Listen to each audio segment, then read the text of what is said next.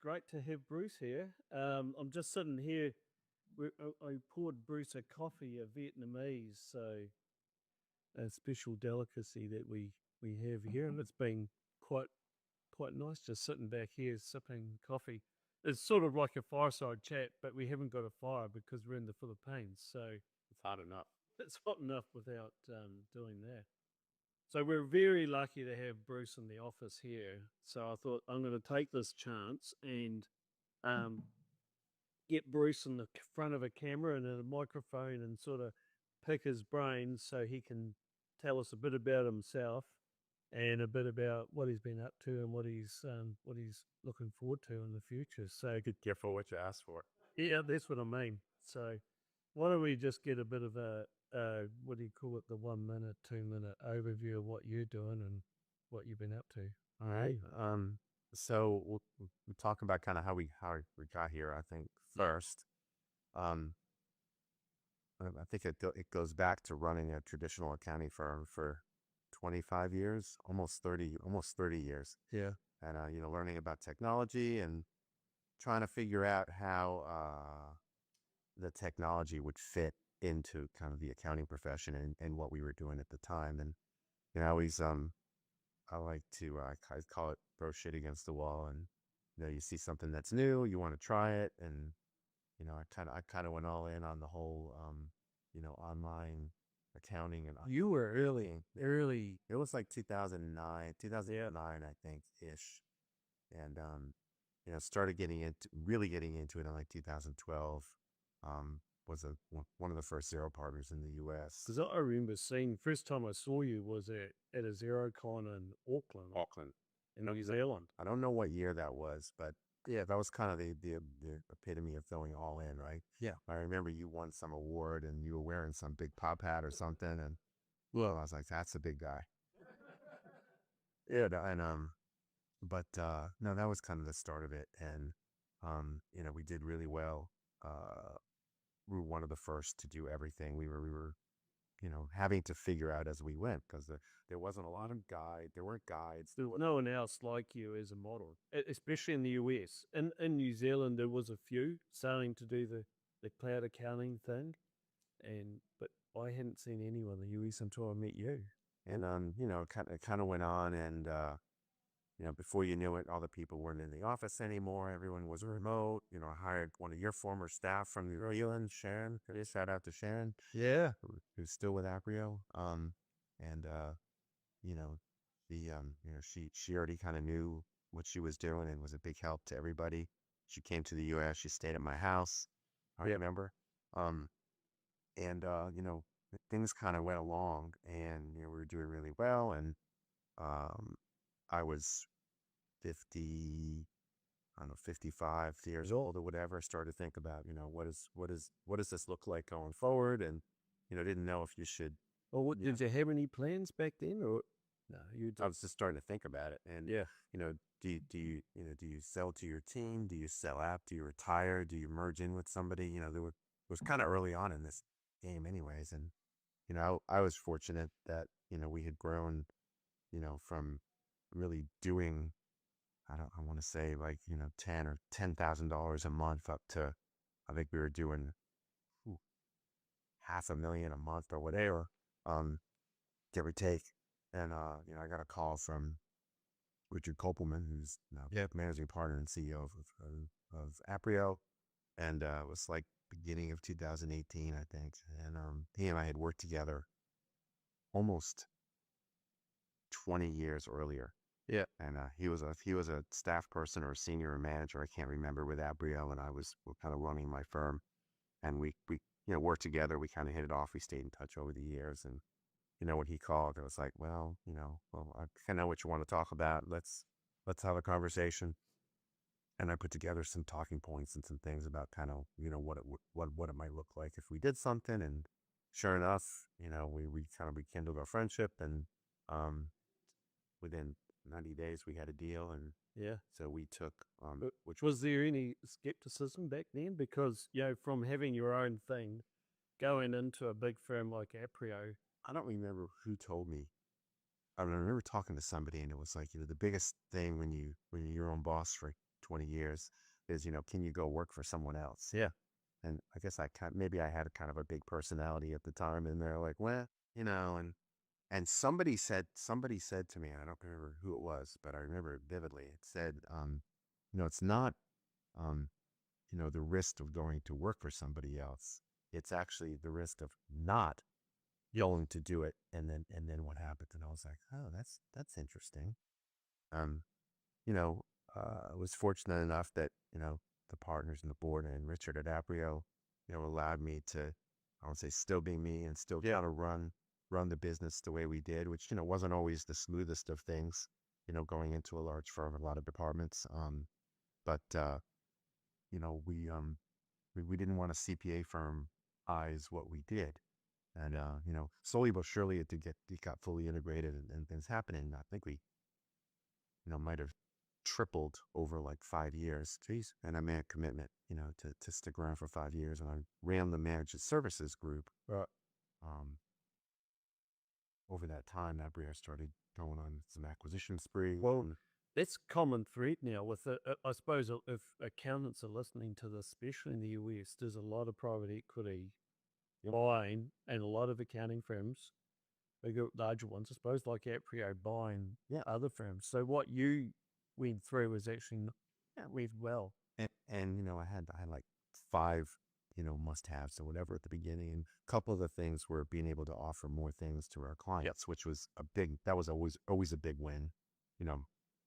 Clients that could grow with us versus outgrowing us. Yeah.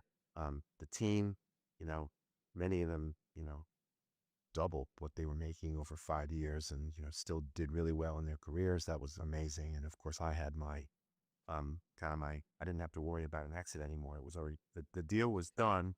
It was planned. And when the time came in 2023, when I hit my 5 years, and that was, I was like, you know what? I think it might be time to think about doing something else. And oh no. uh, It's funny when I get a hold of you, I never know where to find you. It's either Bozeman, Boston, Costa Rica. You've just been in Thailand. It's like impulsive. very impulsive. I live in Costa Rica most of the time. I bought a second boat. Yeah. And I brought it up from Florida to Boston. I lived on it in the summer. Now I turned it into a business. Yeah. Kept in touch with a lot of the people that were in our, I would say, our accounting environment. Software companies. I heard I forget where it was. Someone said about getting work-life balance, and I think you've found that. I think because you live and work, you do a bit of both. More living than working right now. Yeah, but it was working. Yeah, I was telling somebody 7 days a week for 30 years, and now you can kind of reap the benefits a little bit, but it's still get, I would say, excited about, ways to take some of the things that we've learned or some of the opportunities that present themselves, like, offshoring and doing work with you here. And we'll talk about maybe, that. I was going to say that maybe we take a step back and explain how that happened, how that all got going through our mutual friend. Yeah, Raul, we met in 2000, I want to say 12 or 13. Yeah. You were nice enough to let me stay at your brother's house. Yeah. I visited New Zealand for the first time. I spent 3 weeks there. It was amazing. Since then, I think after that, I went to Australia at least 4 times. Other than the 24 hours to get there, it's great.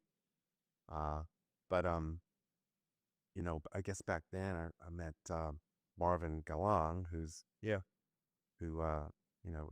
fairly well known in the circles that we run in. Yeah. And started doing business with him and his company, and having a couple people in the Philippines to work. And there are all kinds of reasons that people chose the Philippines, and there's all kinds of reasons why people chose to offshore versus outsourcing. But it worked really well for us. We had a few people. It grew when we sold to Aprio in 2018. I don't remember how many people we had in the Philippines, but it was a decent amount. Yeah. But it was more than I think it was more than a dozen. Yeah. And things were going really well. It was early on in the game, but somehow, some way, we reconnected. We You had already sold your practice in New Zealand, yeah. and you were doing the stuff in the Philippines. And I was like, what? You should talk to Marvin. Marvin, you should talk to Wayne. And next thing you know, you guys are kind of coming together, um, and it's gone off like a rocket ship. The last Oh, yeah. it was 7 years now. Yeah. It was our eighth anniversary in July. So, But yeah, the teams have grown. From the time we joined Aprio in 2018 till the time I left. I mean, yeah. hundreds of people. You know, You grew, yeah, really, we under Aprio. grew. It was something was working. And it wasn't just about, the cost savings. The cost savings is a big, uh, motivator. But doing business in the U.S. is hard. Employees are expensive. The government gets involved, and but people here are great. They're loyal. They're smart. They're educated. Yeah. And frankly, I think they really loved being part of a large growing U.S. company, and Yeah. it became like a little family. Well, I must say that of all the people that have implemented offshoring, I think Aprio and the way you did it with that team was probably the best I've seen. Yeah. Because you treated it, I always say, what you put in is what you get out, and you invested in it properly. Well, we realized as we grew, you know what, we need someone to manage it. So we hire a guy, a person to manage that, and he's been great. He's still there. He's still doing it, And we told people, if you want to get the most out of it, you need to treat everybody here like they're actually a member of the team. You're not just offshoring, and they're not just a contract. Like it's listed on the website, isn't it? Yeah. They just happen to be sitting in the Philippines, and being contracted through a third party. Yep. Not because they have to be, more because it just logistically, a lot of people don't know anything about doing business in the Philippines. You don't know the local customs. You don't know about security and computers and access and all that stuff. So it's really good to work through somebody that takes care of all of that. Yeah. And we did that. Yeah. And then eventually it got so big. Yeah. That you're like, well, maybe it makes sense to think outside the box. And we actually formed our own legal entity. Well, we went into this knowing that was going to be an eventuality. Yeah, we planned for it. When you get to hundreds of people. Yeah. We worked through a smooth transition. We kind of shared things, and it's gone really well. And it's funny, having left Aprio and the hundreds of people that are there, and now I'm working more with you and the hundreds of people who are here, and and we're still working with Aprio, even though Aprio, they're right next door to us. Yeah. And we have a same floor, but we have Aprio Sourcing now, which is a joint venture with Aprio. And frankly, allowing Aprio's clients and also other firms that are part of the the alliance and everything to have access to some of the things that we created over here. So it's like a full circle. It's all right round. It's good for everybody. It is. It was a win-win. And when it's not even about competition anymore. It's just when the ocean rises, everybody rises. Yeah. And it's great for the people here and their families, and they get taken care of. And So Aprio, because the good thing was there was always people from the US in the office, and by investing in it, a lot of the leaders and people, the doers, like from the IT team, they were always in training, and vice versa. You did bring people back to. I know you brought the tax team back to Atlanta for tax seasons. Part of their part of treating them like they're part of the team is you have to invest time coming over here. You bring people over there. It's another benefit to everybody to get to meet the people, face to face, and see the cultural differences. And it was never seen as an us and them. It was always the one team that Aprio. You were just part of Aprio. You backroom managed them and ran them, but really you were wearing Aprio t-shirts, and they thought of themselves as part of the Aprio team. But the backroom was sort of like a mutual sort of partnership there. So I think it's good to talk about why offshoring. And again, staffing concerns, not just in the U.S., but everywhere. Oh boy. So if you can open up another market to have access to more trained accountants, that's just a good thing. The fact that they happen to be sitting halfway around the world, it costs a little bit less. Well, modern accountant is the honest is it means that they're right next door more or less. Yeah. And now we've also got our office in Colombia now as well. So it's like you can get them on the same time zone, which is It's funny. I used to pitch to people that they're half a world away, but imagine if you have things for them to do, you go to bed, and when you get up in the morning and you come in, all your stuff is done. That's one way to look at it. Yeah. Some people actually like them like a virtual assistant to work at the same time zone, and that's why you have three shifts over here. And I think that's also why the back room is diversifying geographically. Yeah. To have some different time zones to make it easier. There's a lot of offshoring now in Colombia and Argentina. Because we're really doing accounting in South America, so it is it's something that's good for us, and it's definitely something when you talk to the US market, they like that nearshoring aspect as well. Yeah, it's not far to go. And for the people that want the same time zone thing, it just makes a lot of sense. Yeah, it does. I think there's different people that want different. Yeah, you can get the best of both worlds. Yeah. But yeah, it's been a good ride.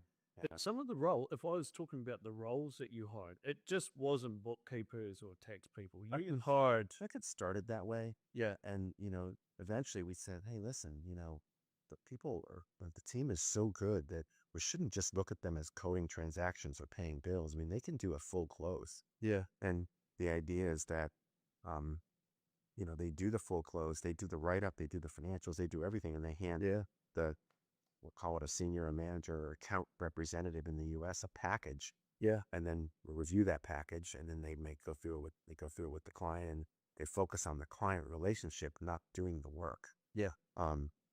Which is a little bit different. And eventually it got to not only just accounting, but then looks like we can do tax over here too. Great, we'll train them how to do U.S. taxes, and they want to learn, right? Yeah. Some of them come out of the working out of the big firms and out of your grad programs, and it went so far even to hire very experienced M&A type people to do M&A consulting and action work. Oh, well. Yeah, so it goes across the entire spectrum. Yeah, I know you had NetSuite people there as well, and it wasn't just Xero and QuickBooks, and it was NetSuite, it was M&A, transaction advisory, after it was tax, audit, you name it. Yeah.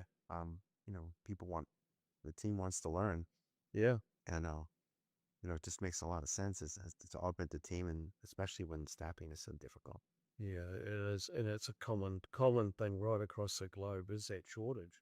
And it's interesting where that will go, and also how AI will impact on that. Do you see that as being a solution to the staffing shortages, or do you see it as something different? Yeah, well, that's what I was doing now, and after taking the accounting online and doing all that things, and eliminating paper and eliminating a lot of the manual work.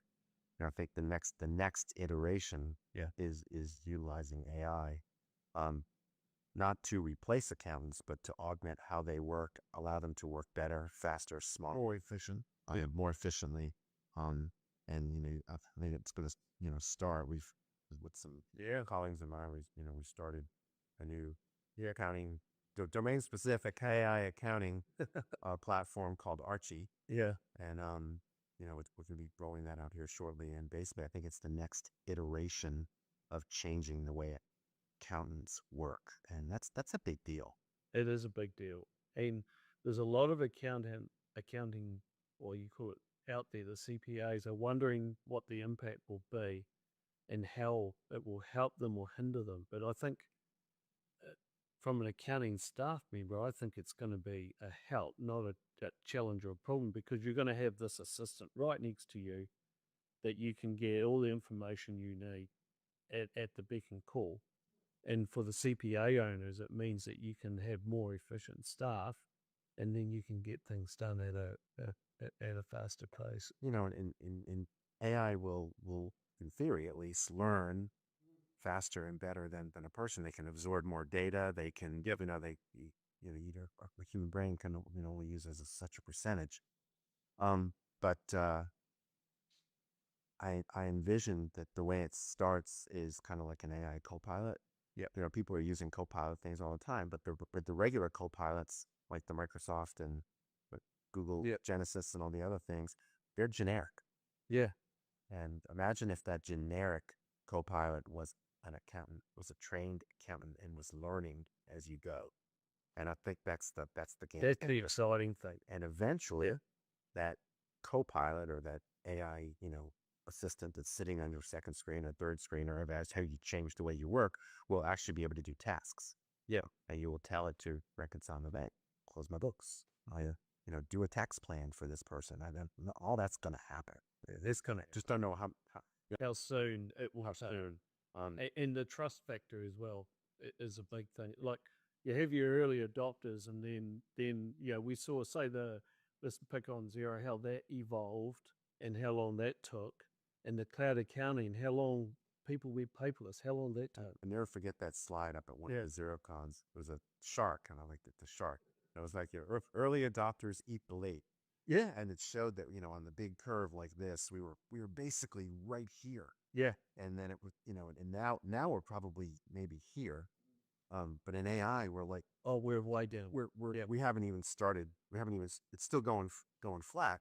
Yeah. I do think that, I think it's a fact that the AI is moving way faster than anybody thinks it is. And I believe that, the task thing's it's not going to take 5 years. No, it will be out there shortly. It is already out there in some ways, with the robotics and the processing. So, and beside, the idea of being a co-pilot and then being able to do tasks, it'll enable you to do a series of tasks and tell you what you need to do. Yeah.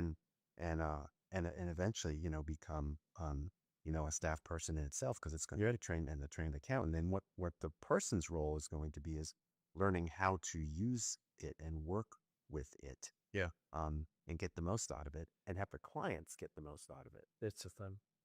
And a lot of it's around data and having secure data. Yep. And that's a big, we're starting with trust right from the beginning. Yeah. It has to be secure, because, accountants aren't going to upload their data without it being secure. Yeah. But, the whole idea of, working with the back room too here is that we can actually help the back room become more efficient and help the team here become more efficient. Well, we see it, we want to embrace it, especially around our knowledge. We see that as our first steps with the training. And you're doing business in New Zealand, Australia, UK, and US. And the neat thing is it'll learn the differences between all that stuff, and it'll learn it just as well as a person, maybe even a little bit better. So it'll be interesting to do this in 6 months' time. We should definitely sit down again in 6 months' time, and then maybe a year's time, and I think you'll be surprised at how the hell this goes. It comes. Yeah. So we've covered. Just looking at what we were going to cover off, and I think we've covered over most of that. So I think I'm pretty happy that you're here.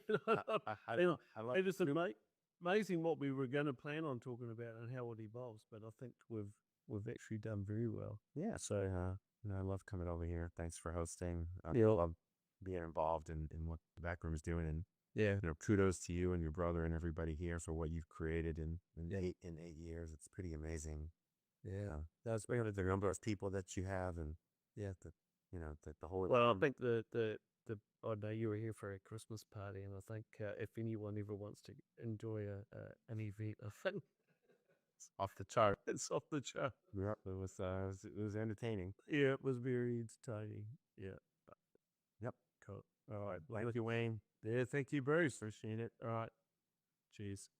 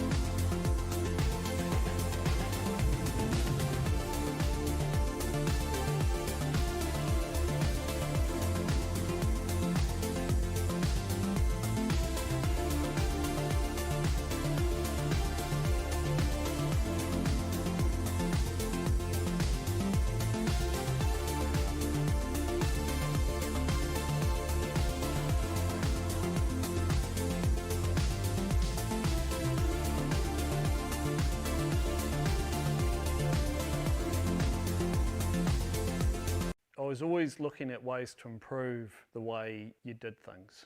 I would never accept the norm. Me and my brother Scott were brought up on a farm in Tuatapere, which is in the deep south of New Zealand, so close to Antarctica. We used to see icebergs on the beach. One thing that I think we learned at an early age was to be independent, and also to be good problem solvers. You'll get some odd things happen on the farm and you had to think and act straight away.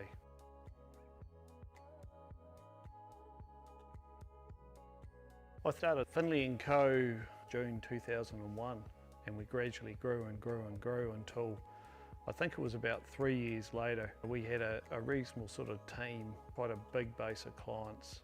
I got a hold of Scott, my brother, and we got him on board with the firm, and we won a few awards and had a few accounting firms get in touch with us to find out how we were doing things, and that definitely helped us grow our firm and took the firm to where we were when we sold back in October 18. We were early into cloud adoption. It was actually quite hard to hire accountants in Wanaka, but because we were in the cloud, we could think outside of just our region. So we had our own dedicated staff offshore, and that sort of grew, and it definitely helped our practice earlier on. We set the backroom up to create efficiencies through connecting global talent, to make it easy for accounting firms so they can get good quality staff. And so that's where I suppose us being accountants can help. We know the terminology, we know the training needs, we know the types of personnel that they need.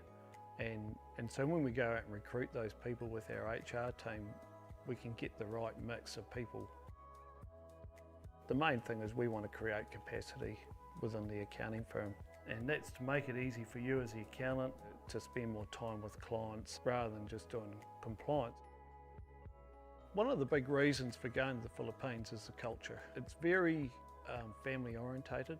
Work-life balance is important.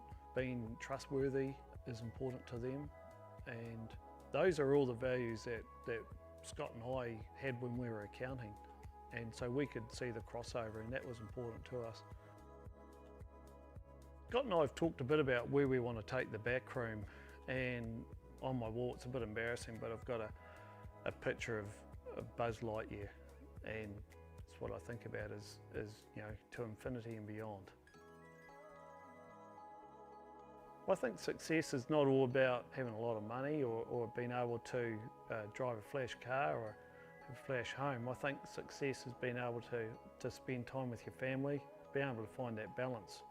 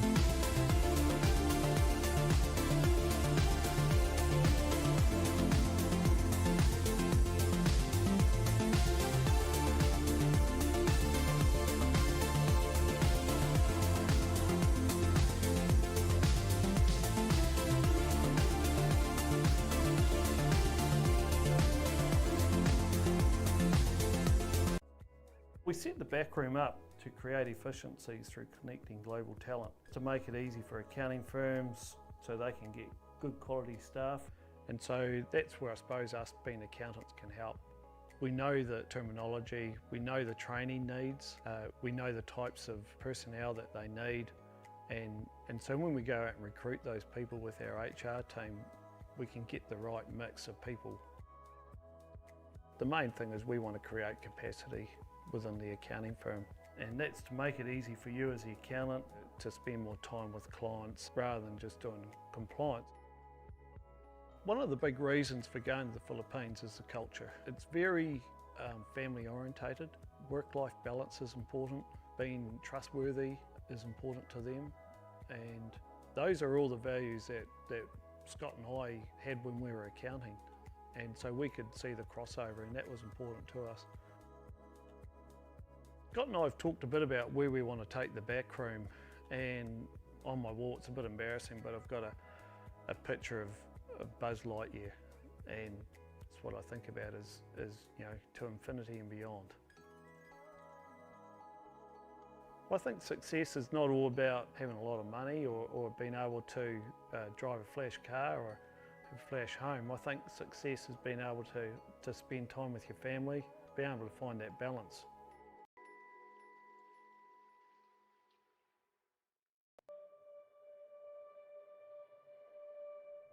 This is the first time, this is the first year that we ever did this University Roadshow ever under the BINI team.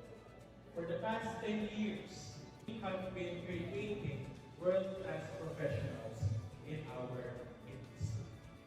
Specifically, accountants in the Philippines are one of the best around the globe.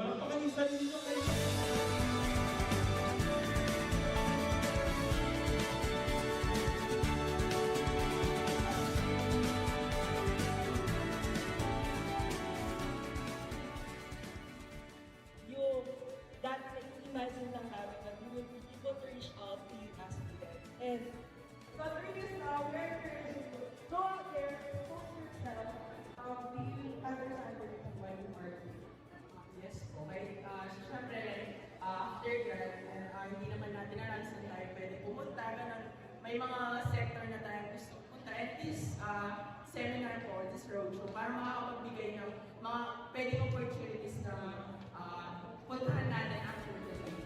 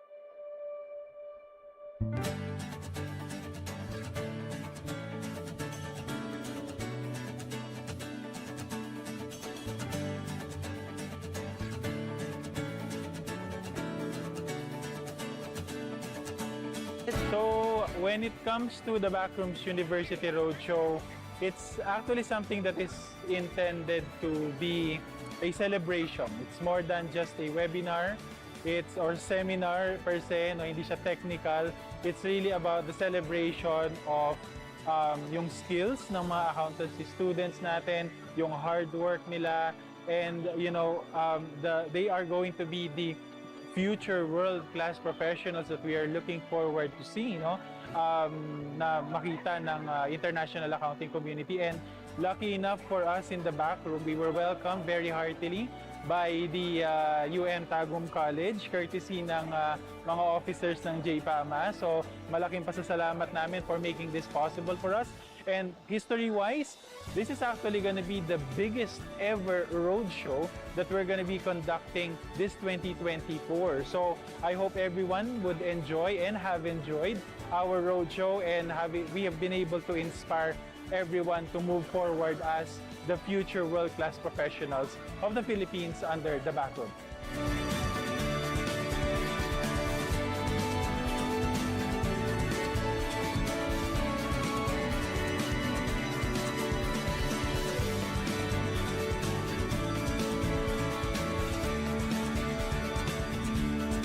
And syempre, home court na kasama namin si Joel.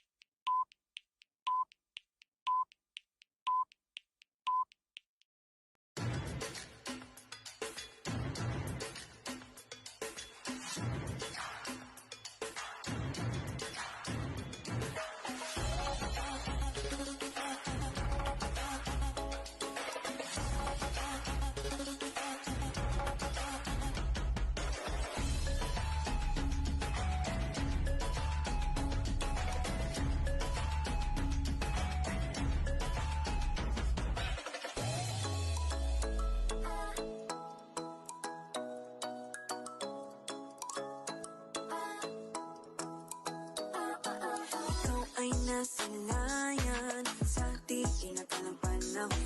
Lumapit ng biglaan, para bang di nakataon. Ito nga ba'y tadhana, tangi kong iling sa mga tala. Mga pintig ng puso'y nakalaan para sa'yo. Follow your footprints in the sand, walking with you on this island. Guided by the grip of your hand, I can feel you holding my world. Ano ba itong nadarama? Oh shucks, ito ba'y pag-ibig na? Totoo ba ang pinadama? Cause boy, it feels so good. Bawat aroma sa masaya, magmula nang nakita ka, nawawala ng pangangamba, pag ika'y kapiling na. Feels like someone I'm with you, parang islang pantropiko. Can't wait to go back with you, sa islang pantropiko. Sa islang pantropiko. Sa islang pantropiko.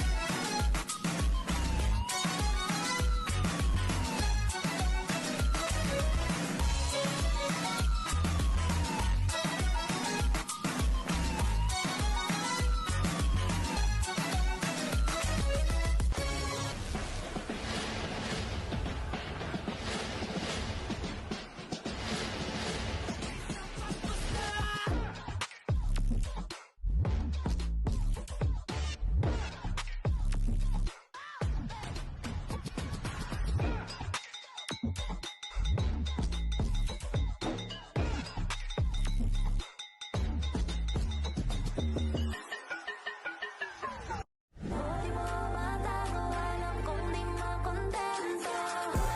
Kagalit, kung ayoko nang kumapit, sinusubukan ko lahat ng makakaya ko. Sanang magalit, halagi, ayaw ka ng lahat, pero andito pa rin ako.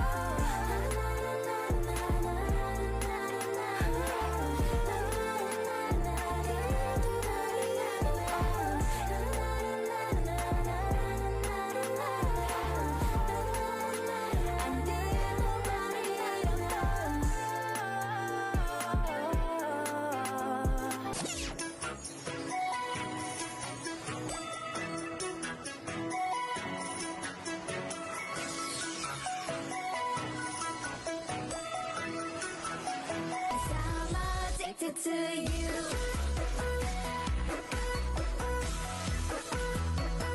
You're my morning view.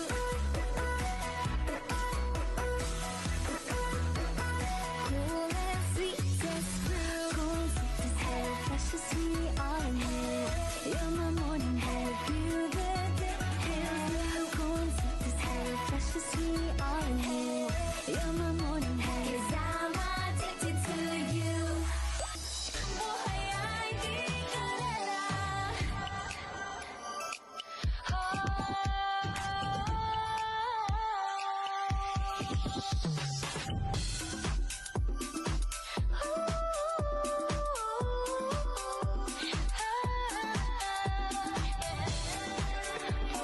ay di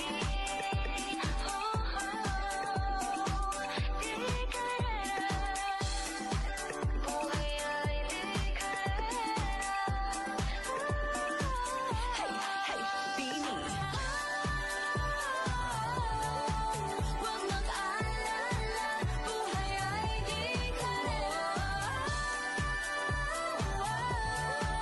Dahan-dahan lang, buhay ay di karera.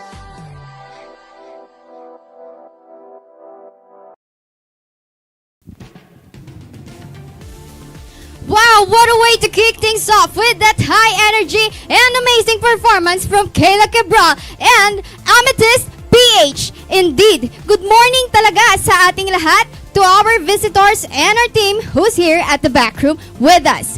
Did you feel that energy?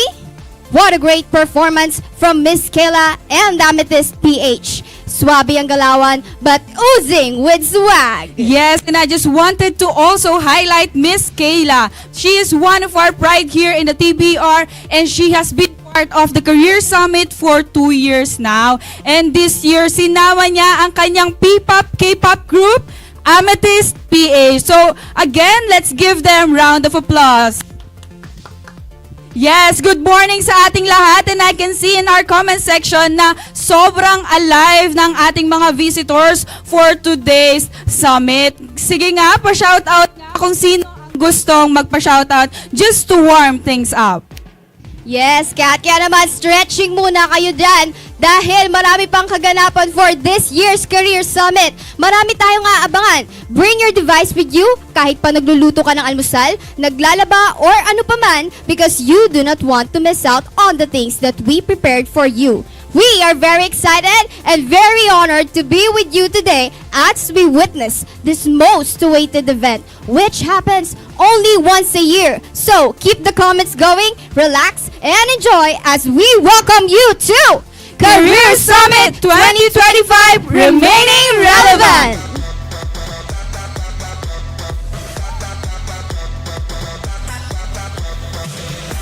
And to formally start this event, let us all take a moment to offer gratitude and reflection to our Almighty God. To be led us in the opening prayer, may we call on Mary Joy Salunga, one of our key organizers in this event.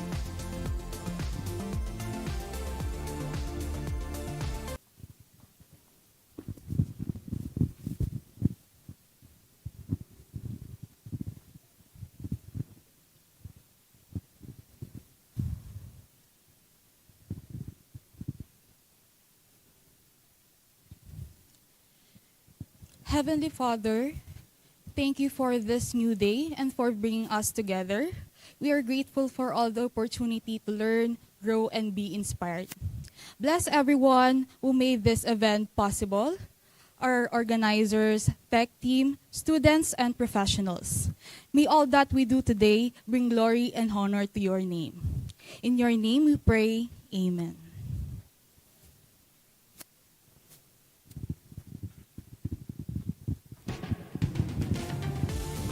And now that we have offered our opening prayer, it is time to officially move forward with today's exciting event. And what better way to start than by giving a shout out to our amazing viewers? Yes. By the way, Kat, we have two types of audiences joining us today. We have our visitors from different schools, universities, and professional organizations across the whole country. So pag sinabi naming visitors, kayo po yon, mga accountancy students and accounting professionals. And of course, we also have our very own TBR employees, and we call ourselves Roomies. Yes, sige nga, patingin nga ng mga comments kung sino yung maingay at kung sino yung super energetic for this morning. Kindly drop a comment with the hashtag ProudTBRVisitor or ProudTBRRoomie and let us know where you're watching from. Let's see kung saan kayo nanonood ngayon, saang sulok man ng Pilipinas or even globally. And let's first shout out to Nico Jeremias from General Santos City. Grabe, ang layo. Nasa Luzon pa tayo, Clara. And another one is from JPIA University of Makati, Tagum City. And we also have JPICA City College of Angeles, JPIA Colegio de Sebastian, National University Junior Association of Management Accountants. Wow, all around the Philippines talaga tayo today. Yes, and another one is from JPIA Mabalacat City College. Hello sa inyong lahat. Good morning. And yes, another JPIA Partido State University from Camarines Sur.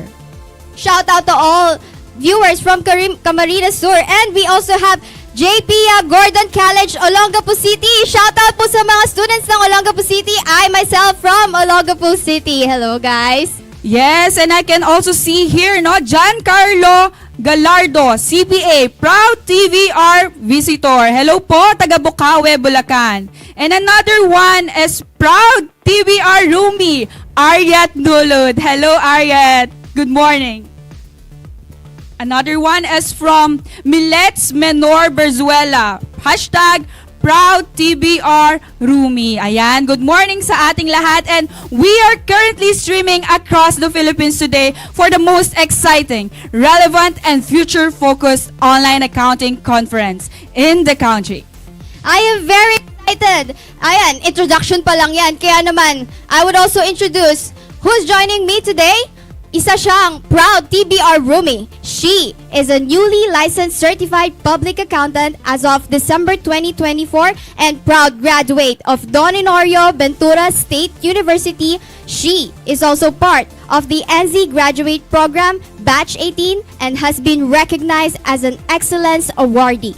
She is Catherine Joy Esman Lutak. Hi, Kat! Hi, Clara! And thank you sa napakagandang introduction. And syempre, hindi naman tayo papahuli dyan because ipapakilala ko sa inyo ang isa sa former JPIA Vice President on Communications and a graduate of Merida Queen College from the Bachelor of Science in Accountancy. She is also a product of the graduate program of Backroom. And please welcome Miss Clara May Isip. Thank you, Yes, Kat. good morning, Clara. And I'm shout really, out sa Yeah. mga taga MQC and even DABSU because we are a product of those universities. Shout out to all proud Legionnaires dyan. We also have Crystal Jade Marasigan, hashtag proud TVR visitor. Welcome to Career Summit 2025, Crystal. Yes, and meron pa tayong watching from Subic, Payawal Prince Dino, JPIA Kolehiyo ng Subic. Hello, good morning sa ating lahat. And I would like to thank everyone here now, especially since this is our first time hosting the Career Summit happening live here at the Backroom office in Clark Global City. It is truly an honor and a pleasure to be part of such a meaningful event. Yes, parang narinig ko na over 2,000 tayo na accounting professionals and even students ang nag-register sa ating event. And this is going to be another exciting summit, and I can already feel it. We would also like to take this moment to sincerely thank everyone who made today's event possible. Our deepest gratitude goes to the Backroom Outsourced professionals for sponsoring this Career Summit.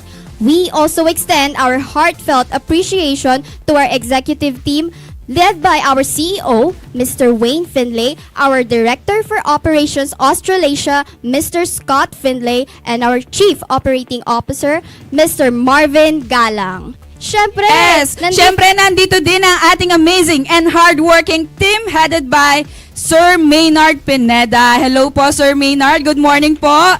Yes, the Backroom's IT Manager. And of course, we also have today the organizing committee of the summit from the Backroom's Learning and Development Department headed by Miss Laylin Limpin and Mr. Miguel Serrano. Good morning po sa ating lahat, who will be also be having us a keynote speakers for today's event. And lastly, we would like to thank the organizations and the respective officers who offered their time and supporting in helping us put this amazing event together. Kaya naman sa ating mga visitors from different universities and organizations, palakpakan niyo po ang sarili niyo for today because you are spending your Saturday with us, and we will make sure that your Saturday will be worthwhile. And without your contributions, this year's Career Summit would not have been possible. Kaya, let's give them all round of applause and for the virtual applause sa ating mga comments from the YouTube. You can expect a series of thrilling, emotional roller coaster and meaningful keynote speeches throughout the day. So make sure to stay June. And to start off our day, we'll be hearing an insightful and eye-opening talk that will give us a broader perspective of the world of accounting from none other than Miss Mara Angelique Pacapa. Yes, opening pa lang yan. We'll also be hearing from Miss Laylin Limpin, CLDP, the Backrooms Learning and Development Manager. She'll be talking about her personal journey, her experiences, the lessons she's learned, and how she found success along the way. I'm very sure yung mga nanonood na ng Career Summit natin previous year, kilala na si Miss Laylin. Yes. And to our roomies also, who is very close to Miss Laylin. We're definitely looking forward to her talk later on. And to end our morning session, we also have who's stepping into the spotlight for the first time on the stage. Get ready to hear from Miss Leonaline Arguelles, the Backrooms Training Associate and CPT Program Supervisor, as she shares her speech behind the title Staying Relevant on Your Own Terms. And we will see a side of her that we haven't seen yet. Ano kaya yun? Kaya naman, you also won't want to miss our afternoon session where we have invited representatives from different various business sectors to join us for a panel interview. They'll be sharing valuable tips, insights, and strategies, giving us diverse perspectives on the accounting industry, not just here in the Philippines, but globally as well. Yes, and to level up today's Career Summit even more, we've got a very special guest joining us today. He'll be diving into how AI is rapidly transforming the accounting industry and what the future looks like for the profession from the lens of a leading accounting tech company. At alam ko, as professionals, kilalang-kilala na natin ito, which is Xero. And we'll be hearing from Mr. Daniel Hassler, the Education Manager of the Xero Asia, as he shares his insights later on in this session.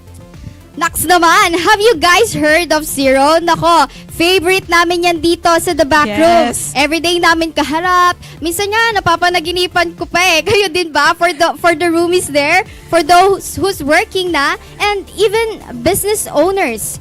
Gaano na ba kayo katagal in a relationship with Xero? Comment down nga sa ating comment kung section. ilang years na yung relationship with the Xero. Yes, let's get them coming. And for our students naman, ready na ba kayo to know more about Xero? Yes. Yes, another shout out. Oh, Miss Leona May Arguelles, 10 years na daw. Wow. Yes.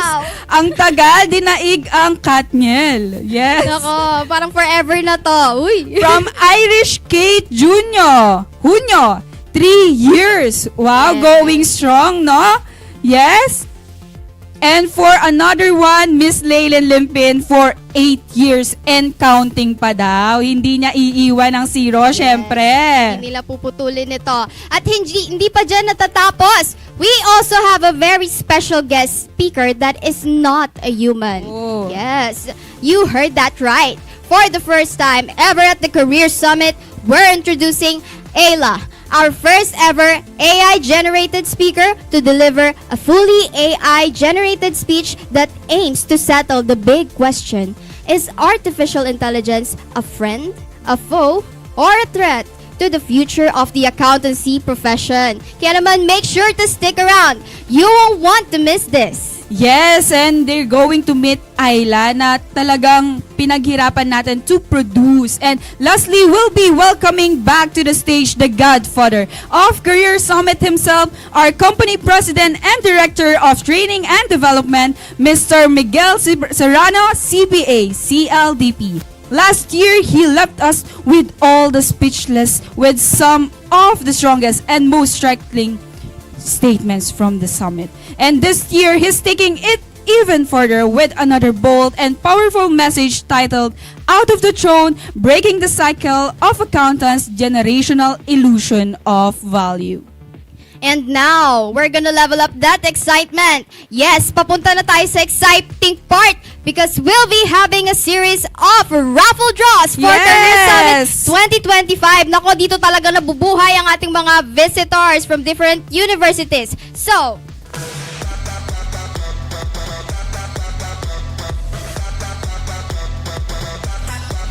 starting off with 10 winners of 200 pesos. 10 winners of 500 pesos. Another one is 4 winners of 1,000 pesos. And another one is 2,000 pesos. Yes. Muna tayo dito, Kat.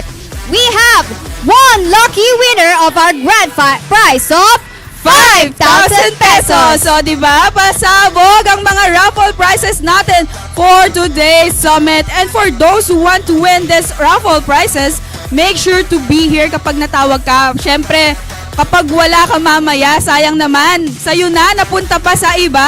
Okay? Ako dyan, Kat. Naku, na, naging bato pa. Kaya naman, patikim pa lang yan. But as a reminder, our career summit is divided into 2 parts.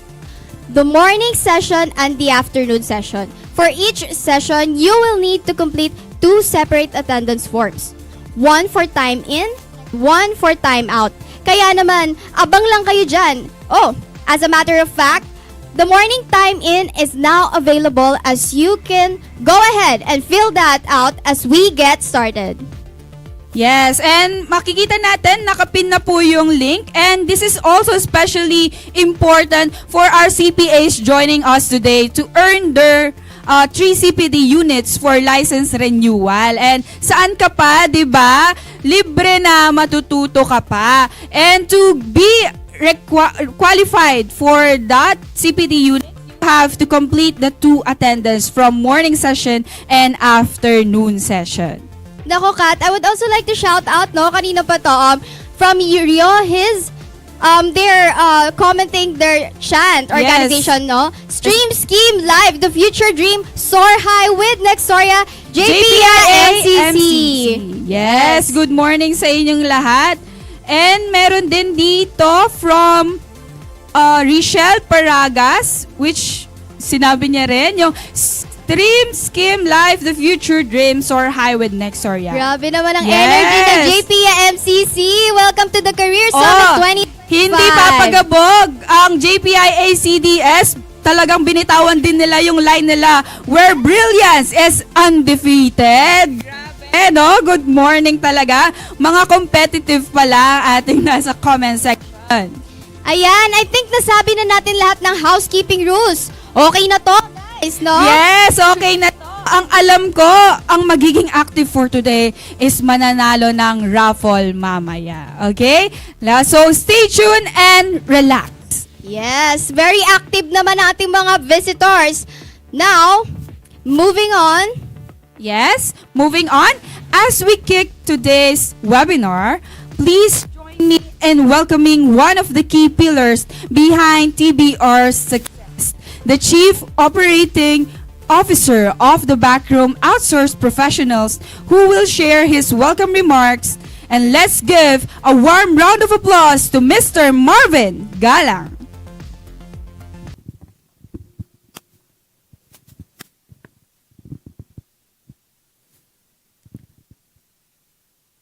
Good morning, everyone.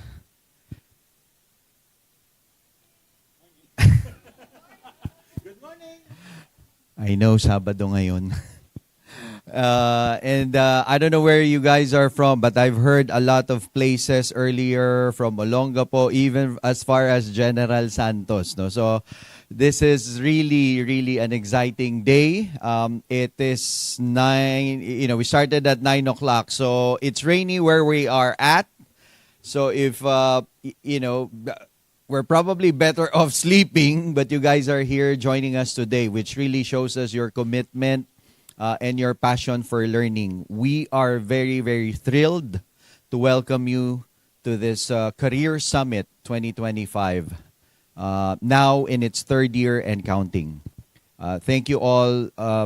First I'd like to thank, the organizers of this event, from the Backrooms Learning and Development team, who has organized and put this thing together.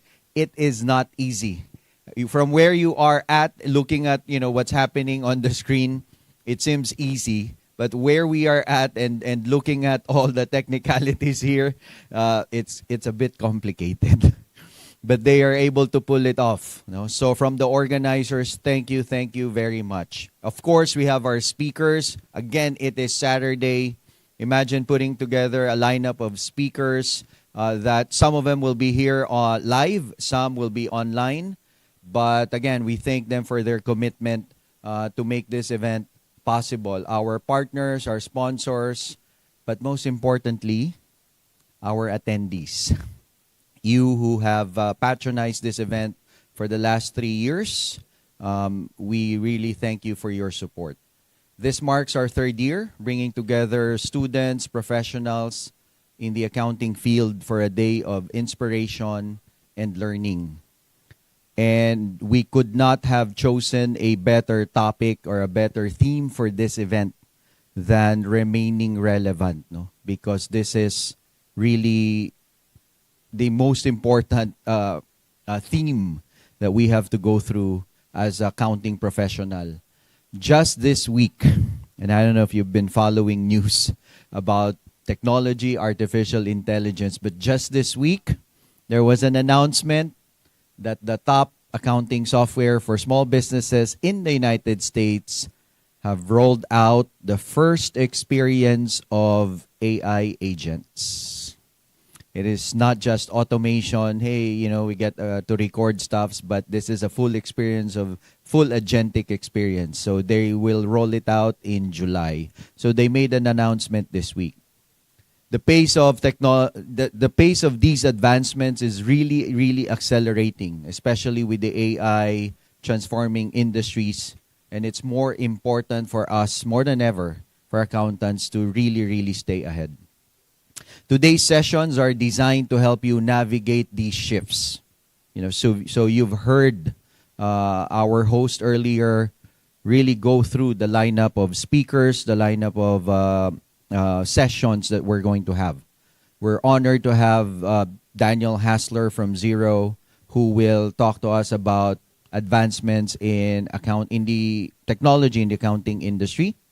We are also having a very special guest, which I don't know who thought about it, but it's brilliant, So talking about AI and talking about these advancements, they were able to come up with a very special guest named Ayla, who will really, who will talk to us and deliver 100% AI generated experience in terms of speech, and see if we can, are we really threatened by technology?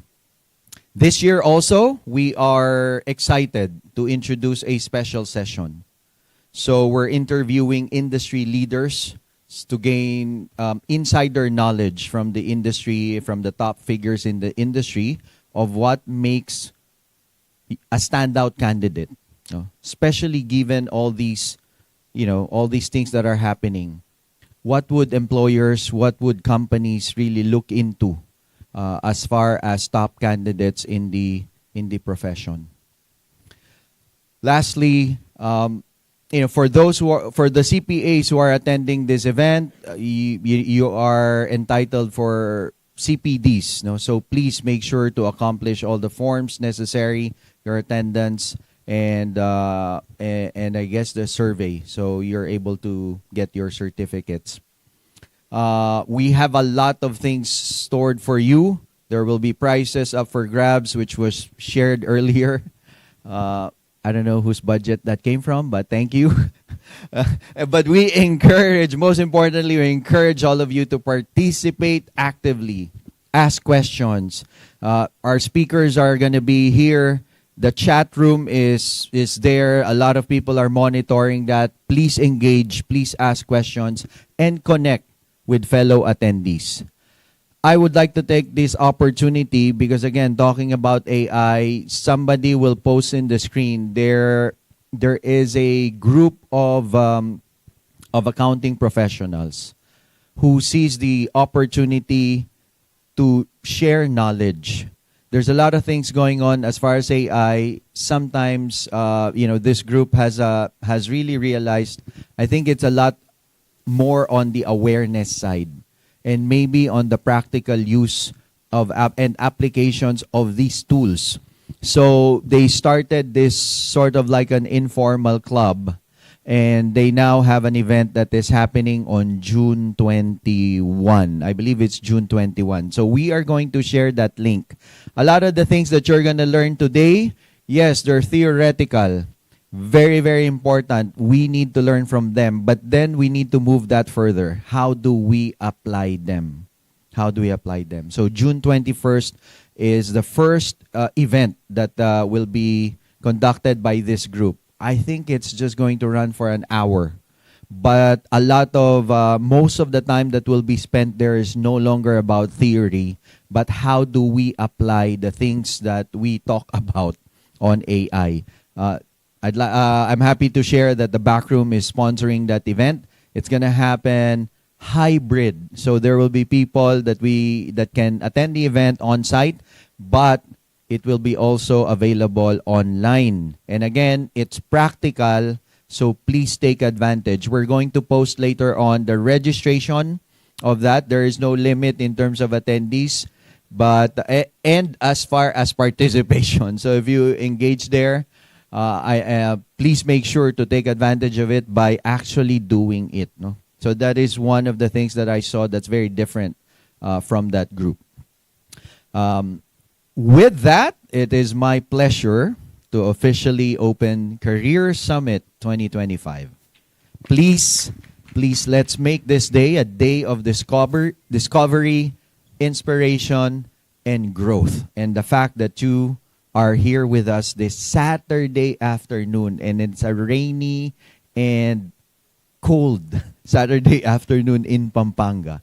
But the fact that you are here shows that you resonate with the theme, remaining relevant. Thank you and good morning. Yes, thank you, Mr. Marvin Galang. Again, let's give him round of applause. And good morning talaga. Sabi niya nga, Saturday, pwede nating itulog ito. Pero nandito tayo at nakikisama kayo sa amin. And his insights really set the perfect tone for today's webinar. Ang sabi niya, discover, inspire, and grow. Yan. Thank you again, Mr. Marvin Galang. And don't forget that the link on the comment section for AI in accounting, the latest trend on June 2021. You should register on this, guys, kasi talaga to remain relevant, you should upskill yourselves with these webinars. Yes, and to everyone watching, let's keep that energy going as we move on to our first keynote speech for today's Career Summit. And to start off, in our morning speaker, she is one of the training supervisors of the Backroom Outsource professionals handling client communications in terms of running the key programs of the Learning and Development Department like the Graduate Program and the Enhanced Kickstart Program. She will take us on an exciting journey exploring how the accountancy profession has evolved from the old school bean counting to an AI-driven field and what we need to do to stay ahead in this rapidly changing global landscape. Yes, and I'm very excited. So without further ado, let's give a warm welcome and a big round of applause to Miss Mara Angelique Pacapac.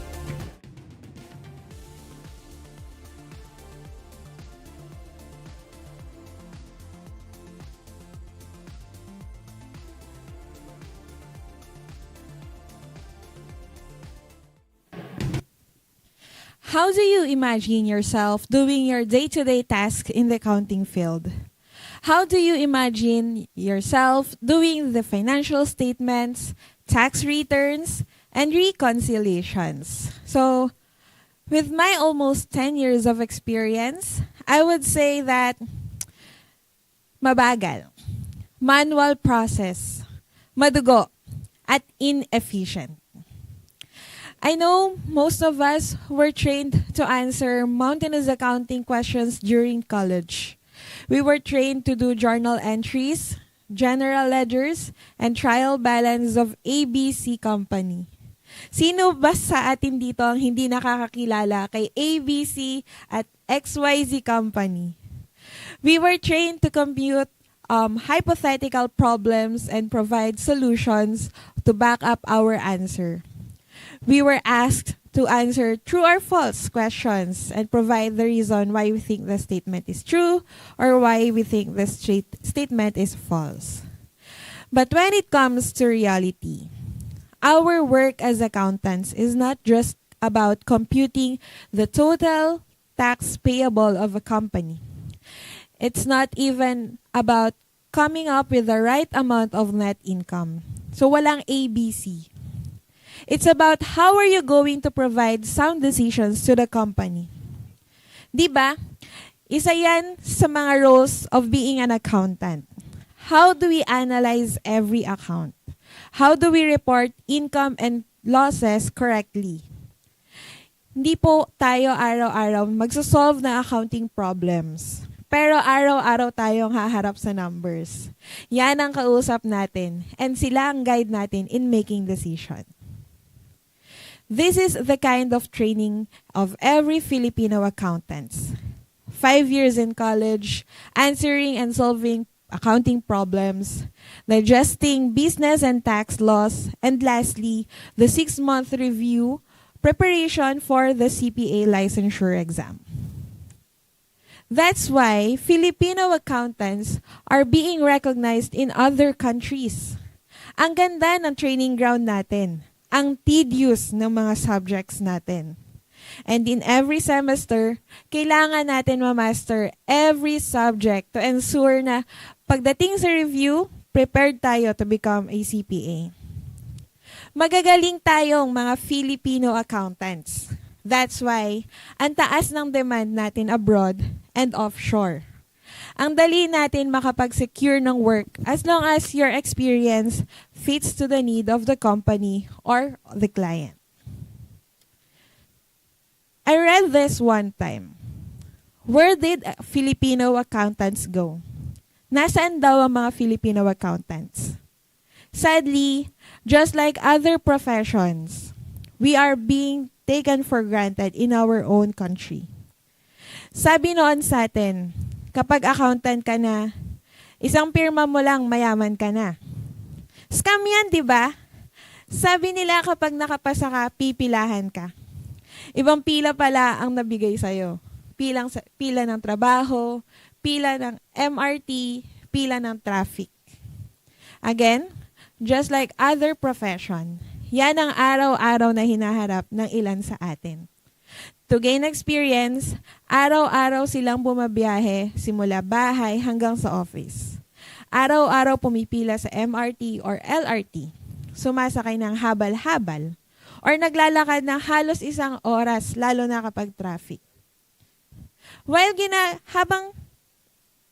imagine, ginagawa mo yan habang naka-corporate attire ka. At kapag dating mo sa office, amoy araw ka, amoy usok ka pa. Tapos sa hapon, para makaiwas sa traffic, mag-overtime ka pa para mapahupa ang rush hour. So that's the reality of the traditional work setup here in the Philippines. And how about the work culture? Our role as accountants in a company is very crucial. Nakasalalay sa atin kung may marereport bang income ang company. Hawak natin ang capital ng company. Yung mga numbers na kausap natin araw-araw are not just numbers. They are money. We think and we work as if we are one of the owners. Pero ang tingin ng iba sa atin, tiga-hawak ng books, tiga-record lang. Minsan, masasabihan pa tayo, i-record mo na lang yan. Basta sumunod ka na lang, ipasok mo yan sa libro. Dahil empleyado lang tayo, kahit alam nating mali, mapipilitan tayong sumunod na lang. Hindi ba na-train tayo nung college sa true or false? Right minus wrong pa nga minsan. Bakit sa school ang strict nila na dapat alam natin ang tama at mali?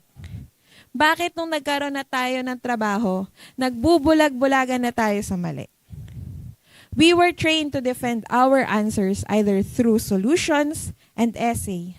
Pero kapag sa trabaho na, tikom na ang bibig natin sa mga padulas, kickbacks, lagay, or under the table. Our talents, our knowledge, our skills are being wasted because of these malpractices. At nadudumihan din ng pangalan ng profession dahil sa maling gawain. One time, I talked to a radio DJ. He's famous, an influencer, as he is known for his job. He asked me what my profession is, since yun lang yung first time naming mag-meet, diba? So, I proudly answered, I'm in the accounting field. I'm an accounting assistant. Then he started talking. Naku, wala na akong tiwala sa mga accountants. Yung bookkeeper ko, ang daming natangay sa akin. Hindi pala binabayaran ng taxes ko. Ang dami kong open cases sa BIR. Wala na, tinakbuhan na ako. Then he turned to another person and changed the topic. Gusto kong lumubog sa upuan ko that time dahil sa kahihiyan. Dahil maraming tao sa place na yon at lahat sila narinig yun. Parang pati ako naging guilty sa mata nila. Pati ako na-judge nila. It dawned to me that day na ang hirap ipagmalaki na accountant ka dito sa Pilipinas. Dahil ang dumi ng tingin nila sa profession. And when some people knew that you are an accountant, asahan nyo na, may magtatanong at magtatanong sa inyo. Paano ko itatago ang mga resibo ko? Masyado na kasing malaki ang binabayaran kong tax. O kaya naman, kapag nasa government ka, edi ang yaman mo na. Of course, they are thinking na kapag government accountant ka, matik yan. Tumatanggap ka ng lagay or under the table. Do we deserve this? No. We deserve better. Balikan natin yung tanong kanina. Where did Filipino accountants go? Nasaan nga ba sila? Why are they looking for accountants when in fact there are thousands of CPA passers every year? Saan nga ba sila? Sabi ko nga, magagaling ang Filipino CPAs. They are recognized abroad, diba? So most of them really target to go abroad once they have earned enough experience.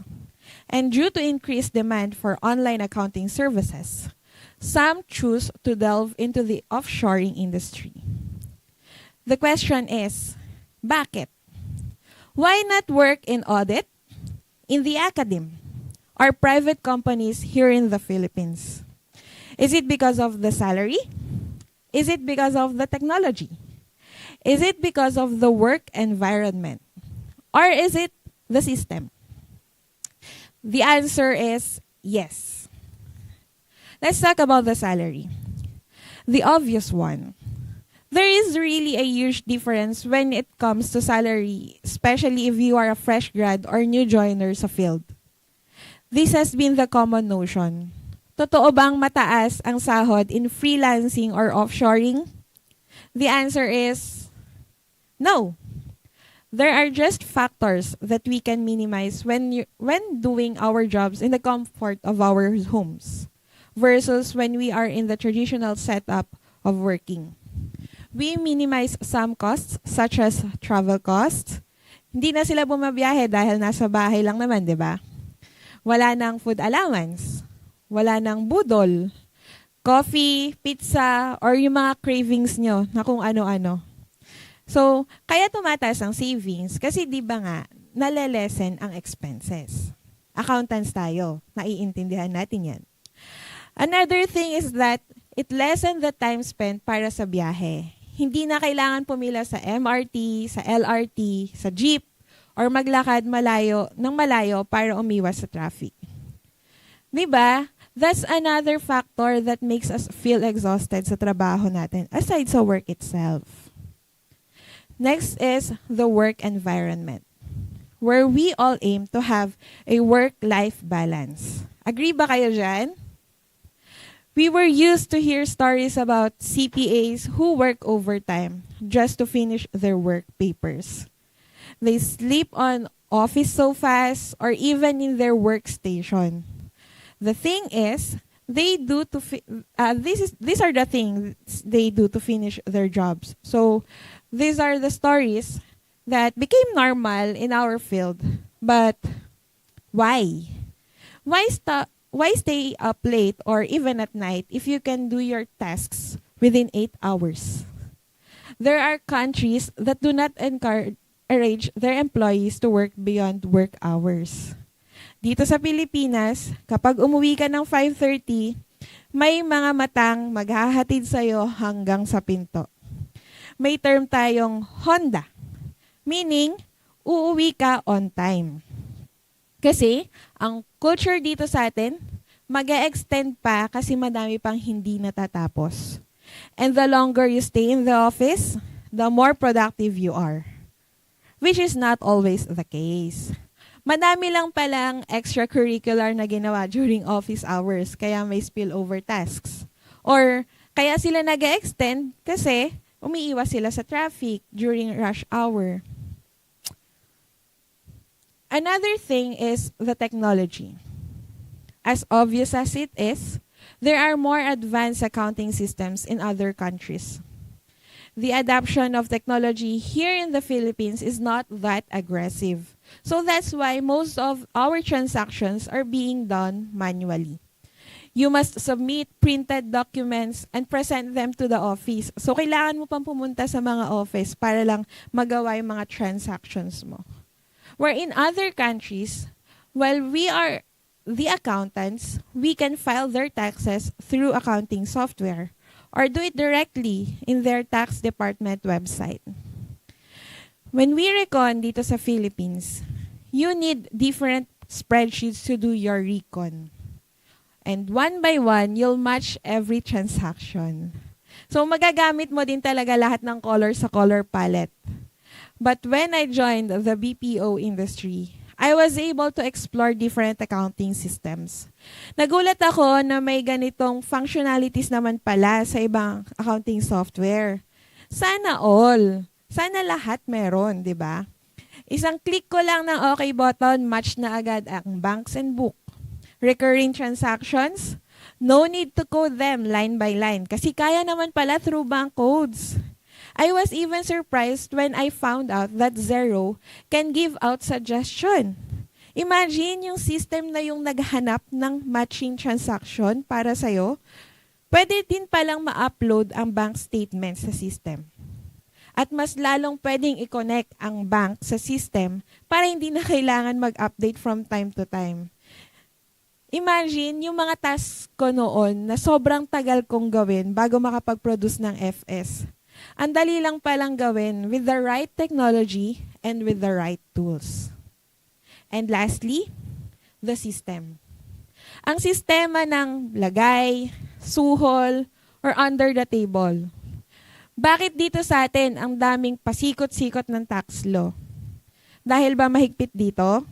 Or baka naman para madaming maibulsa? I know this might be a controversial statement. Pero totoo naman, di ba? Ang daming exemption to the general rules, exemption to the exemptions. It create loophole. That's why ang daming yung mayaman sa maling paraan.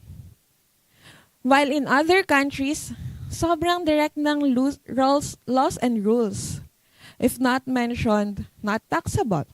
If not within the prescriptive period, edi wag isama. Hindi nasasakit ang ulo mo kaka-check if may na-miss ka pang rulings or what. And their decisions always involve people. They are pro-taxpayers. Now, I ask each of you, how do you want to be remembered as an accountant? Do you want to be remembered as someone who simply kept the books? Or as someone who stood for what's right, embraced change, and helped change the future for this profession? The world is changing. Technology is evolving. And whether we like it or not, the role of accountants is transforming. Not to replace us, but to elevate us. Gone are the days where we only crunch numbers. Today, we are called to be analysts, advisors, decision makers, and ethical leaders. Let us rise above outdated systems, outdated mindsets, and unethical practices. Let us be the generation of accountants who chose growth over comfort, innovation over routine, and integrity over convenience. Don't just wait for change. Lead it. Keep learning. Keep asking questions. And keep standing up for what is right. Your knowledge is powerful. Your voice is powerful. And your decisions matter. If you want to see a better future for the accounting profession in the Philippines, then it starts with you. So I challenge you today. Learn the tools, master the systems, embrace the change, and most of all, never trade your integrity for convenience. Because we are not just number crunchers. We are thinkers. We are leaders. We are the Filipino accountants. We deserve to be proud of that title, not just abroad, but here in our own country. Tayo ang pagbabagong hinihintay natin. Stand, speak, transform. The future is ours to create. Let's make it count.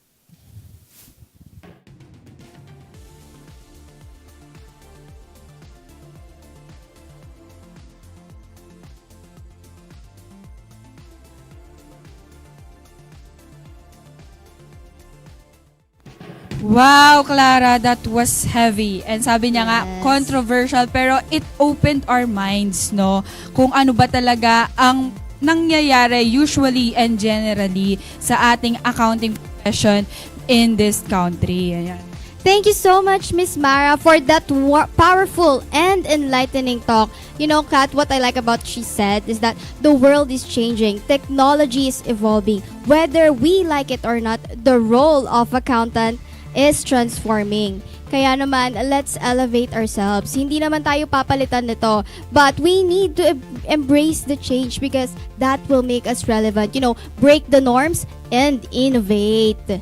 Yes, and isa pa sa pinakatumatak sa akin, no, as an accountant too in a BPO industry, tagus talaga sa kaluluwa yung sinabi niyang, we deserve better.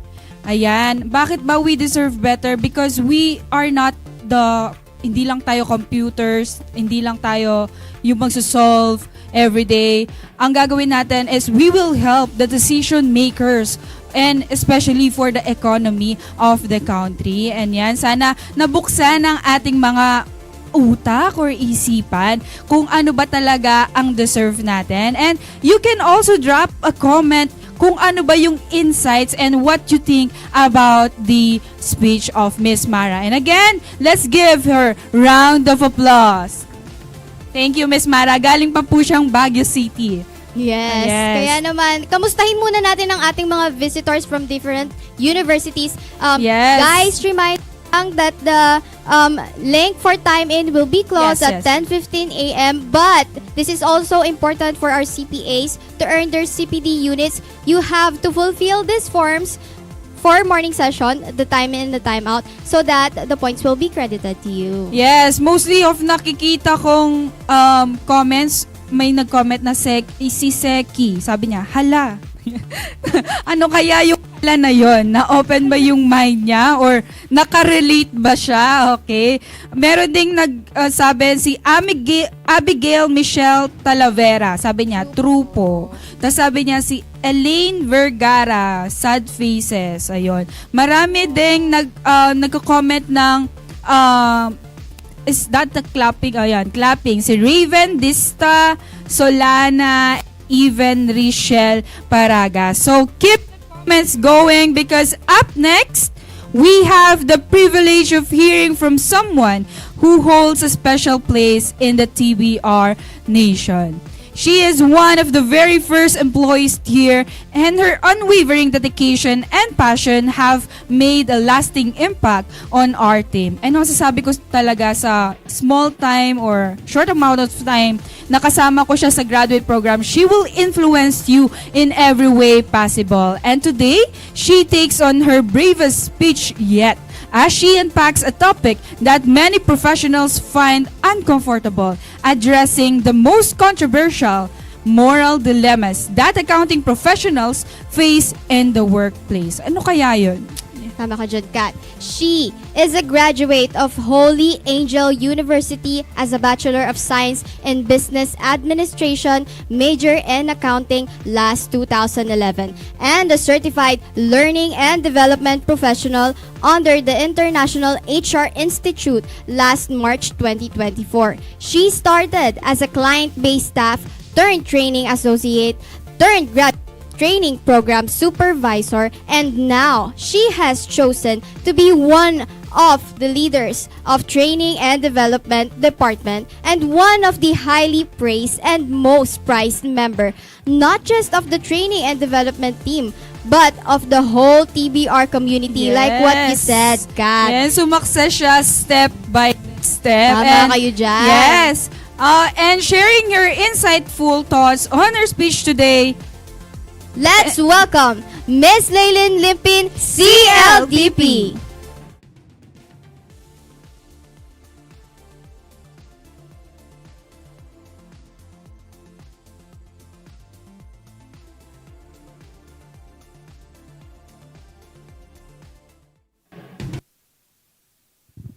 Good morning, everyone.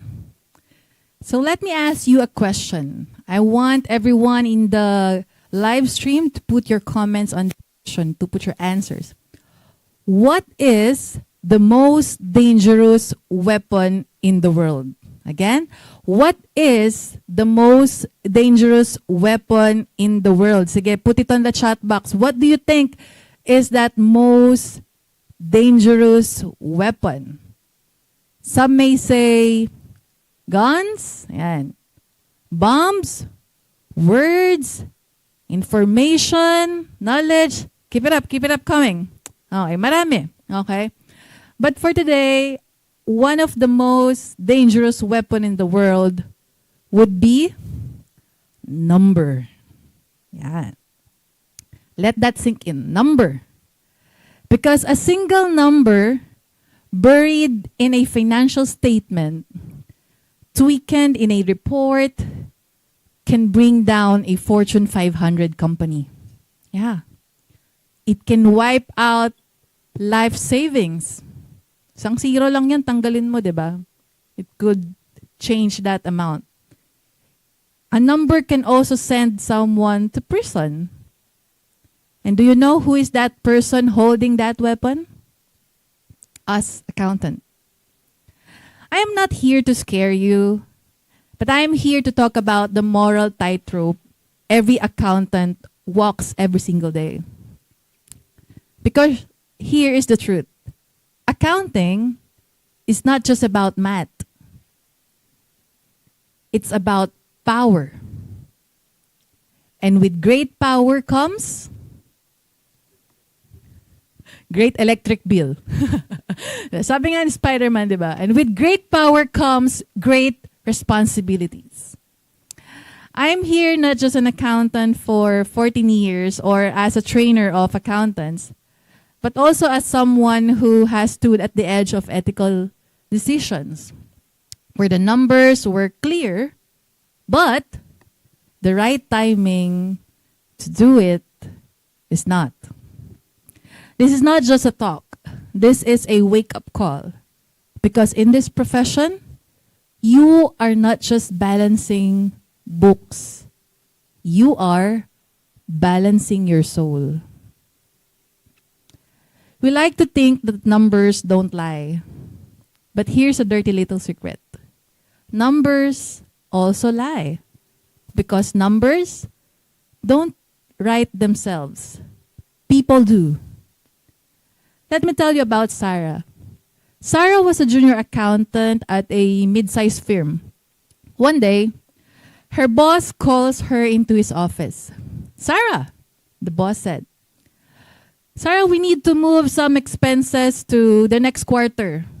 Just this once, ngayon lang. Otherwise, we will miss our target. What do you think Sarah will do? If Sarah says no, she is not a team player.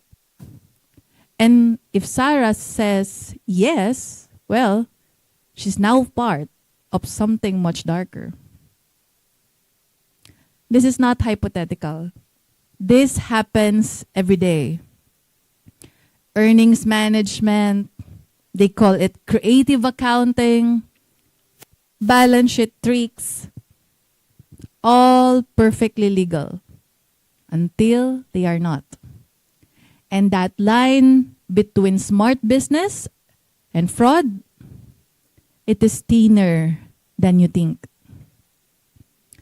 To the students here, you may ace your audit exams, you may recite your tax codes in your sleep, memorize mo na, di ba? But did any professor ever say to you, Nak, one day, your boss will ask you to lie? Academy somehow sells us a fantasy that accounting is black and white. But the reality, it is 50 shades of gray receipts. And maybe you enter this field with dreams of success, stability, maybe even prestige. You imagine yourself in an office, managing millions, respected, relied upon. Those are your dreams. But let me tell you something that no textbook will teach you.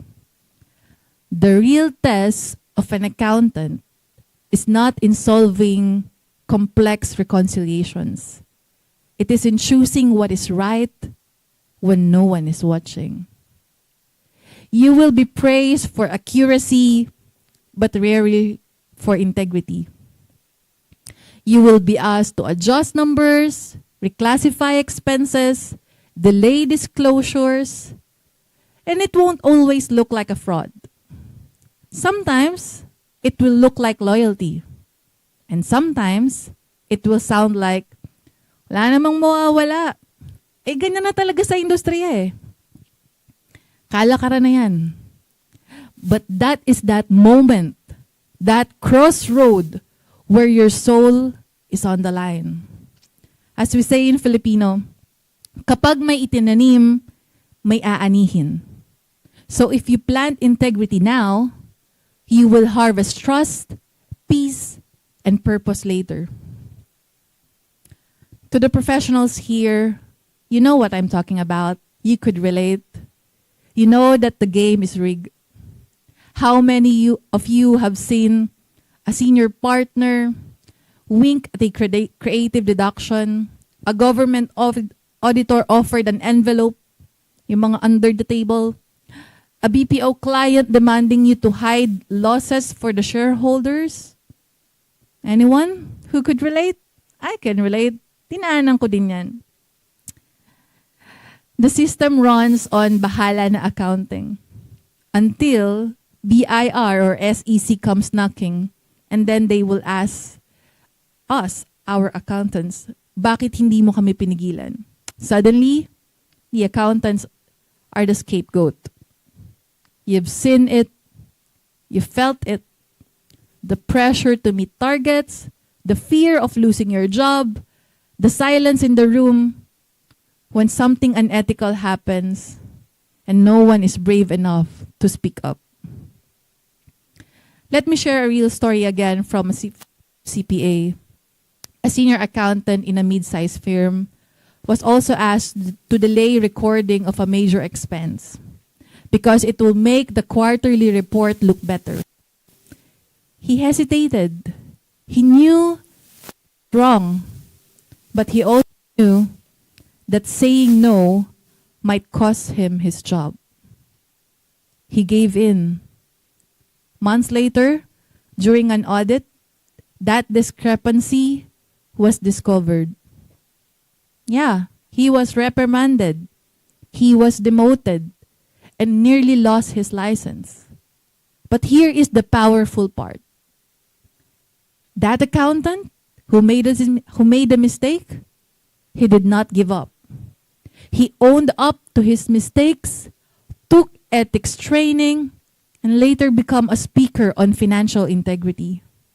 I tell you, redemption is real. Another case involved a junior accountant who discovered that her manager was routing the purchases through a friend's overpriced store. And she was told to stay quiet. At first, yes, she did stay quiet. But that guilt grew inside her. Eventually, she reported it to HR. It was hard. She was transferred. But in the end, she was also protected. And later, she got promoted. And she said to herself, I thought I had no choice. But I did. And I'm proud I took it. Here's the truth. We always have a choice. You always have a choice. Even when it feels like you don't. Even when your boss is pressuring you. Even when your peers are doing it. Even when you are afraid. I want to remind you today that you still have that power to choose what is right. Again, you still have the power to choose what is right. And yes, choosing integrity has consequences. It might lose your job. It might lose your client. But in the end, if you choose integrity, you will never lose yourself. As we say, ang sakit ng kalingkingan ay dama ng buong katawan. So one unethical act can hurt the whole organization. But one act of courage can also inspire a whole team. Now let me share my story. There was a time in my career when I was asked to adjust a financial report.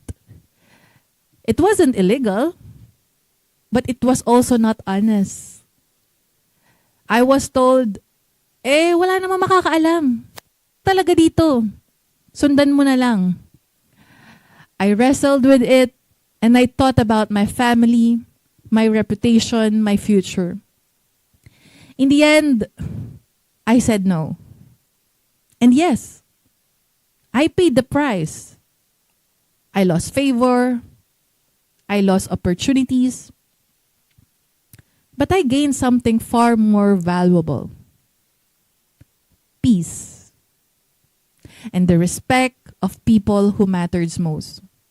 Most of all, I could still look myself in the mirror and say, girl, you did the right thing.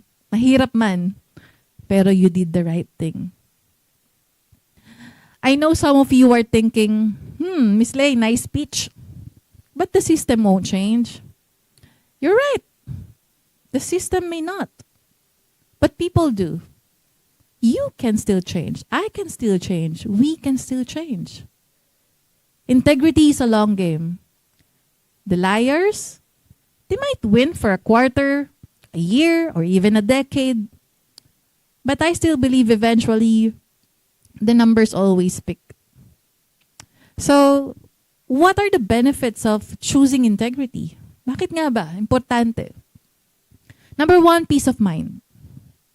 You sleep better. You live lighter. You don't have to hide. Second, professional trust. People will trust you with more responsibility and you became a go-to person for leadership. Next, long-term career growth. Integrity builds a reputation that opens doors. There will be shortcuts that may give you quick wins. Bilis, diba? Instant success.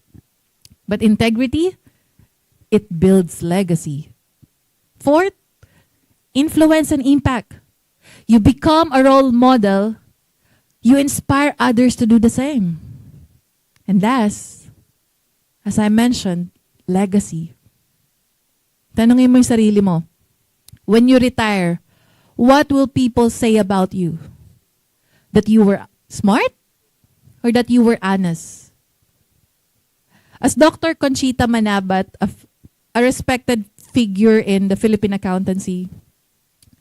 She said that a distinguishing mark of the accountancy profession is its acceptance of the responsibility to act in the public interest.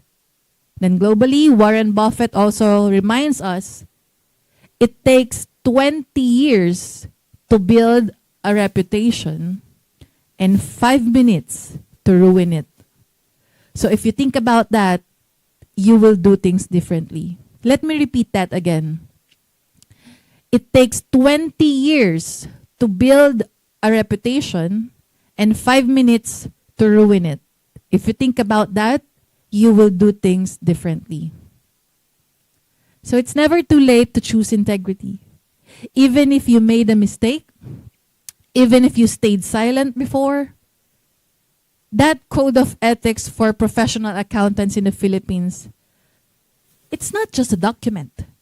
That is our lifeline. It gives us our way back. It reminds us that we are not just employees. We are not just accountants. We are professionals with a duty to the public. So if you have fallen, stand up. If you have compromised, come back. Redemption is real. Integrity is still possible. So how do we survive this war zone? I will be here as your ate Lay. So how do we say no without burning bridges? How do we keep that integrity? How do we have that goal to build a good legacy? Let's be honest. Sometimes it feels like you can't say no to the system. But here's the truth. You may not be able to change the system overnight, but you can say no to yourself. Alam mo sa sarili mo. You know what doesn't feel right. You know what you don't want to become. Alam mo kung ano yung hindi mo gustong maging ikaw. So don't accept it, diba? Don't fight the system head on. Just don't walk into it blindly. This is what we call the professional no. That is your first line of defense. That it's not about being rude or it's about being firm, respectful, and professional. Pwede mo sabihin na, I'd like to help, I'd love to help, but that would violate PICPA standards. So let's find another solution. Let us reframe compliance not as disobedience, but as a loyalty to the profession. Guys, you are not being difficult. You are being dependable. But here's the catch. You can't say no if you don't know what you stand for. Ulitin ko yun. You cannot say no if you do not know what you stand for. Ano ba yung prinsipyo mo? Ano ba yung importante sa'yo? So how do we survive this war zone? Tip number 1. Build your ethical muscle. Ethical strength is like physical strength. It doesn't show up when you need it unless you have trained for it. So start now. Practice saying no before you're in the hot seat. Try to role play with your colleagues and ask this question. What if a client offers a bribe? What will you do? What if your boss will pressure you to hide something? What will you do? Ask yourself, do I know what I will say yes or no to? Because when that moment comes, and I know it will happen, you don't have the time to think. You need to act. Moral maturity means knowing your boundaries before they are tested. So don't just gaslight yourself into saying yes into something wrong just because ganyan na talaga sa industriya eh. Guys, that's not maturity. That is just hopelessness surrender. So first, build your ethical muscle. Second, the paper trail shield.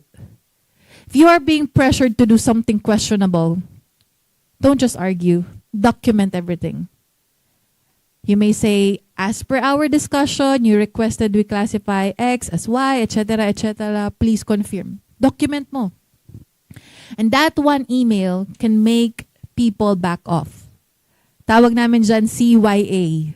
Cover your audit. It's not just a smart move, it is also survival. So tip number 3, the GOAT path. GOAT. Sometimes, honestly, the only way out is out. So, always have an exit strategy. Keep 3-month savings, update your LinkedIn quietly, keep your network warm. Because ethics, integrity, yeah, it might cost you your job. But I believe that one firm will also value your backbone. The system may be broken, but the path you walk doesn't have to be. Because sometimes easy road leads to a bad destination. Di ba mas madaling gumawa ng mali? And the hard road are the one filled with sacrifice and struggle. But it leads to something beautiful. The way of the cross leads to Calvary. It's not just a smooth path where kings go, but it is the right one. So it's never too late. Maybe you have already said yes when you should have said no. Maybe you have stayed silent when you should have spoken. It's not too late. Again, it's not too late. You can still build your ethical muscle. You can still draw that line. You can still say, that was me before, but not anymore. Simula sa araw na to, sabihin mo sa sarili mo, that was me before, but not anymore. So don't give in to hopelessness. Don't say, ganito na lang ako wala na akong magagawa. Because hopelessness is what fuels the system to stay the same. To the students, prepare not just your skills, but your conviction. Because the world doesn't need smart accountants. It needs brave ones. To the professionals here, you are not powerless. You are not voiceless. You are the conscience of your company. You are the guardian of truth. And remember this Filipino value, bayanihan. When we stand together for what is right, we are stronger. We lift each other up. Para lang yan walis tingting. Pag mag-isa lang yan, hindi yan makakalinis. Pero pag pinagbugkus mo, pinagsama-sama mo yung mga walis tingting na yan, kaya niyan maglinis kahit gaano pa kadumi. So today, I will leave you with this. Balance the books, but never forget to balance your soul. Again, balance the books, but never forget to balance your soul. Because in the end, it's not just about what you did for the company. It's about who you become in the process. When you retire on your 60s, 70s, 80s, at kukuya-kuya-kuy ka dun sa terrace nyo, sa rest house mo, sa vacation home mo, what will you remember? That extra 10% bonus na nakuha mo sa pagsisinungaling, sa pandaraya? Or that one night that you stayed so late to fix the numbers and not falsify them? Students, you are entering a war. So armor up. Professionals, you have been in the trenches. Lead the charge. So turn to your neighbor, turn to your classmates, turn to your colleagues, turn to your friends, and together as accountants, let's say this. If you're ever been pressured to cheat, call me. Become someone's lifeline. And when the numbers fade and the titles are gone, your integrity will be your legacy. As accountants, let us commit to upholding integrity, not just for compliance, but because it is the right thing to do. Remember, the numbers don't lie, but people do. Let's be the one to choose the truth. So what's the dark secret in accounting? The good guys win more than you think. Again, the good guys, you and I, will win more than you could ever think. So grab your flashlight, shine your light, and let's go rewrite this profession. Thank you.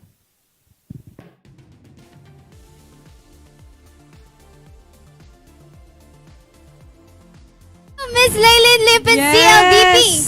Wow, ang bigat ng lalim, ang daming gustong himayin doon, no?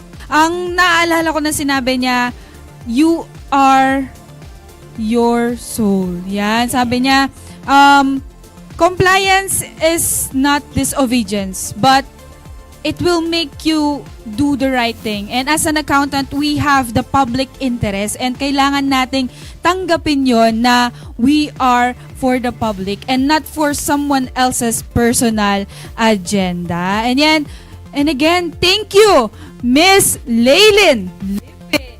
Actually, Kat, if I may add my reflection. Yes. Ako rin talaga nagka-goosebumps with what Miss Laylin talked about. She fueled our ethicals, especially emphasizing on integrity with her speech, balancing the books and an ethical awakening of Filipino accountants. And you know what I like about what she said? You know, it's never the, you don't have to forget yourself throughout the process of doing the clerical works of accounting. Yes, and basahin lang natin yung mga comments dahil sobrang active nila and super nakarelate din sila. One is from Kabohe Mikaela. Balance the books but never forget to balance your soul. Wow. And sabi nga din ni Jay, thank you po. This is a great reminder. And yes, totoo na great reminder yon, no? Yung pag-attain natin sa success, may we flourish our integrity rather than on doing things faster and even in fraud. I-shoutout ko rin ang key takeaway ni Maria Joanna Sampang. Never trade your integrity for convenience. And yes, sabi nga din ni Abigail Michelle Talavera, accountants are the guardian of truth. Wow. Totoo yun. And sana ma-embody natin kung ano man yung nakuha natin sa speech ni Miss Laylin. And don't forget na nasarado na po ang ating link for the morning session, time in, and you can expect a clock out later on. And once again, thank you, Miss Laylin, for your courage and wisdom in discussing such an important topic. Again, can we give her another big round of applause? And for our final speaker this morning, we have someone whose journey spanned multiple industries. As a young professional, she has embraced adaptability, and today, in her debut speech, she'll highlight how building skills and competencies can help professionals stay relevant in a changing world. She is a valuable member of Learning and Development Department, serving as one of the training supervisors, making sure that the execution of the key training programs provide an excellent level of experience with the trainees. She also handles the CPD program of the backroom that provides CPD accredited trainings for TBR staff, a crucial program especially for CPAs who are in need of continuing professional development. Yes, wag na nating pagtagalin pa. Now let's welcome her as she takes the stage for the first time at the Career Summit. Join us in giving a round of applause to Ms. Leonaline Arguelles, Training Program Supervisor of the Learning and Development Tier here in the back room.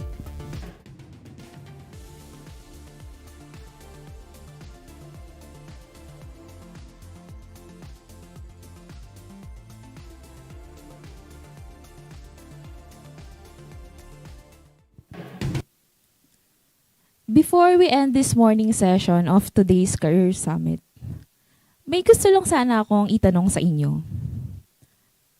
Kamusta kayo? Sorry, pero I just felt the need to ask that. Kasi I work in the accounting BPO industry as a training program supervisor. And dahil doon, I talk to a lot of accountants. And as I talk to more accountants like you guys, di ko maiwasan matanong yung sarili ko. Paano nyo na-handle yung ganyan? Yung pagiging accountant? I'll be honest ang impression kasi sa akin pag sinabing accountant, dapat kung nag-aaral ka ng accountancy, accountant ka hanggang pagtanda. Accountant ka everyday. Accountant ka all throughout. I hear a lot of stories na dapat once na nag-BS accountancy ka, dapat makapasa ka ng board exam. Kung hindi, madaming madidisappoint. Some even belittle themselves if hindi sila nakapasa sa qualifying exam. Kasi hindi ka makakapag-proceed sa 5th year. And worst, hindi ka makakapag-board exam. So parang hindi ka buo. Parang hirap ng ganon. Pansin ko, napaka-defined at diretso ng pattern ng career ng isang accountant. Mag-enroll ka sa BS Accountancy, tapos mag-board exam, tapos magtatrabaho sa accounting firm. It's like you have no choice but to succeed as an accountant kasi yun yung pinili mo. Siguro never kong maiintindihan yun. Ako kasi, hindi po ako accountant. I am an IT graduate, but now I'm part of the team that provides learning and development services sa mga accountants. I started my career journey dreaming to take the course na business ad. Bakit? Kasi I wanted to be in the office. Naka-coat ka, naka-skirt, maganda yung trabaho mo, maganda yung opisina mo, nakapostura ka. Ang formal tignan, diba? Ang babaw, no? Pero totoo. Gustong-gusto ko talaga yung business administration. Akala ko doon ako pupunta. Kasi that time, when I was studying high school, nasa abroad naman yung father ko. Yung kapatid ko, nag-aaral naman siya sa private school. Tapos graduating student na din. But my dream did not turn out as planned. I ended up taking PS Information Technology. Why? Nung graduating student na ako sa high school, biglang nagka-health problem yung father ko. Kailangan niyang tumigil sa trabaho kasi hindi na siya pwede sa mabigat na trabaho. Pinauwi siya galing abroad. Parang biglang tumigil yung mundo namin. 2 kaming pinapaaral niya and yung kapatid ko ay graduating student na sa course na BS Accountancy sa University of the Assumption. Ang mahal ng tuition fee doon, di ba? So, paano na kami? Paano na ako? Sabi ko sa sarili ko, baka iba nga talaga yung para sa akin. Baka di ko na makuha yung gusto kong kurso. Worse, baka di na din ako makapag-college. Ang nakaka-proud dito, kahit mahirap, ginusto pa din na magulang ko na mag-college ako. I enrolled sa Pampanga State Agricultural University sa Magalang. Mababa lang yung tuition fee doon kada sem. Unfortunately, walang business ad sa school na yun. Kaya kahit ano na lang yung pinili kong kurso basta makapag-aral ako. Kesa naman mag-stop ako, di ba? Kahit anong meron, go! Yung tuition fee namin, yun yung napundar pa ng father namin while he was in abroad. Pinaikot din namin yung natitirang savings para kahit papano may income pa din kami. Nagtayo kami ng sari-sari store. So pinili ko yung kursong hindi ko gusto. Pumasok ako na totally wala akong alam. Sobra akong nahirapan. Wala akong naintindihan sa computer, especially sa mga codes. Kulang lang ng tuldok yung ginagawa mong system, mag-error na eh. Sobrang hirap. Nag-go with the flow na lang ako. Bahala na si Batman. I just tried to do my part, to do my best. Andyan ka na eh. Fast forward 2017, I graduated. Sobrang nahirapan ako along the way, pero in the end, I did it. I graduated as an IT. So now that you know, ibig sabihin ba nun dahil IT ang kurso ko, IT na din yung work ko? Hindi First job, nagtrabaho ako sa isang drugstore as a cash clerk and pharmacy assistant. Ang layo, di ba? IT graduate tapos gamot. Wala talagang connect. Pinasok ko ang trabaho na wala akong idea kung paano ang process. Alam kong mahirap, pero inaral ko hanggang sa matuto ako. Nakaka-inspire lang din yung part na one day, I received feedback from my store head na fast learner daw ako. Kasi natutunan ko daw agad yung nasa prescription. And most importantly, yung sulat ng isang doktor. That made me realize na ang dali pala. Honestly, sa trabaho ko, natutulungan ko ngayon yung parents ko kapag may pinapabasa silang reseta and kung para saan yung mga gamot na binibili nila for their maintenance. The best part pa is I meet friends there na until now na nag-hangout pa din kami. Akala ko nung una na mahihirapan ako dahil wala talagang yung kurso ko sa trabaho ko. Pero in the end, I realized, ganun lang pala yun. Next job, I saw another opportunity sa isang financial corporation. This time, as a teller naman. Oh, wala na namang connect. Medicine to teller. Ilang beses na din akong tinutukso ng ibang taong nakakarinig ng kwento kong to. Ang sabi, anong ginagawa ko sa buhay ko? Kasi parang wala akong direksyon. Iba-iba yung ginagawa ko. Ako naman, tanggap lang ako ng tanggap. Sayang opportunity Mas malaki ang sahod compared to my previous work. Inaccept ko yung offer. Mali ba yun? Pinasok ko na naman yung trabaho na wala na naman akong kaalam-alam. Back to zero talaga. Hindi ko alam kung ano ba dapat ang ginagawa ng isang teller. Ang nakaka-pressure pa doon is hahawak ka ng milyones na pera araw-araw. Delikado buhay ko doon. Hindi mo alam kailan may papasok tas sisigaw na lang ng hold up to? Mahirap.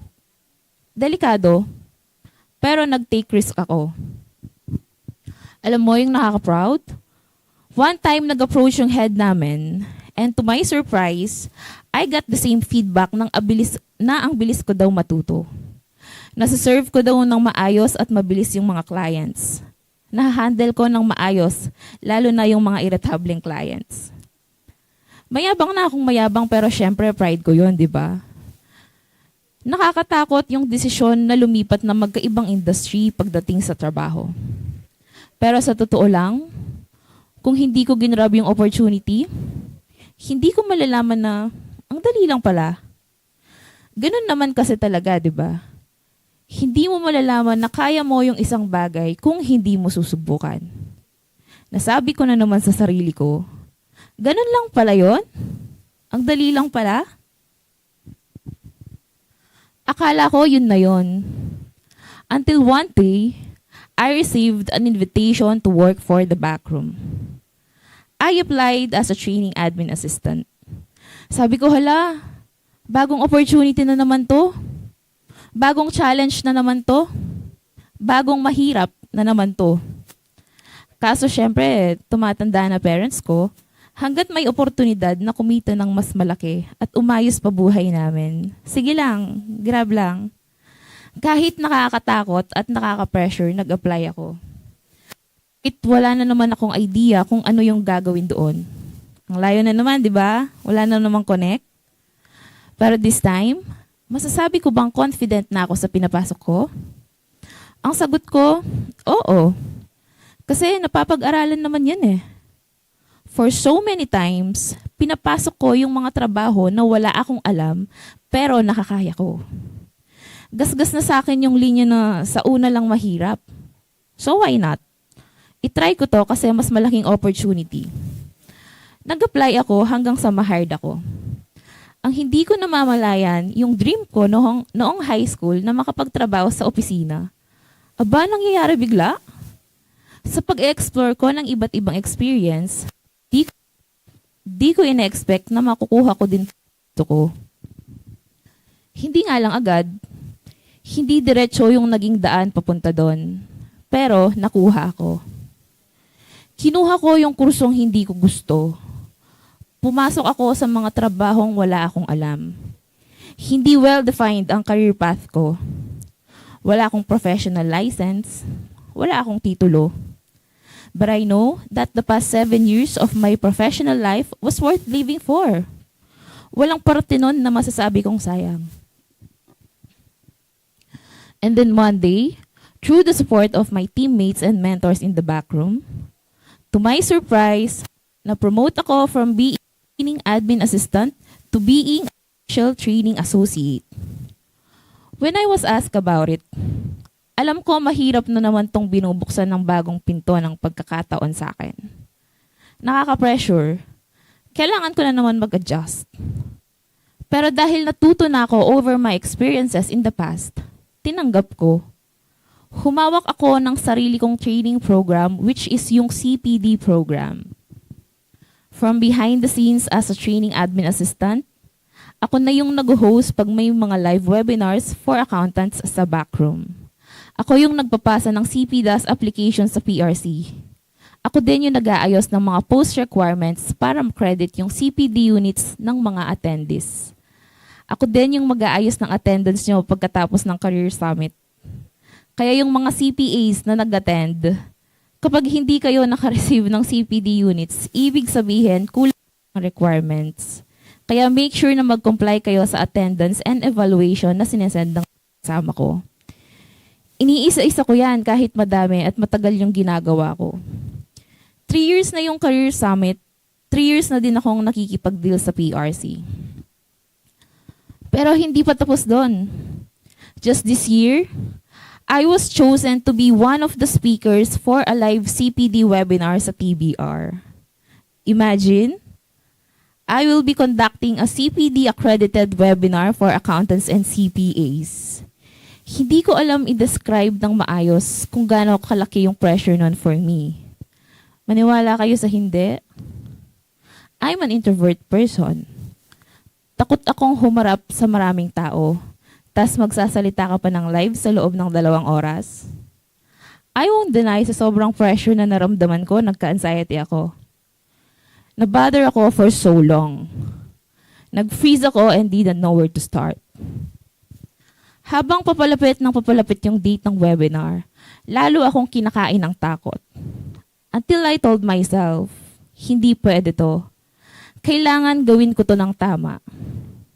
And when I started dealing with the challenge, natapos ko and na-deliver ko ng maayos.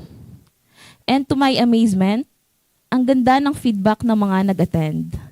Ang ganda ng naging result. People appreciated what we did in the webinar. At nakakataba ng puso habang binabasa ko isa-isa yung comments nila. Pagkatapos ng webinar, kinamusta ako ng director and manager namin. And guess what I said? Ganun lang pala yun. Sobrang nakaka-pressure talaga pag lagi mong iniisip. Overthink malala. Pero kapag nangyari na, ang sarap sa pakiramdam.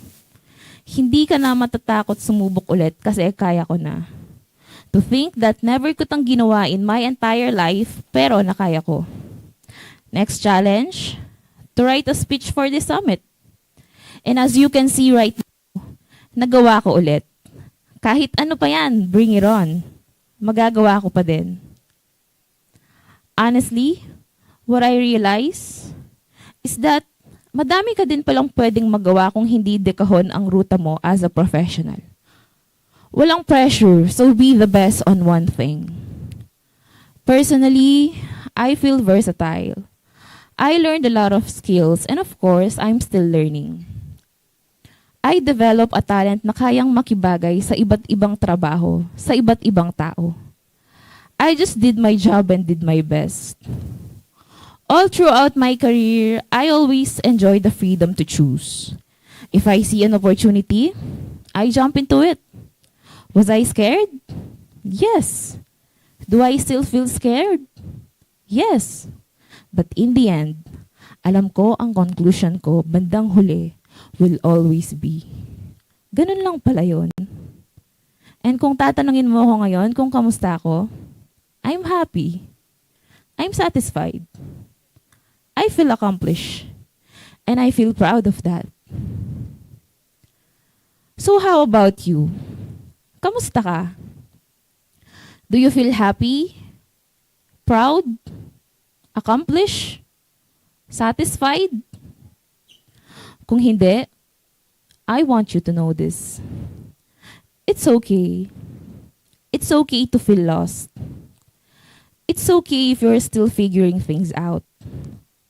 It's okay if your path doesn't look like everyone else's. Kasi, to be honest, life was never meant to be linear. Hindi lahat ng kwento pare-pareho.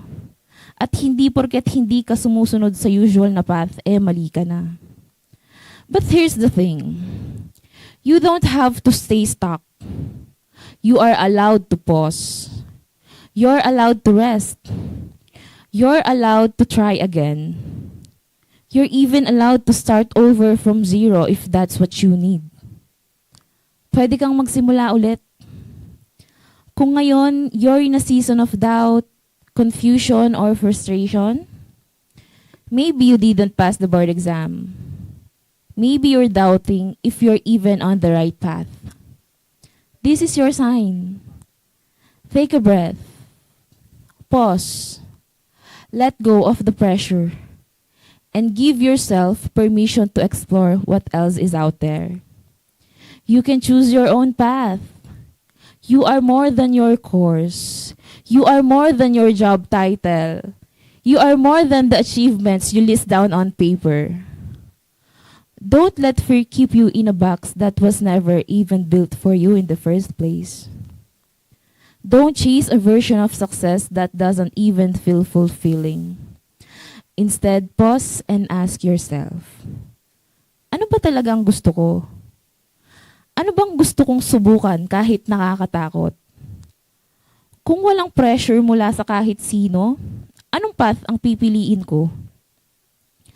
Whether you're an accounting student, a fresh graduate, a CPA, or someone still figuring things out, you don't have to follow one straight path to live a meaningful, beautiful life. Your journey is valid. Kahit paikot-ikot, kahit may sablay, kahit may liko-liko. So before the session ends, let me leave you with this. Stop asking, am I enough for this path? Start asking, is this path enough for me? There's so much in life. Don't be afraid of what other people might think. Instead, be afraid of losing yourself. Be unique. Be memorable. Be confident. Be proud of what you can do. Kahit textbook di perfect eh. And most importantly, be you.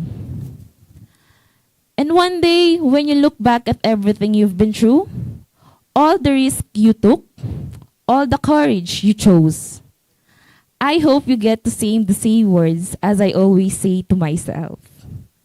Ganun lang pala yun.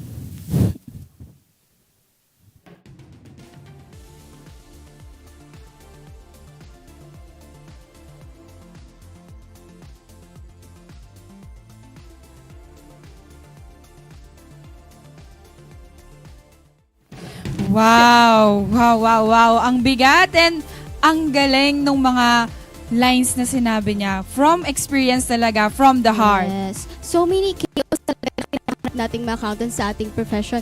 But we always remind ourselves na with everything that we're going through, do not lose ourselves. Yes, ang sabi niya pa, hindi mo malalaman kung kaya mo kung hindi mo susubukan. And minsan mapapatanong ka na lang talaga, ganun lang pala yun. Tama ka dyan, Kat. Ganun lang pala yan. So, for our speech for this morning session, talagang napakalalim. Yes. Okay? And if I may add sa speech ni Miss Lynn, I like what she said that stop asking, am I enough for this path? But start asking, is this path enough for me? I think that is a great silver lining. Silver lining. Okay. Silver lining for us accountants to know ano ba talaga yung how we can remain relevant with the purpose. Yes, and once again, thank you, Miss Leonaline Arguelles. Let's give her a round of applause. Oh, and also from our visitors, we have Jedrick Tibar Dionisio, very inspiring daw. Yes, ang sabi din ni Kabohe Mikaela, hindi ka na matatakot sumubok ulit dahil kaya mo na. Yes, tama yan. And another comment is from Jedrick Tibar Dionisio. Sabi niya, very inspiring. And Abigail Michelle Talavera, life is not meant to be linear. You are allowed to pause, rest, or even go back to zero. Sobrang tama. Yes, and she also said, I agree. Don't stay inside the box. Venture, explore. Tama ka naman dyan, Abigail. Yes, and minsan kapag tatry nyo yung bagong things on your own, tanong nyo na lang, ganun lang pala yun. Like, Miss Lynn, iba't ibang profession na yung pinasukan niya, pero look at her, thriving and being successful. Yes. Kaya naman, let us take this time to reflect with the speeches na narinig natin for our morning session. Kaya naman, papunta pa tayo sa more exciting part. Let's do the first set of raffles for today. Sino sa comment section dyan ang gustong manalo? Sabi kapag active kayo sa ating comment section, mananalo kayo ng raffle kasi mamamanifest natin yan. So, anyone na gustong manalo ng raffle prizes for our first set. Yes. Now, for our first raffle draw today, here are some simple rules to follow. We have a wheel of names prepared based on our official registration list for today's event. And once your name is called, you will have 30 seconds to comment the word winner. Yes, that's WINNER and the YouTube live stream chat box to secure your prize. Again, once your name is announced, type winner within 30 seconds or else we will be drawing a new name. Yes, alam ko na gusto nating manalo lahat, but just a quick reminder, para sa mga hindi natawag, please do not comment the word winner para hindi confusing sa ating verification process. And if you still comment winner, kahit hindi ikaw ang tinawag, you'd be automatically disqualified for the entire raffle today. Sayang naman yung 2K, 1K, and even 5,000 pesos. Yes, Kat. And to hype up our visitors and roomies, what awesome prizes nga ba can our viewers win today? Yes, mananalo sila ng 200 pesos for our first set of lucky winners. We have 10 lucky winners. And sino dito ang gustong manalo ng 200? Patingin na nga ng reactions at comments dyan. Yan, Raffle Cutie daw, sabi ni Raffle Cutie, sabi ni Payawal Prince Dino. Hashtag Raffle Cuties para ma-manifest naman dyan ang pagpanalo ng ating raffle. Yes, keep them coming!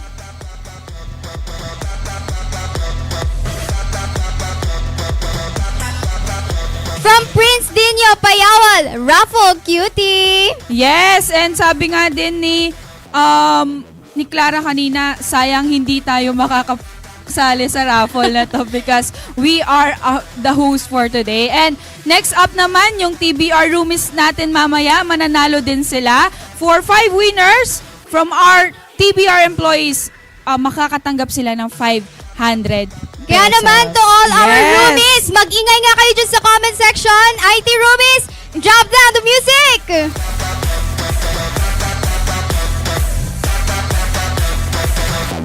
Yes, sabi din ni Jansen Rosales, malungkot ako today. Baka mapasaya ako kapag nabunot. Yes, mapapasaya ka talaga ng 200 pesos. And malay mo, manalo ka rin ng 5,000 pesos. Ayan. Let's do the first draw, Clara. Okay? Yes. Ready na ba ang lahat? Okay? Let's spin the wheel. Yes, ang daming registrant. So, Plug paalala our lang, comment section. comment tayo ng winner sa ating comment section para manalo tayo. Sabi nga din ni Crystal Jade Marasigan, dito na mabubunot, hindi na sa receipt. Tama. Syempre, Yes. gustong-gusto nila talaga dito. Okay, we have our first winner, Daniel Marshall de la Cruz. Daniel Marshall, igalaw mo naman ang baso dyan sa ating comment section. Within 30 seconds, comment the word winner.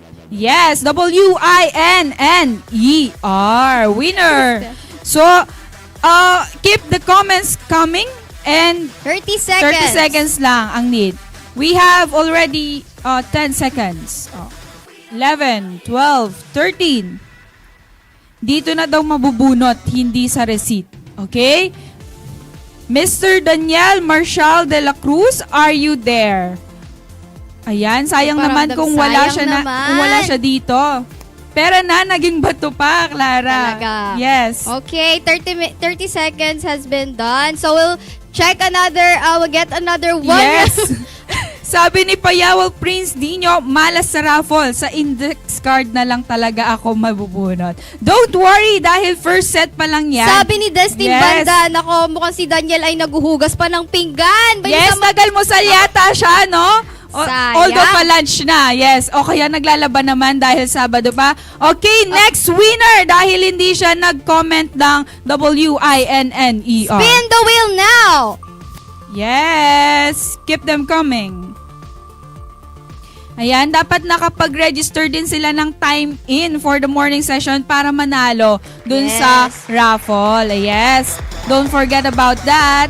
Yes, the next winner is Irish Kate Hunyo. Nakita ko siya nag-comment kanina. I hope nandito pa siya. Irish, magparamdam ka naman dyan within 30 seconds. Yes, you may write WINNER. Imine mo na tong 200 pesos. Let's go. Yes, I hope nandito pa siya dahil nakita ko siya nag-comment kanina. Okay, we have a winner. The first winner is Irish Kate Hunyo. Congratulations. Yes, ang galing naman. Okay, moving on to our next winner. Spin the wheel. Yes, the second winner is... Ayan, keep them coming. The next winner, Jenna May Seysa. Yes, nandito pa si Jenna May Seysa. Please comment WINNER or winner in the comment section. Ayan yung mga wala pang manifestation sa comment, baka mabunot kayo kapag nag-comment kayo. Hashtag raffle cutie naman dyan. May we also shout out Mr. Scott Findlay. Nanonood siya sa atin. Yes. Hello, Scott! I hope you're having fun. Yes? Naka-comment na ba siya? Wala pa siya. 30 seconds. 30 seconds. Sayang naman. Okay? Next winner is... Yes, spin the wheel. Sana yung mga active sa comment maging swerte din sa bunutan, no? Parang ang dami na naghuhugas ng pinggan, ah. Yes. Parang ang daming nag-aalmusal pa. Okay? Okay, we have the second winner, Ruth Sharina Lopez. Okay, nandito pa si Miss Ruth Sharina Lopez. You can comment WINNER, winner. Okay? Nandito ba siya? You have 30 seconds. Yan. Yung mga hindi pa nabubunot, gusto ata nila dun sa 1,500. Okay? Tapos, mamaya naman yung 5,000 pesos for our 3, roomies. 2, yes. 1. Done na ang 30 seconds. Done na. Another spin the wheel. Ay, meron daw. Oh. Na-late po si Miss Ruth. Si Jenna May. Okay. Sino? Si Jamie Denise Igonya. Yes. Miss Jamie, nandito ka ba? Yes, kindly comment WINNR. Yan. Sabi ni Aliyah Arias, sana ma-choose. Ayun.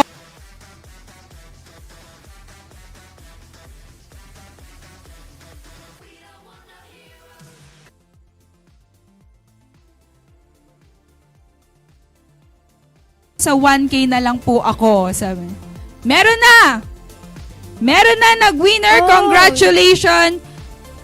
Jamie Denise Igonia. Tama? Yes. Okay, yes.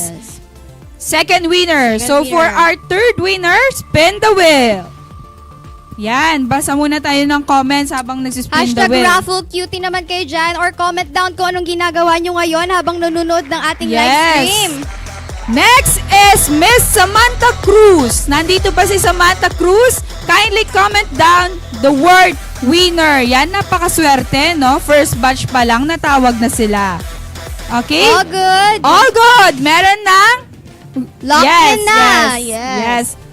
Oh, 3 na. Another 7 pa. Yes, ang dami Yes. pa. Okay, the for- fourth winner, let's spin the wheel. Yes. Basa nga tayo ng comments. Ate K, silip ka nga sa CTGC. Ayan, from the city. Shout out. Okay, we Ayan, have our fourth winner. Mr. Jasper Medina. Yes, Jasper Medina. Please comment the word Winner. the winner. Yes. Si Johnson Rosales sabi niya, 5K pesos raffle cutie. Ayan, abangan nyo, mamaya pa yan. 5K cutie Yes, from kindly Prince comment Dino. the word winner for Jasper Medina. Yan, congratulations. Tapos sabi, meron na po. Okay? Okay, Congratulations, Jasper. You have won 200 pesos. Okay? Next, spin the wheel. Yes. Sino kaya ang next? Sabi For ni fourth Wena winner? Kaviran, sakit. Pero wag kang mawala ng pag-asa, Wena. Yes. Next is Miss Teresa Lennon. Are you here, Miss Teresa? Please comment down. Winner. Okay? Ayan. Kanina pa active si Payawal Prince Dino, raffle cutie. Sana mabunot na din siya. And even Raven Dista Solana. Yes, nandito na si Tere Lennon for winner. Ayan Yes, siya si Teresa. nag-comment na siya. Congratulations po, you have won 200 pesos. Another set, another winner. Spin the wheel. Yan. Ako na susunod, nafe-feel ko Sabi na ni sa Stephanie Mandarang Alata, genre. kahit ano na lang talaga basta manalo sa raffle, amen. Next is Kobe Bryant Baluyot. Wow, Kobe Babasketball Bryant. to, feeling ko. Yes, parang yung mama at tatay niya ay mahilig mag-basketball. Comment down winner, Kobe, para naman malaki mo na yung 200 pesos. Okay, good. Okay, good. Another winner. Let's spin the wheel. Ayan, sabi ni Eloisa Robejes, 200 cutie. Ayan.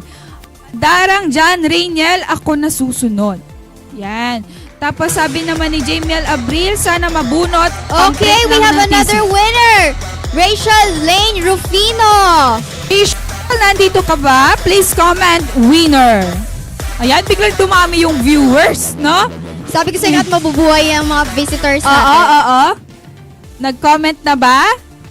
Sabi ni Within 30 Stephanie Alata, seconds. kahit ano na lang talaga, basta manalo sa raffle. Amen. Nag-amen pa siya. Ayan. Nandito pa si Rachel. Please comment down WINNER.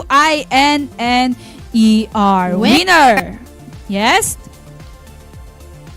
2, 1. I'm so sorry. Uh-oh. Let's proceed to the our next next winner. Let's spin the wheel. Ayaw ata ng 200 sa akin, baka higher talaga, sabi ni Lopez. Yes. Hilanina. Ayan, Janina. Yes? Yep. Congratulations for Mr. Rickson Cruz.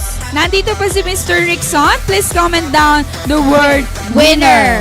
Yan. Sabi ni Car Angel Abenes, gaslighting pa, 5K raffle talaga ako. Yes. Manifest lang, guys. Hashtag raffle cutie.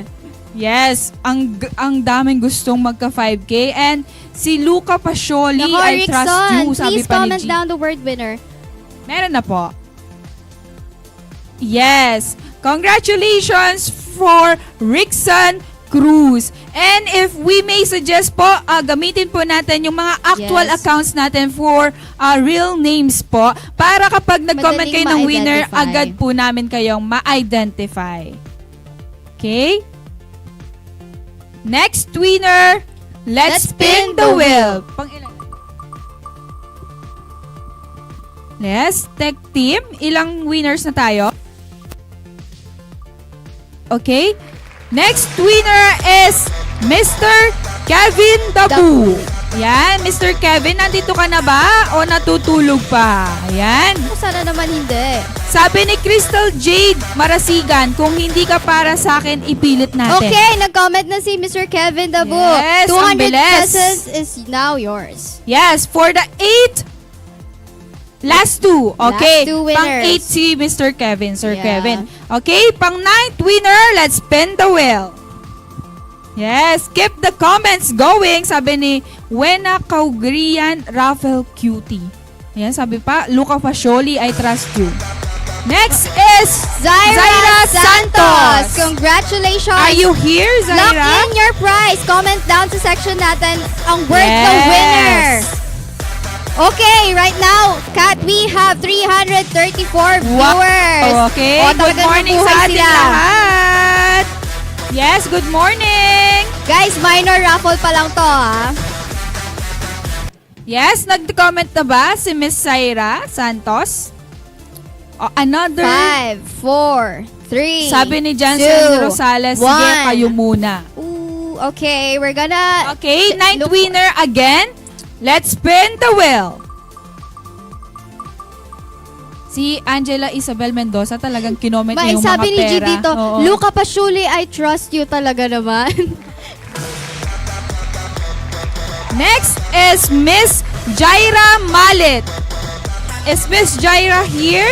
Please comment down winner. Ayun, nag-comment na daw siya. Sabi na ating tech team, congratulations, Miss Jaira Malit. And for the last winner, for the 200 pesos. Okay? Yeah, last winner na po. Okay? Let's spin the wheel. Myra Montalvo, hashtag raffle cutie. Next winner is Ishi and Trinidad. Are you here? Lock in your 200 pesos, Oo. Ishi. Sabi ni El, laging bunot ako sa recitation, sabi. Okay, commented na. Congratulations, Ishi. We've locked in the 10 winners for our set raffle prizes for our TBR visitors. Ngayon naman, TBR employees, watch out. Okay, Kaya 500 pesos. magparamdam naman dyan ang ating mga Oo roomies nga. sa comment section. Tignan nga natin kung nandito yung mga roomies natin. Let's see sa comment, guys.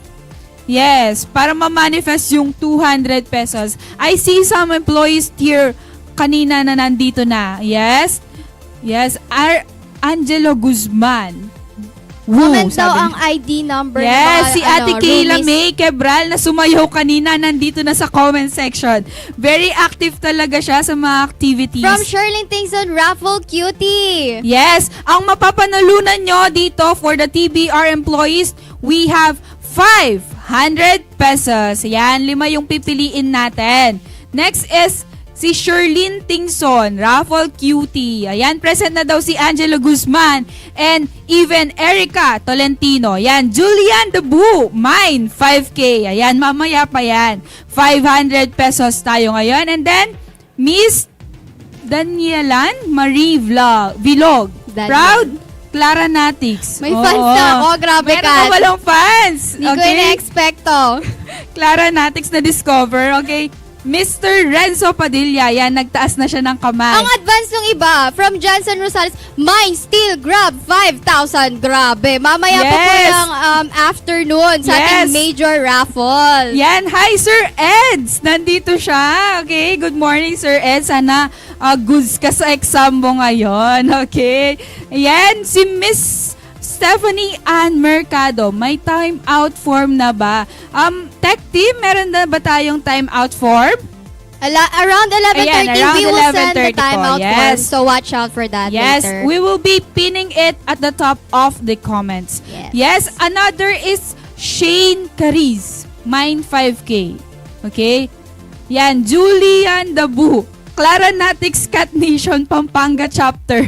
Yan, admin daw siya ng Pampanga Chapter. Grabe, Oo. guys. I'm so overwhelmed. Yes. Oo, tapos Miss Bea May Angeles, Raffle Cutie. Ayan, sana ma-manifest. Sabi ni Naomi Kate De Vera, ba't wala name ko? Ayan. Sinout-out na natin siya. Oo, Ayan. ayan na. Naomi Kate De Vera. Okay na, tech tip? Oo, dapat nag-attendance Dapat kayo, nag-attendance ang mga roomies Kasi kapag natin, ha? hindi kayo nag-attendance, I'm so sorry. Wala po tayong qualifications for the raffle. Okay? Another is Nian J. Reyes, mine 5K. Hehehe. Hello, Sir Lems! Nandyan din siya. How to join Claranatics daw. We'll send the link po dyan sa comment section later. Watch out for that. Kontakin niyo po si Julian dahil siya po yung admin nung ng Pampanga chapter. Okay? Kat, we have 302 viewers yes, now. dumami. Okay? Yes, and we're adding more. Yes? Yes. Leia Victoria, nag-attendance na po Very kami. good talaga naman. Yes. Clang Prado, registered plus nag-time in na po. Ayan, kompleto. Yes. Oo. Super Latina si Clang. Yes, super active ng mga TBR roomies talaga, no? Especially kapag may event dito, talagang nag-aagawan sila sa prizes. Yes. Leia Dabu, yan, tumatawa siya. And then, Julian Dabu, palagi siya nasa comments. Yan, pa-PM daw po. Ayan. Angelo Guzman, nag-attendance na po kami. Yan, tama yan. Because one of the mechanics ng ating raffle is dapat nag-time in po kayo for the morning session. Ayan. Okay, okay na po. Ayan, we are adding more names for the wheel of names. Ayan. Arian Morano, di ako umabot sa time in kanina kasi di na-send yung link. Ayan, nakatap po sa ating comment section yung ating morning link for the time in. Yan. Next. Si Ate Kayla daw, wala yung name niya. Yes. We're now working on that, roomies, no? We're adding your names na po on the wheel Sabi ni of Miss raffle. Mara, one of our speakers, pwede na ba yung time in sa Sprout? Ayan, I'm so sorry, Miss Mara. Kailangan po yung link natin on the top of the comments section. Ayan. Tapos sabi ni Miss Bea May, nag-attendance pero wala yung names sa Wheel of Names. Let's wait for the tech team. They are putting all your names there. So, don't worry. Ayan. For this, reminder lang po, 500 pesos. Yes, 500 pesos for our roomies. Mamaya, ano pa yung mga prizes natin? Nako, marami pa yan. We have 1,000. Yes. We have 2,000. And our grand prize, which is 5,000 pesos for our major raffles this afternoon. Both the TBR Visitor and TBR Roomies. Okay na daw, sabi ng aming direct na si Mr. Migs. Sir Migs. Hello, Sir Migs. Okay? Let's spin the wheel for the first winner. Ayan. Abangan, dapat comment ng winner. Okay? Flood the comments, roomies! Yan, sino kaya? For 500 pesos, Miss Jessica Lee Escalante. Comment winner, please. Lock in your 500 pesos. Please comment down the word winner.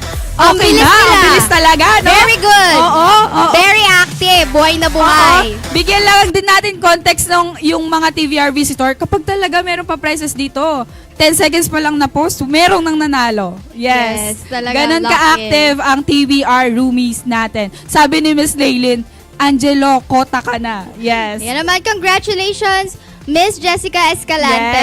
Our first winner. We have more 4 to go, right? Yes, sabi ni Jansen Rosales, Jessica, atin na to. Yan, nagmamanifest sila. Nag-team up na sila. So let's have the second winner. Spin the wheel. Yes. Sana all nasa Wheel of Names. Si Jenna Marie From Suba. Jenna Marie Suba. Sana all nasa Wheel of Names. Ira Gundran. Ira Gundran. Yes. Congratulations! What a coincidence! Comment ng winner. Yes, siya rin ang nanalo ng iPad. Yes. Oh, yeah, guys. Ang swerte talaga niya sa raffles. Okay? Good morning talaga sa inyo. Mukhang Ira mainit ang Gutierrez. mata ng mga roomies kay Ira niyan. Yes, Nako. winner.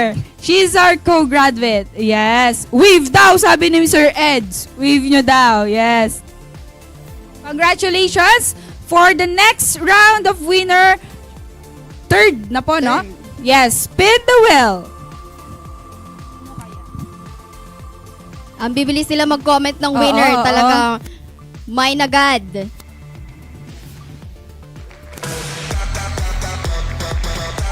Okay, we have Noemi De Vera. Lock in your 500 pesos. Please comment down the word Ay, winner. bilis. Oh, bilis.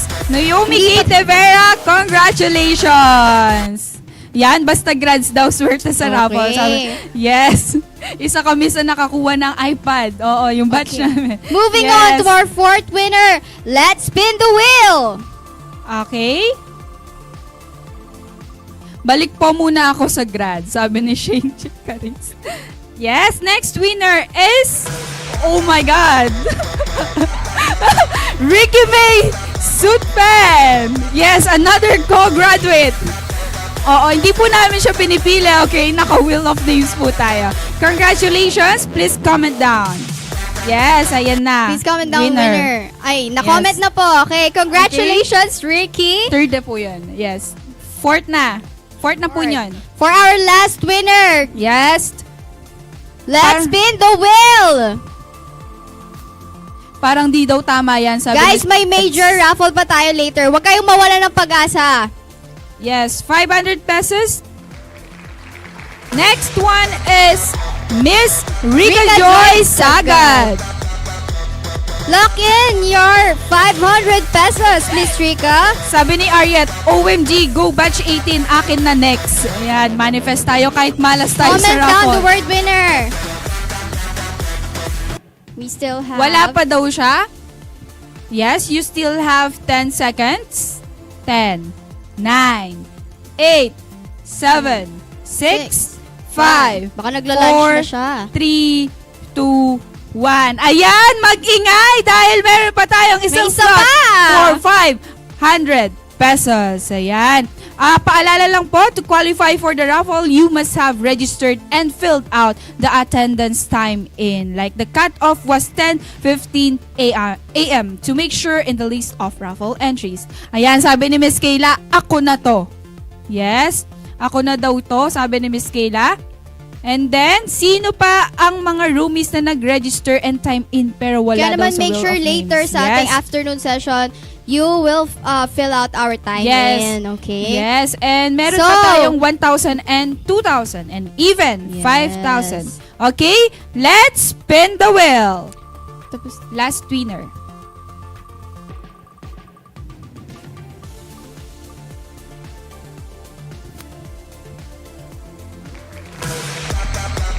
congratulations, we have Sir Jansen Rosales.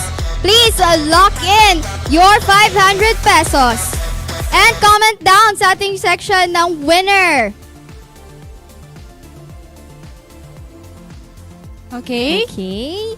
Let's Nandiyan go. ba si Sir Jansen 30 seconds is running. Rosales?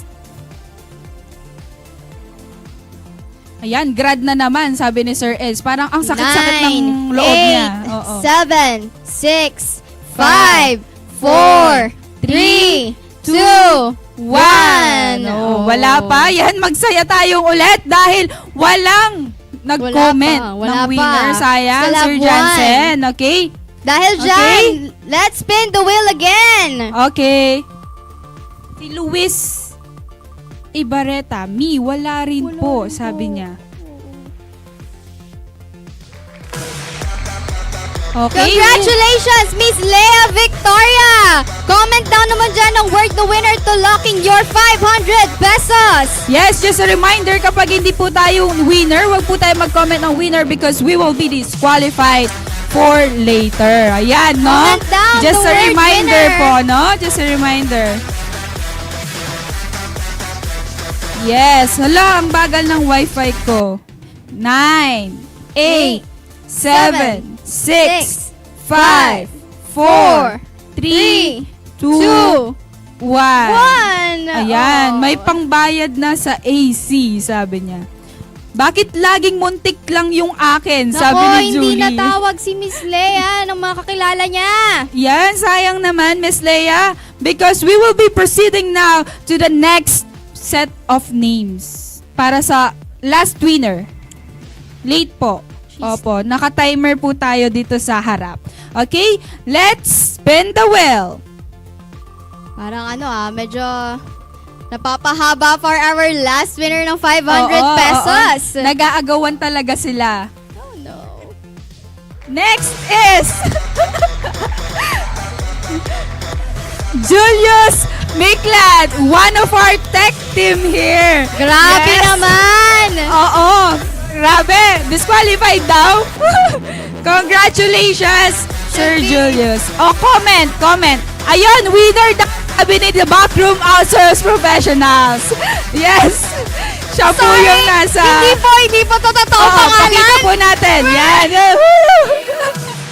Yan, nanalo po siya. Nako, hindi yung totoong pangalan yung pinang-comment. Oo. Congratulations, Sir Julius. Grabe naman. Yes. He's one of the busiest month here. Oh, yes. Sir Lems, yan. Nandito pa si Sir Lems. Hello, Sir Lems. Shout out, Mabubunot Sir kayo Lems. sa 1K or 2K or even 5,000 pesos. Iba yung swerte natin ngayon dito sa office, Kat.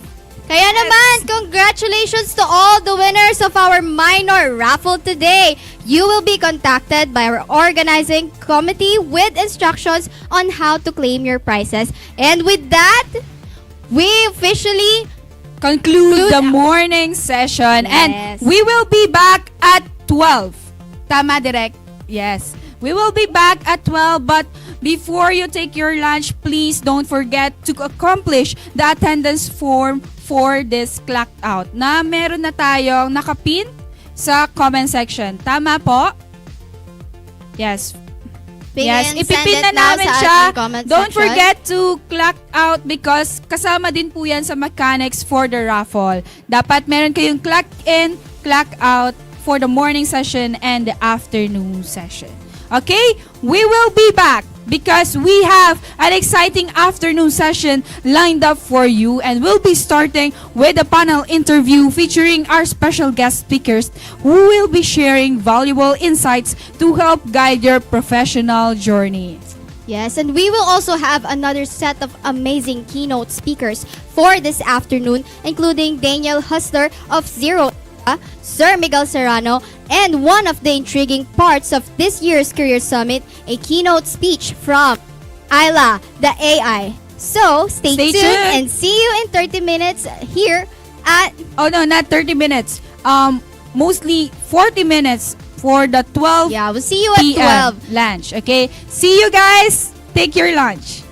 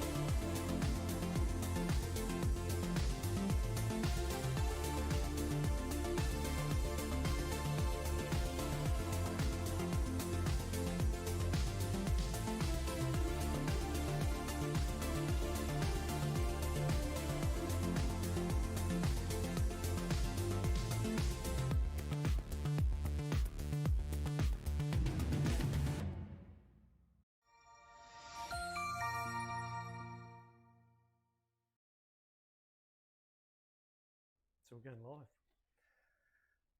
All right. Are you enjoying your coffee there, Mix? Haven't tried it. Haven't you? What'd you get? It's dark chocolate. I wish I can have coffee. Can you not do coffee? No. I can't survive. Probably my third coffee today. That's my magic. And we should do a shout out for these guys. I don't know. We should get a plug to 717. Best coffee in the Philippines. I would say. They're very, very good. When they go and weigh your coffee and put it in and then, stamp it, you know you're in a good coffee place. So I think it's got some of the pillars of a good coffee place going there. I've tried it once, so right. I know very much. Yeah. Well, anyway, welcome, people, listeners. I don't know what we say nowadays, but good to have you here. Today I've got Miguel Serrano. I'm going to refer to you as Migs. Yep. I don't think anyone else knows. Everyone else, it's just Migs, isn't it? Yeah. And that's my generic nickname. Is it Migs outside of Backroom or is it Miguel? Most of the time. Oh, it's a little bit weird to call me the full name. Filipino thing. Yeah. Migs, you've been with me working with. Well, you're in the Finley & Co days, so you go long way back. We've been working together for, I would say, 9 years now. 9 years. 9 years. Yeah. You were just an infant, when you started. Back then, yeah.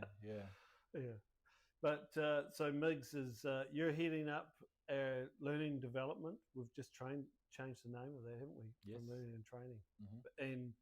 And you've got a big background in training. You come from an accounting background. Yes.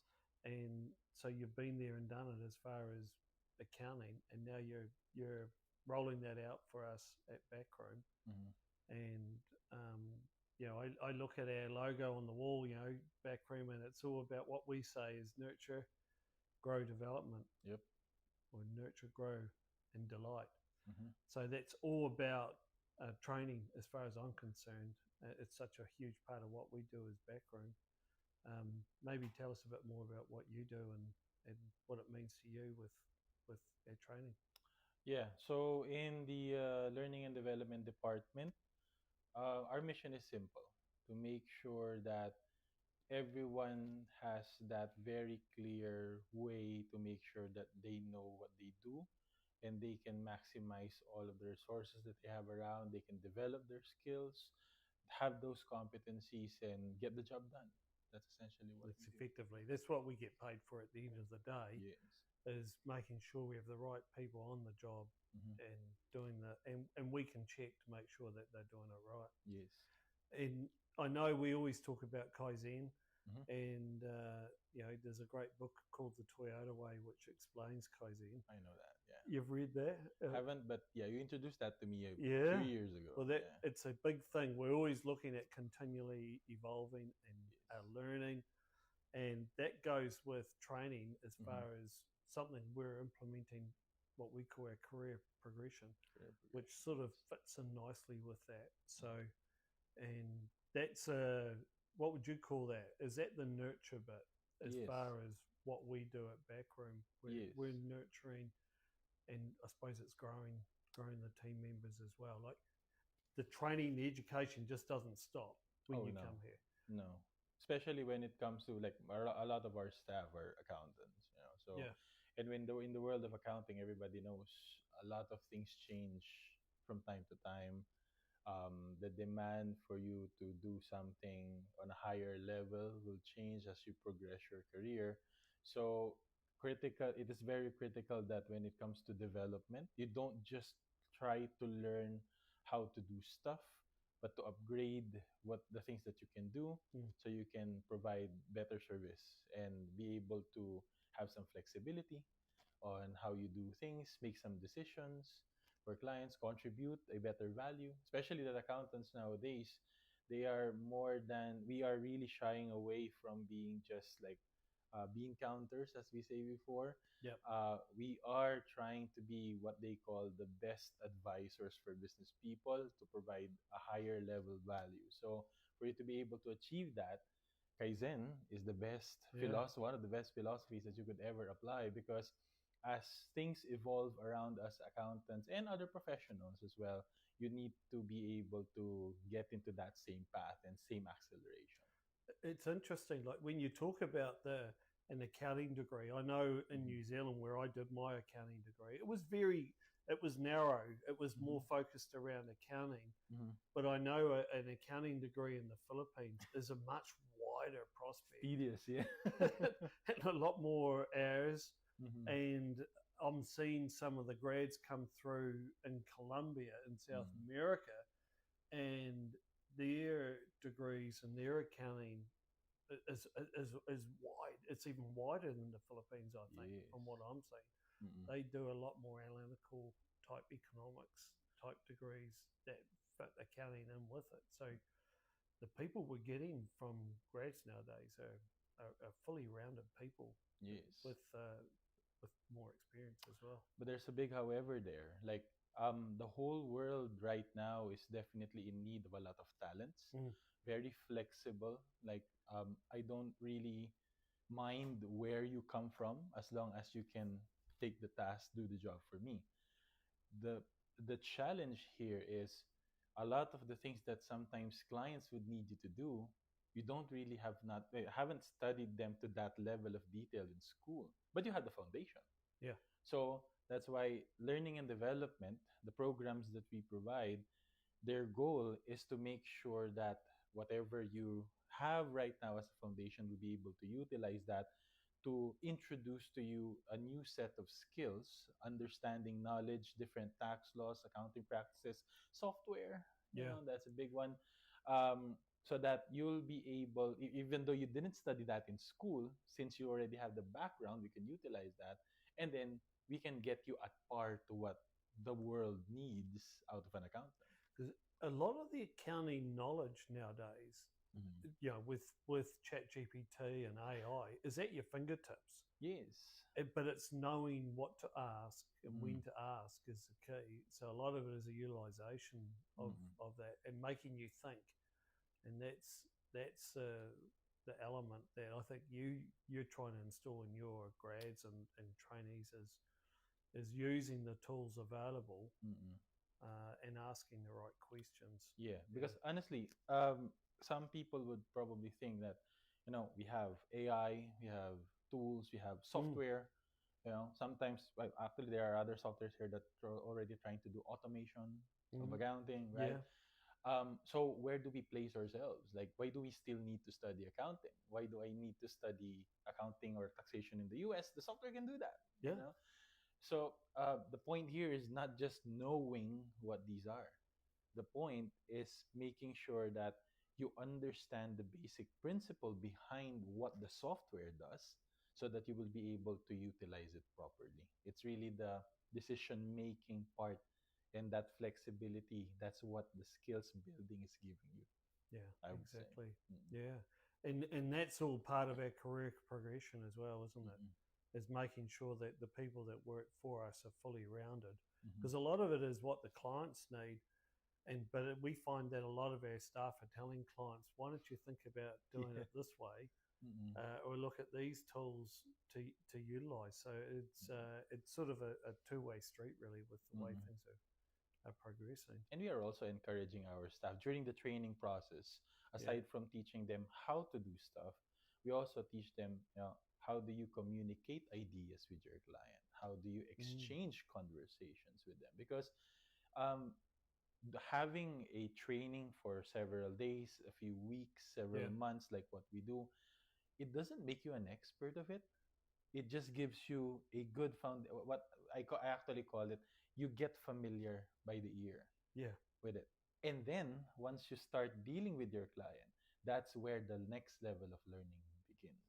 So that's where you see everything in actual and then associate what you learned in the classroom with what's happening in the actual. And then once you start talking to people, you gain more. That's the thing. The classroom, you learn a lot, but it's putting that into practice. Yes.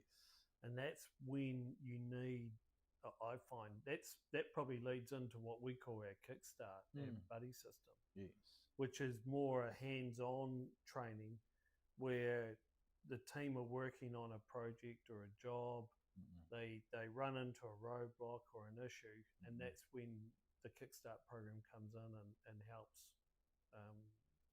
make sure that they can answer that question or solve that project. How does that work? Kickstart program. How does it work in essence? Well, the Kickstart program is actually playing with the idea that more than just having the theoretical understanding of stuff, you need to know how to do things the most efficient way.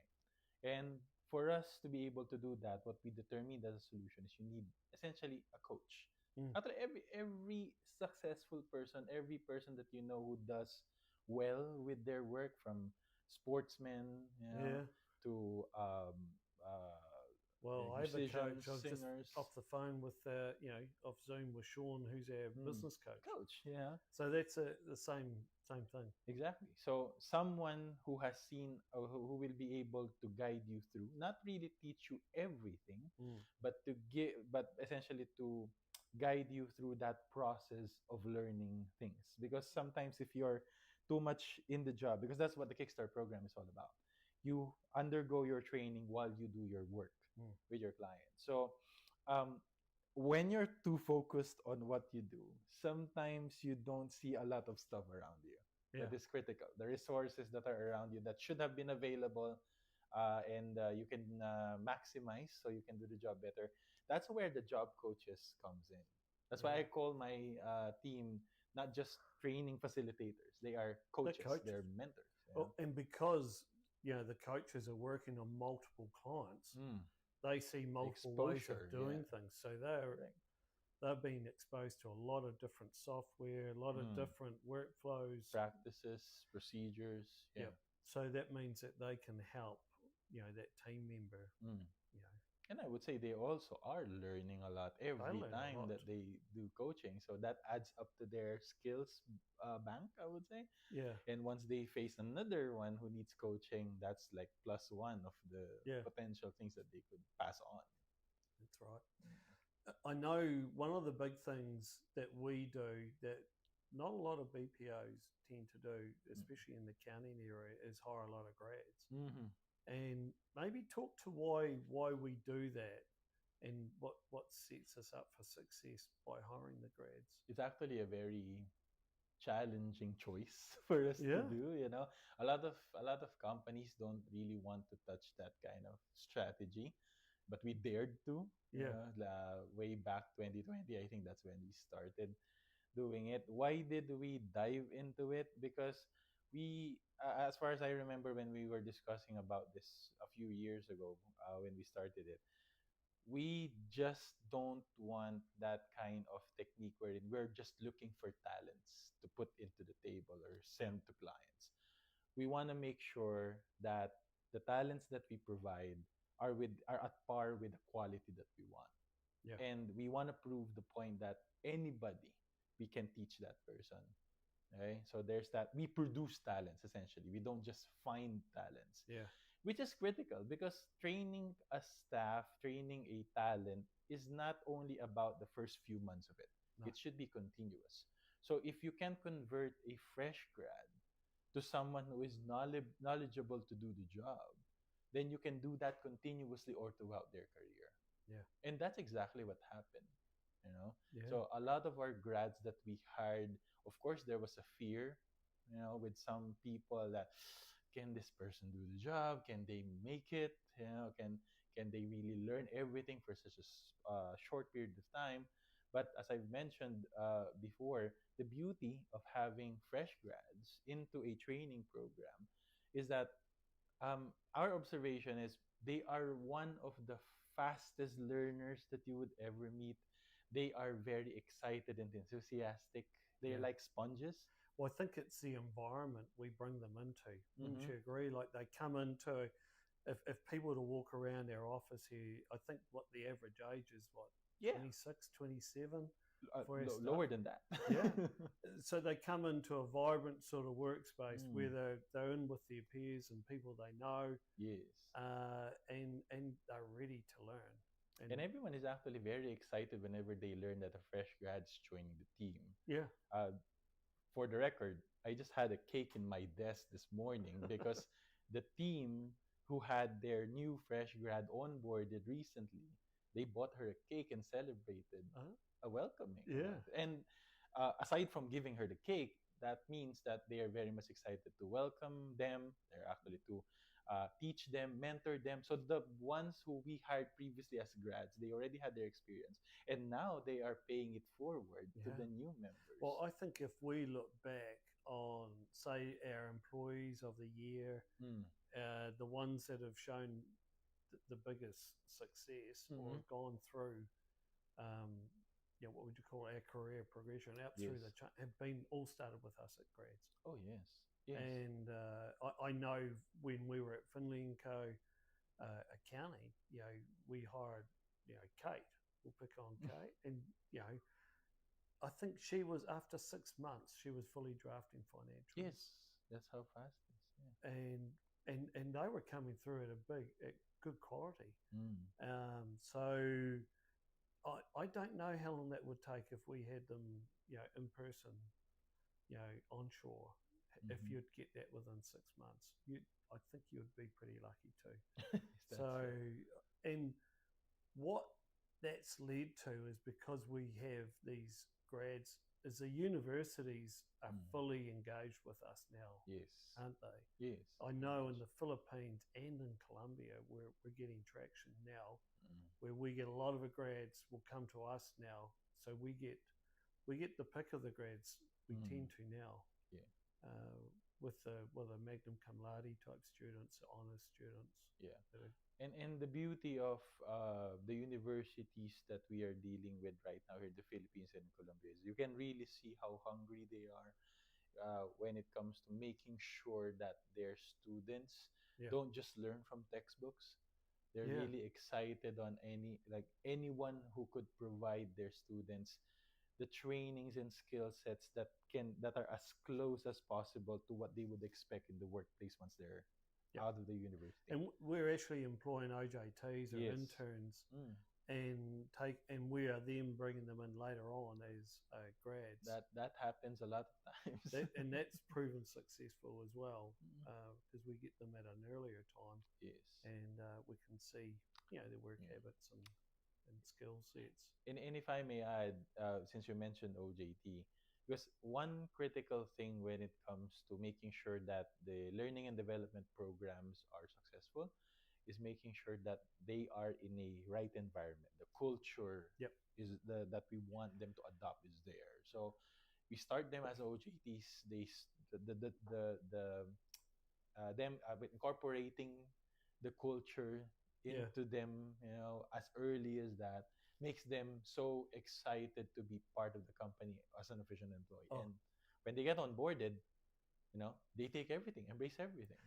And I think as far as retention rate with our grads, now we're well over 600 plus employees now. I think our retention rate with grads is way superior than anything else that we've got. Which is funny because that's another fear of a lot of companies. If you hire a fresh grad, a young talent, they would normally not last for 2 years. I know in New Zealand, and I know the same as in Australia, the culture is you leave university as an accounting grad. You try to work for the Big Four. If you can't, you go to a mid-level type accounting firm or a 2-year accounting firm. You do your 2-year stint, get your qualification, and then you would typically go to the UK. Is that so? That I think that's still happening, or else you do your OE. We call it our overseas experience. And so you really get a grad, you get them for 2 years, and then you hope they come back to you when they finish from overseas. And I know that happens in the US, the UK, and Canada as well. There's a big shortage of grads coming through. And so after you get the big firms get them, you get with the next level down. So there's just not the same quantity as what there used to be. I think offshoring is the way to go for grads. Yeah, retention is also very critical when it comes to learning and development and competency development, because you need that continuity. You make them an expert on level 1 and then next level 2, level 3. So if you keep on changing employees time to time, that expertise will not be developed. But the beauty of it is, if you noticed, like every time that we have our anniversary here, we always award 4th year anniversary, 5th year anniversary. They started as grads. Well, the other thing too, Migs, is that the expectation from a grad, say onshore in New Zealand, Australia, US, after 5 years, they want to be running the business. I see. They want to be having their own portfolio of clients. Right. Whereas the expectation of a grad in the Philippines or Colombia after 5 years is way different. For them to be a senior accountant reviewing files or having a team with them or her under them in the back room is probably where they want to be. They don't have partnership ambitions or anything like that. Maybe it's to go and visit their clients, and it's completely different to what it is with hiring grads onshore. I think it's just worth mentioning and recognizing our first ever grad hire, Hannah, is still with us, and she's gonna celebrate her 8th year anniversary this year. So and a lot more of that kind of stories that we ever had. Oh yeah, and you see what Hannah's done. So yeah, it's amazing some of the stories with grads. But actually, that leads on to some of the training as well. Like I know you've had a big team that have focused on creating content, and we've got content that covers what is it? The countries that we cover now with tax and accounting. Like, there's a lot. There is a lot. Yeah. So of course we have different countries, both sides of the world. So we have New Zealand with trainings for New Zealand-based clients, Australian-based clients, US. That goes both to accounting, taxation, bookkeeping, payroll. So those are coverage. UK, of course, we all have that. And also the non-technical skills. Of course, we have the trainings for communication, leadership, productivity, because you need to do it on a that whole person holistic type thing. That's getting that fully rounded type person. Exactly. So that's important to get the full spectrum that's done. I suppose in a perfect world, things are just working working great. And I always talk about a rocket ship. People may have heard me talk about this, but I love rocket ships. Buzz Lightyear. Yes, of course. But I always have that analogy that when you send a rocket to the moon, you have your Houston base and you have your rocket going, and then Houston's looking at all these green lights, just making sure that the rocket ship's on track. They're going to get to the moon and get back okay. The key to any business, and I always say that we're the rocket ship, the client is a rocket ship, and that we're Houston in the background, is when things go wrong, you get a red light comes up. And so when you get a red light, you need to have an action on that red light to make sure you can remedy that problem. You don't want to have a red light when you're going to the moon. You don't just punch the red light. You can't fix it like that. And so what we have, and I know it's part of your team, is what we call triage. Triage, yes. So things do go wrong. Of course. We're dealing with people. Yes. And you could give us some examples of some of the stuff that you come up with. There's all sorts of problems that can arise, and that some of them is probably not for discussion here, but there's some interesting type of topics that we get. But maybe explain a bit about what triage and how we do that, because that's quite a good procedure. Of course, yeah. So it ties up with a very robust performance evaluation process. Right. So we need to make sure that they say a green light. Of course, yes. So we need to make sure that the staff is at par with the expectations of everyone, at par with the quality that we want. But as you said, there will be times that we will get a red light. So what do? We don't just kick people out of the organization. No. We need to make sure that whatever we need to develop for that person, we will be able to provide it. Because you cannot expect anything from somebody if you haven't been able to help them reach to that kind of level. A lot of it's level. Communication, isn't it? Actually. Communication solves a lot of problems. Yeah, but I always joke, like sometimes you don't even need to talk to us. You just need to talk to each other and everything will be resolved. But if it goes beyond that kind of problem, then we have the triage, wherein it's essentially a performance rehabilitation program. Rehabilitation might be a little bit heavy in the ears, but what we do there is if we receive any indicator that there is something that needs to be developed further when it comes to their skills, productivity, performance, communication, the way they deal with the clients, the way they handle the work. What we do there is, of course, we need to do an assessment of what needs to be done. That assessment will dictate what will be our strategy to resolve the problem. That program that we're going to be doing crafting to deal with that problem is something that we will also be discussing with all parties concerned. The client would have a knowledge and contribution to it.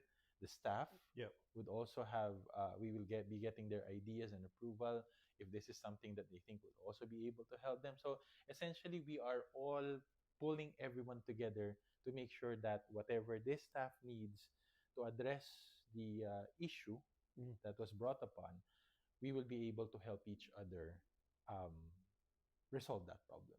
Yeah, and a lot of that comes with, you've got their Kickstarter coaches as well. Yes, and that's where they can fit in as well. And coaching is a big thing for triage. Actually, there's we have a rule in the house, in the department, that whenever there's a triage case, above anybody else, that's going to be a priority, especially for job coaching, because that's a we need to immediately address it.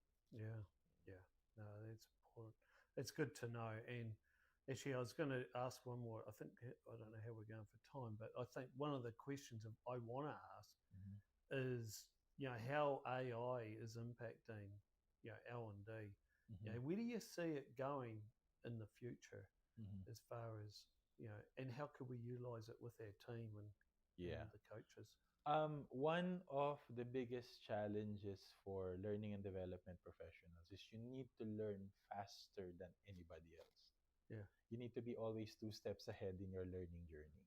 Of course, we have like physical capacity or limitation in the capacity, and that's where AI comes in. Because AI would be able to learn faster than us, so we would be able to utilize AI so that it could essentially assist us in the learning process of our staff, while we focus on making sure that they receive the coaching that they need. So it's a hand-in-hand thing, wherein the AI could assist us in terms of the theoretical training, providing the content that they need. So actually, it's razor sharp, because you can design it very specific through AI without even studying like thousands of articles. We can do more bespoke type training rather than more generic. Exactly. So I think that's where AI, and having like an AI assistant at your beck and call is something that's going to help with that coaching as well. Imagine if we do have 600 employees, how can you address all queries of those people? But if when we have the AI learning assistant, as I call it, it's one chat away. That learning assistant will be able to help us address the minor queries that they have, because it's knowledgeable. And if that doesn't resolve the problem, then the AI could connect that person to any of the coaches that we have, so that they could have a session together. So that saves us a lot of time, and also being able to utilize our coaches properly. So it's not going to replace you and I? I don't think so. Well, I've read a lot of articles and opinions about AI, and they all are of the same page. AI will never replace anybody, but it's a tool. I see it the same. It's like software. It's a tool. Exactly. You need people to run it. It's definitely going to make accounting firms more efficient. It's just about utilizing it properly. Tractors never replaced farmers, though. No, you're right. No, it's definitely an interesting world. All right, well, I think, Migs, that's covered off quite a lot. I don't know, we covered it was in depth. Yeah, so I enjoyed that. I hope it helps. Onwards and upwards. Thank you.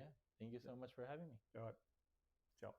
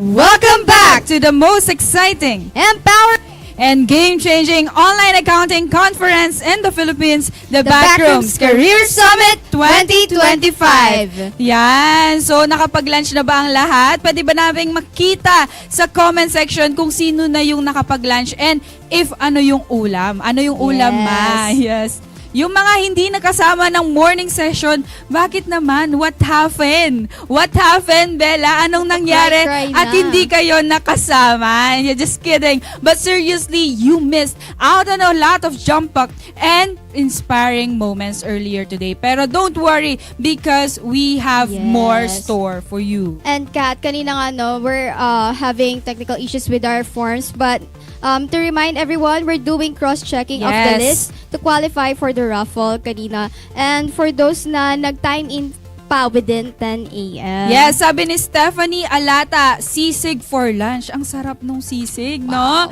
Yes, pwede ba naming malaman kung ano ba yung mga lunch nyo? Just to warm things up for this afternoon session dahil talagang bigatin ang magiging afternoon session natin, Clara. Talagang we will level up the excitement. Yes, kung nakita nila kaninang morning is the girl power from Miss Mara, Miss Lay, and Miss Leonalyn. Mas meron ngayon. Talagang mas maraming key takeaway ngayon. Yes. From our high caliber professionals nga naman. And yes, congratulations again for the raffle winner. So don't worry, 200 and 500 pesos pa lang yon because we still have the 1,000, 2,000, and even the 5,000 pesos. From Dalian Marie Vlog, ang ulam niya daw ay sinigang. Naku, sarap naman. Yes, Aldrin Guevara, sabi niya, tortang talong. Yes. Jeff Rebustillo, yes. Chicken feet with Java rice. Ang sarap. Janela May Manuel, sabi niya, just for cross-checking, yan. Okay lang yan dahil we are still cross-checking. Kaya naman. Yes. Mag-ingay nga yung mga taga JPIA dito and then sabihin nyo yung branch nyo and even kung saan kayo nagtatrabaho for the professionals. Shout out! Yes, meron bang taga Davsu dito? Davsu Assets, are you here? Or even MQC or HAU, MCC.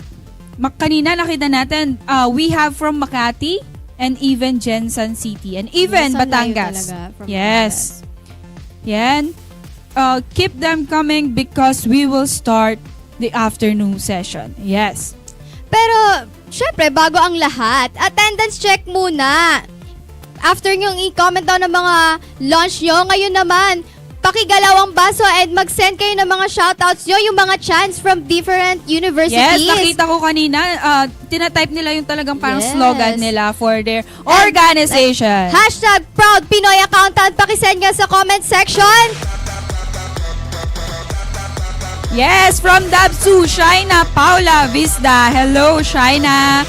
And from JPIA MCC, Stream, Skim Life, In the Future Dream, Soar High with Nextoria. Yes. Wow, from morning session until afternoon session, talagang active na active ang JPIA MCC. Yes, meron din tayong Falcon, si Jeff Resbutilio rin. And even Kevin Tabu, sabi niya, shoutout po kay Babsat Po. Manifesting sa raffle. Yes, manifesting. From Carmela Abelon, soaring all the way from Adamson University, JPIA Adu. Yes. Yes, JPIA CDS, where brilliance is undefeated. Sabi ni Mary Ann Nicole Magistrado. Yes, thank you for your comments and keep them flagging in as we start this afternoon session. And don't forget again, the link for the clock in for this afternoon session is now pinned in the comment section of the YouTube live stream. Okay? Just a quick reminder that you'll need to fill out 2 forms again. 1 form for time in and another for time out. This is to ensure that your attendance is valid for the afternoon session and also for CPAs for your points to be credited and for non-CPAs para makatanggap kayo ng e-link certificate. A reminder, for only those who registered will get the certificate and the CPD units. And now, that's we're all fired up and ready. Let's take a deep breath because we will be witnessing a lot of energy, a lot of inspiration and experiences because up next, we're diving into a panel discussion. Ito talagang main course of Career Summit every year. And this year's Career Summit, we are featuring industry leaders from different business sectors, each bringing unique insights and perspectives from their respective fields. Yes, and welcome back. Yes. Okay. Welcome to the to the most anticipated segments of our program, the panel interview entitled Interviewing the Industry Leaders. Since our theme for this year's Career Summit is about relevance, we will be having the privilege today to understand how our relevance is perceived by business owners who we provide our services as accountants. And now, welcome to panel discussion.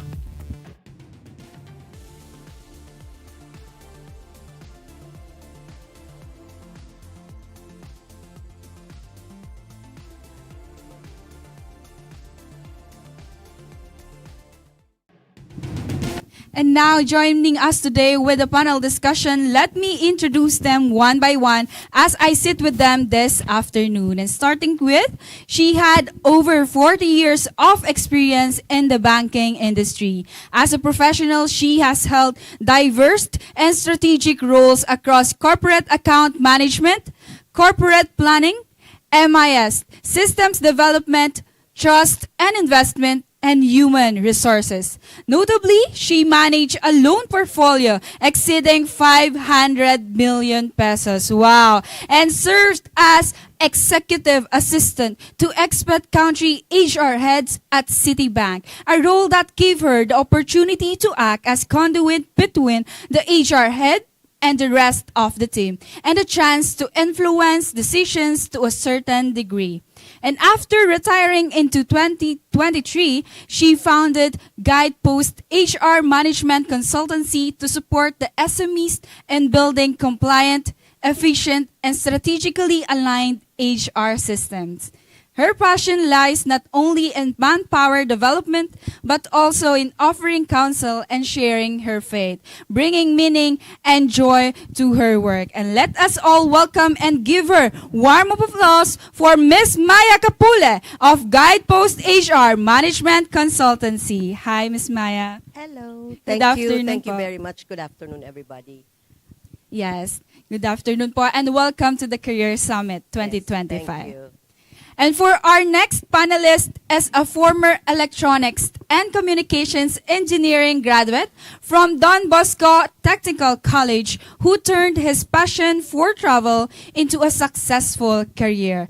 As co-founder and operations manager of Troublemaker Travel and Tour, soon to be Lakbay Gawa Travel Incorporation, he has helped serve over 10,000 clients through premium group through packages across Asia, Oceania, South Africa, Antarctica, and even Europe. Wow. Having explored 41 provinces in the Philippines and 17 countries globally, he advocates for showcasing the beauty of the Philippines and promoting family bonding through travel and encouraging responsible tourism. He is also an active member and current president of BNI Magnificent Chapter, and when he continues to expand his travel business network. May we welcome and give him round of applause for Mr. Jeffrey Sapanta. Thank you so much. Hi, guys. Sir Jeff. Good afternoon. Good afternoon. Yes. Good afternoon to all our viewers and to my co-panelists. Yes, right and here. we're happy to be here with you today. Yes, likewise. Yes. And for our next panelist, the last but never the least, he is a visionary business educator and strategist, serving as managing director of Filipino Arab Business School and Grow Active Media and Business Solutions. With his academic roots in philosophy from UST, an MBA and training from Harvard Business School Online, he emerges deep intellectual insight with real-world business acumen. He has held key roles in both government and private sectors internationally, including in Saudi Arabia and UAE. UAE. Engaging with over 9,000 employees and C-level executives. Grabe talaga. He is an AITA certified travel professional. His work explores entrepreneurship through a philosophical economic lens. And he has empowered thousands through world-class training in leadership, business, and AI for business. Trained by renowned figures like Les Brown, Brian Tracy, and James Clear, he is a trailblazer committed to shaping the new and next generation of Filipino leaders and professionals. And let's give him a round of applause for Mr. Donat J. Casillan. Thank you so much for having me. po. Thank you. Good afternoon po. And afternoon. we're so honored and very privileged to be here with you today. And first off, I just want to introduce myself. My name is Kat. Although nag-lunch na po kami together and they shared a lot of insights and even the economics of the Philippines and marami ka talaga matututunan sa kanila. And they told me na be ready lang, no? Because they are intellectual peoples and have lots of inspirations and thoughts about their careers. And welcome to the Career Summit 2025. Yes, they're one of the most relevant, I think, in the business sector. Yan, meron tayong travel and tours, accounts managers, and even from the Citibank. And it's very a privilege to be with you. Yes. Thank you for being here and for sharing your time and experiences as we go on our discussions on different topics. So, to warm things up, let me ask you a question. So, nagkukwentuhan kami ni Sir Mix. Sabi ko, Sir Mix, ano kaya yung pwede nating pang warm-up question? Sabi niya, meron kaming isang common question sa BNI. Sabi niya, how are you and where are you? Yes. Just to loosen up and warm things up, una tayo kay Miss Maya, Sir Jeff, and then Sir Dot. Okay. How are you and where are you, Miss Maya? Oh, I'm very fine, thank you. I'm now with BNI. I joined them sometime in February. So baby ako. Despite the age, baby pa rin ako sa BNI. And I'm really learning so much from BNI. It's really not just the referrals. It is also the process of making the business bigger. So it's really a structured process. Maganda. Yeah. Thank you. Yes, and may I also add, no, it's never too late to join and such a wonderful and intellectual organization. Yes, and for Mr. Jeff, Sir Jeff. Yes. For me, how am I? I am very much excited to be here. I am so looking forward to this, to share what we can share to everyone here. And how are you and where are you? I'm in Pampanga right now, but I would wish that I'm somewhere else in another country perhaps. Pero right now, yeah, we're part of an organization called BNI.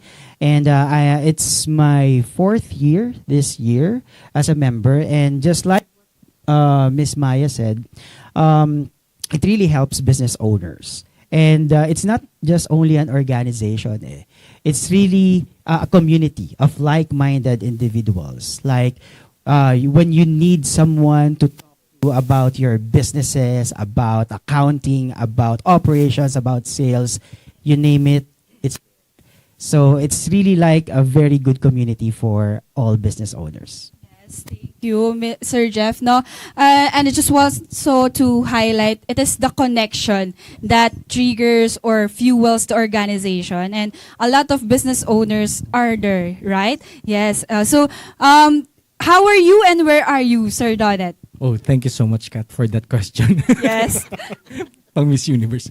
Okay, well, I've never felt better. And then, where are we? We're actually home.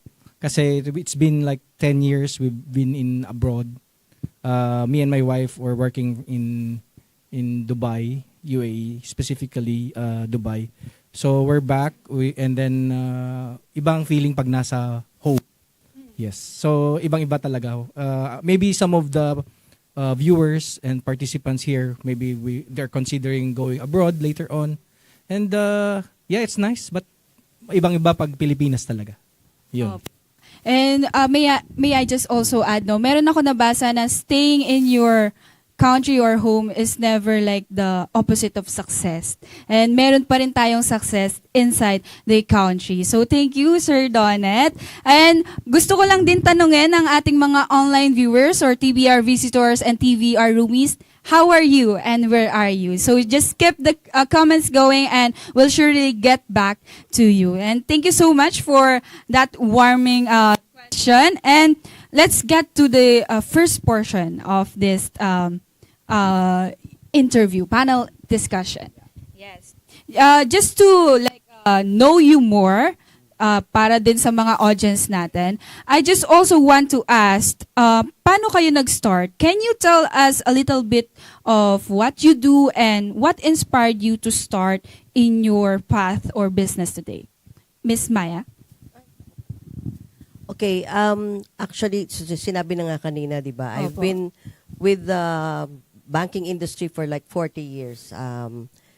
And then when I was about to retire, finally, in 2023, I said, ano kayang gagawin ko? Because I think the mind was not willing to stop churning. So,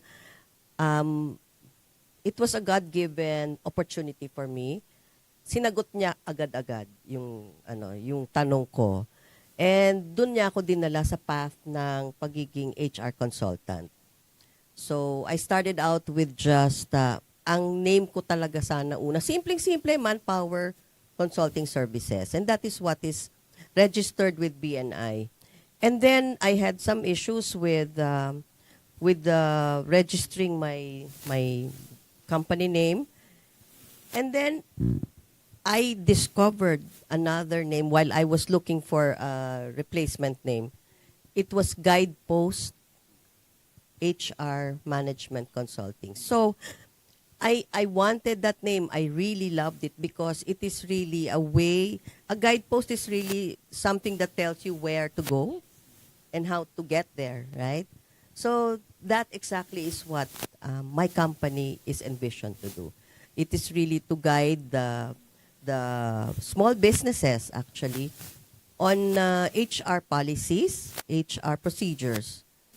So that's what exactly started me out on this journey of setting up a business. Yes, it's really a calling po, no, to influence others in your terms. And given po na nag-retired po kayo and you found something new, and that's very a good path to take. And thank you, Ms. Maya, for that. And also, for Sir Jeff, how did you start and what do you do now? Well, I started, the company started 2013. So, it's because gala ako. Doon lang nag-start siya, primarily. And then, my business partner asked me, kasi they were already seeing me traveling. May Facebook na naman na nun, di ba? Wala nang Friendster nun, pero may Facebook na tayo nun. So they were asking me, even in the corporate world, in my company, they're seeing me as someone who really, travels a lot. And then someone approached me if they could ask me to help them with an itinerary. And this was that's the first question sa akin. Sabi ko, yeah, I can share kasi I was doing blog pa nun. Wala pang vlogs nun. It's just a web blog. I used to have a blog. So everything's there. But they asked me if they can charge me for the service that they're asking of me. Sabi ko, why not? Diba? For the itinerary, for the arrangements. Kasi I was really doing all the itineraries of my tours with my families, with my friends also.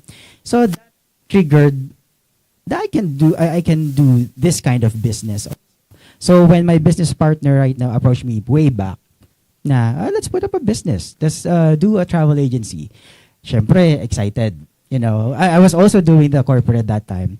But that triggered me, and then after a few years, I was able to plan it out already, and then Travel Maker my company's name is Travelmaker Travel and Tour. Hindi siya troublemaker.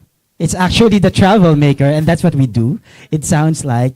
So, para lang merong, it just rings a bell when you say travel maker. But the advocacy behind that is really to help Filipino travelers to go around the Philippines. Advocacy namin to really support local tourism. And then years after that, I think it started 2018, 2019, we explore the international scene. So right now we're offering domestic tours within the Philippines, also international tours, all leisure tours, and also we're tapping also in corporate, the companies, because I really believe na there's really a lot to explore, and we learn so much from traveling and learning about the different places, cultures, the food, and all of that. That's one way to learn kasi. So I believe in that as well. Wow, yes. Nag-umpisa lang siya as a hobby po, no, nag-travel, and then until now. Yes. Tapos po parang more on accident, tapos it led you to the right path. And may I just ask, ano po yung first international itinerary na you provided? Singapore. Singapore. Yeah, and it's quite memorable. Munti ka na tayo ma-offload during that time. Yeah, but that's part of the experience. I mean, Yes. it doesn't have to stop you from anything kasi it doesn't really run smooth. Just like in business, there's the ups and downs. It's a journey. Yeah, so another lang po follow up. Ano mas mahirap, like the local or the international travel? It's like Like mahirap gawa ng i-manage, itinerary or ganon. i-manage. Yes, International. international Yeah, talaga. international. More broad. Different cultures, and also at the same time the language barrier when you talk to yes. specifically in Japan and Korea, where it's English is not really majority spoken. Yeah. So thank you, Sir Jeff, for that. For Sir Donet, yes. How did you start, and what you do today? Actually, nag-start, originally my career path was destined for priesthood, actually. So, but when I went out of the seminary, it was a question of saan ba talaga ako pupunta right now? Like, you're questioning na kasi I don't know who laid plans for me. Like, so, I'm not going to become a priest na. So, ano na? So, parang ganun. And back then, the only feasible career path noon, time namin, that was like 17 years ago. Parang ganun. Ay, nire-reveal na age, ano. Ayun. So, normally, you have to work at the BPO industry. So, that's where I started. Pero since ang course ko is philosophy, I love really understanding and studying phenomenon. And then I love reading about philosophers kasi those philosophers actually were trying to make sense of their own lives, studying their own lives, and who, in doing so, try to make sense, help us to make a sense of ours. Ganun sila eh. So, ganun din ako. So, I tried to understand what does entrepreneurship stand in the society. So, I dedicated myself studying about entrepreneurs. So, doon na nag-lead yung path ko with like, why not go into business? And then, I've met a lot of mentors and business owners who guided me to set up my own business. So, when I was in UAE, by the way, before that, I dedicated myself to lifelong learning. So mula noon, na-engage na ako with teaching about entrepreneurship sa UAE. And then I realized that there's really a product in here kasi 80% of my students from UAE, bumulusok yung mga career path nila. They become regional managers, not just supervisory level, naging regional managers, regional directors. And then 20% of them started their own business. Specifically in Dubai, like 20% of those have yacht rental companies, salons, coffee shop, events management, ano pa ba yung mga business na? Marami naman. So 20% of them. So sabi ng wife ko, there's really a product in here. So why not put up on training and business consultancy? So, and then that's the one reason. Pero ang pinaka why or burning desire ko was during when I attended a training and development summit in Abu Dhabi. a great question that was raised by business owners there is that why very few Filipinos are recognized when it comes to leadership and management. When you speak about Filipinos, they only talk about services. Like you see Filipinos working in F&B, working in the malls, or working domestically, di ba? I'm not throwing shades at them. Actually, they're good professions naman. But my advocacy is why not we add more? Like, why can we not be recognized as leaders and managers internationally? So that's my vision. Hence, I decided to put up a training and business consultancy. It's called FABS and Grams PH. So it stands for Filipino Arab Business School because yung frameworks ng tinuturo namin are both Filipino and in the Middle Eastern frameworks. So, ayun. Sabi nga ng misis, kaya since I'm teaching, sabi nga ng misis ko, hindi ka nga nagpare pero magaling ka naman mag-sermon pa rin. Parang ganun. So, ayun. So, there's the alignment. Mayroon pa rin kung Yes. Si wife po. Opo. Ayun po. Every successful man, there's a woman behind. Yes. Yes, shout out sa mga mothers and or there's wives. a woman beside you, not behind siguro. Yes. Actually like that. It's they're beside you and not behind you. So, nag-seminarista po. That's a unique story, no? Tapos bigla siya napunta sa business. And from what I've learned about your stories, you can be so many things through the lens of you mentored. Yes. Like, hindi ka man yung naging, kunwari, salon manager. You've been a salon manager through their lens. And you have influenced them. And that's just a good story po. Thank you for telling me that. And yung mga comments natin, how are you and where are you? And have you been inspired yet sa mga sinabi nila? And for the next portion, the next question, I would just also like to ask, dahil ako ay isang bata pa, young pa, yes, tayong lahat ay young age, and actually BPO is my first job, and I just graduated last year as we talked in the lunch, and may I just add, what age did you start working as a professional, and what was your first job back then, Miss Maya? Ako'y bata pa. Yes. Batang isip lamang. You look young. Yes. But I'm 67, and I'm proud to say I'm 67. What age did I start working? I started after graduation in college, which was 1979. Hindi ko lang alam kung buhay na kayo by that time, no? But yeah, I started in 1979, right after graduation. And unang-una kong trabaho nung time na yon was a secretary in the economics department of in the corporate planning department of the first bank that I worked in. Mind you, graduate ako ng economics. But pagkatapos ko nag-graduate, sabi ko sa sarili ko, ano bang ginagawa ko dito sa kursong ito, parang hindi siya para sa akin. And I ended up in HR, which I enjoy so much. Yeah. So there you go.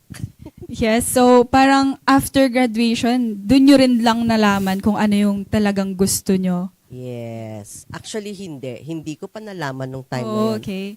But the thing is, I have held different positions in different areas of the bank, which I now realize was my key to my success. Kasi nakita ko talaga lahat ng mga how the bank works, how each of the departments work, and then I came into HR. You tried everything first. Oh, yes. Yes. I just wanna go back to the parang apply nyo sa first job nyo. Have you ever thought na magiging relevant siya dun sa next job nyo or such? It's like, yes. At that time, no. Sabi ko nga, di ba, parang feeling ko, ano ba yung economics na yan? Para saan ba siya, di ba? I mean, it was all concept at that time for me. Maybe it was the wrong course for me, but I did finish it.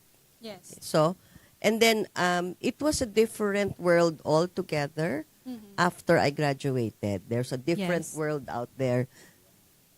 Everything, that was when I realized I had to be practical. Alam mo yan. So, yeah. Yun yung you find yourself in a position looking for the thing that you enjoy doing the most. Yes. At saka dun po kasi kayo magpo-prosper talaga kapag gusto nyo yung ginagawa nyo. Totoo yun. Sabi nga ng tatay ko sa akin, sabi niya, I never worked a day in my life, sabi niya. Because he enjoyed his job so much. Yan. A job would be like a part of you po, no? Hindi siya like another self na iniiwasan mong pasukan pag Monday and etc. Correct. Tama ka dyan. Yes, thank you so much, Miss Okay, Maya. you're welcome. How about Sir Jeff? Me, I started working as a professional right after graduation. I just parang nag-allot muna ako ng a few months. So I graduated 22 years old. I took a 5-year course. ECE, technical, engineering. Pero I worked in ABS-CBN. That's my first job. Pero hindi the type of job na ginagawa namin noon is kasi that time it was, if you can remember, early 2000s, that's the ratings game of all the networks. So we had nakikita na nila ako yung ginagawa namin before. But yeah, so I was one of yun yung first job ko sa ABS. So it's a field work. Actually, it's here in Pampanga. In Angeles, actually San Fernando and Angeles, Pampanga. So every day we go there. Meron kaming company na kasama. Tapos we do the testing of the reception. Kasi parang they built another tower, parang Channel 46 if I'm not mistaken, in Bulacan. Yeah. So they put it up that tapos tinetest nila reception within the area. So that's what we do to really check and to also wala pa kasing TV Plus nun. So it's really, we rely on the antennas, the Baron antennas. Yun yung ginagawa namin. So it's really highly technical. Engineering siya way back. Pero look at me now. I'm in sales. Sales, I'm doing sales. And just like you, kasi this is the Career Summit. So our topic is relevance, no? And I was just parang na-bump off ako nung yung question mo was kanina. Was it relevant? Yeah, if it's at that time kasi you will really know you never really know, right? So I think the best thing to do that is to really let things flow, because at that time kasi I was really looking forward to what kind of future will I have at that time. Kasi that generation, our generation, hindi pa naman uso yung overthinkers, but it's really something that parang we really have to have a solid plan for our future. I mean, at least for me. Kumbaga, that's one way that I look at it. And also, hindi mo rin talaga masasabi if your first job will lead to the right type of jobs that you will do in the future. Yeah, discovery. And along the way, you will just realize it sabi nga, 'di ba, in one of my most favorite quotes, yung if you do not know where you need to go, just know your passion and it will lead you to your purpose. So I live by that up until this day. So this is where it brought me to have the travel agency into sales. Actually, I really hated sales back then. I hated it so much. Pero this is just a testament. I mean, for everyone who's looking for or is really thinking what type of career, ano yung magagawa ninyo, just give it time, because you will have the time to figure it out. Yes. Don't pressure yourself. Thank you, Sir Jeff. And just a follow-up question, bumubunot lang talaga ako ng question based on what you said kanina. Sabi mo, hindi mo malalaman kung ano yung path na pupuntahan nyo. So, punta tayo dun sa, ano yung trigger point mo nung nalaman mo na you want to jump to another job? Like, from your first job, ano yung trigger point mo na gusto ko na magbago ng path? Mababa sweldo. Okay. Yun Yes. actually that time. Just the reality Mababa of as it. well though, yes. That's the reality of it. Let's face it. Yes. It's not always going to be like you have this ideal job, ideal salary, ideal office environment, ideal workmates. It doesn't exist. Yes. So it only exists here. So what you need to do is to just deal with what's in front of you. So ako din, every time actually in the employment sa team ko in my company, we encountered na palipat-lipat din sila and I understand that. Yes, yes. Throughout the business, I understand that kasi everybody has different needs different lifestyle, different situations. So whatever works for you, you follow it. Yun lang ang ma-advise ko about case-to-case it. basis. Yes, correct. Yes. Also, last one. Why did you hate sales, and what do you love about it most now? Yes. I hate sales back then because I'm really focused on academics, the circuits, electronics, and all. And on the side, I was doing theater then. So I think that made it really. Di naman. I think that really made it a little parang exciting for me, my college life. Pero I hated it because I think it's because merong company, the misconception, and also they brought us into this company wherein I know a lot of our viewers can relate na in-invite ka. So at something, kamusta ka, pwede tayo magkape. So I think that's that company kasi they're doing sales. I mean products, beauty products, and skincare. But I just didn't like how they approach us. We didn't know what to do. So it came from that. That's why sabi ko, I'm not going to do sales if this is the type of thing that they are doing. So, pero parang years forward, having a travel agency doesn't only deal with, the perks of traveling in itself. Hindi pala. Kailangan may customers ka rin for you to talk to. You have to get clients. So it's a business on its own. And I think I fell in love with that, with the process of it, because I was also able to meet different types of people. And I get to travel with them. My clients, we do the tours wherein I travel with them as well. So it's more of that. The relationships kasi that we build during those tours, I think that's one of the things that I really like. So, ganda nung sagot. Opo. Pwede nating mahalin yung isang bagay na dati ay hindi natin gusto. Yes. Yung humugot. Opo.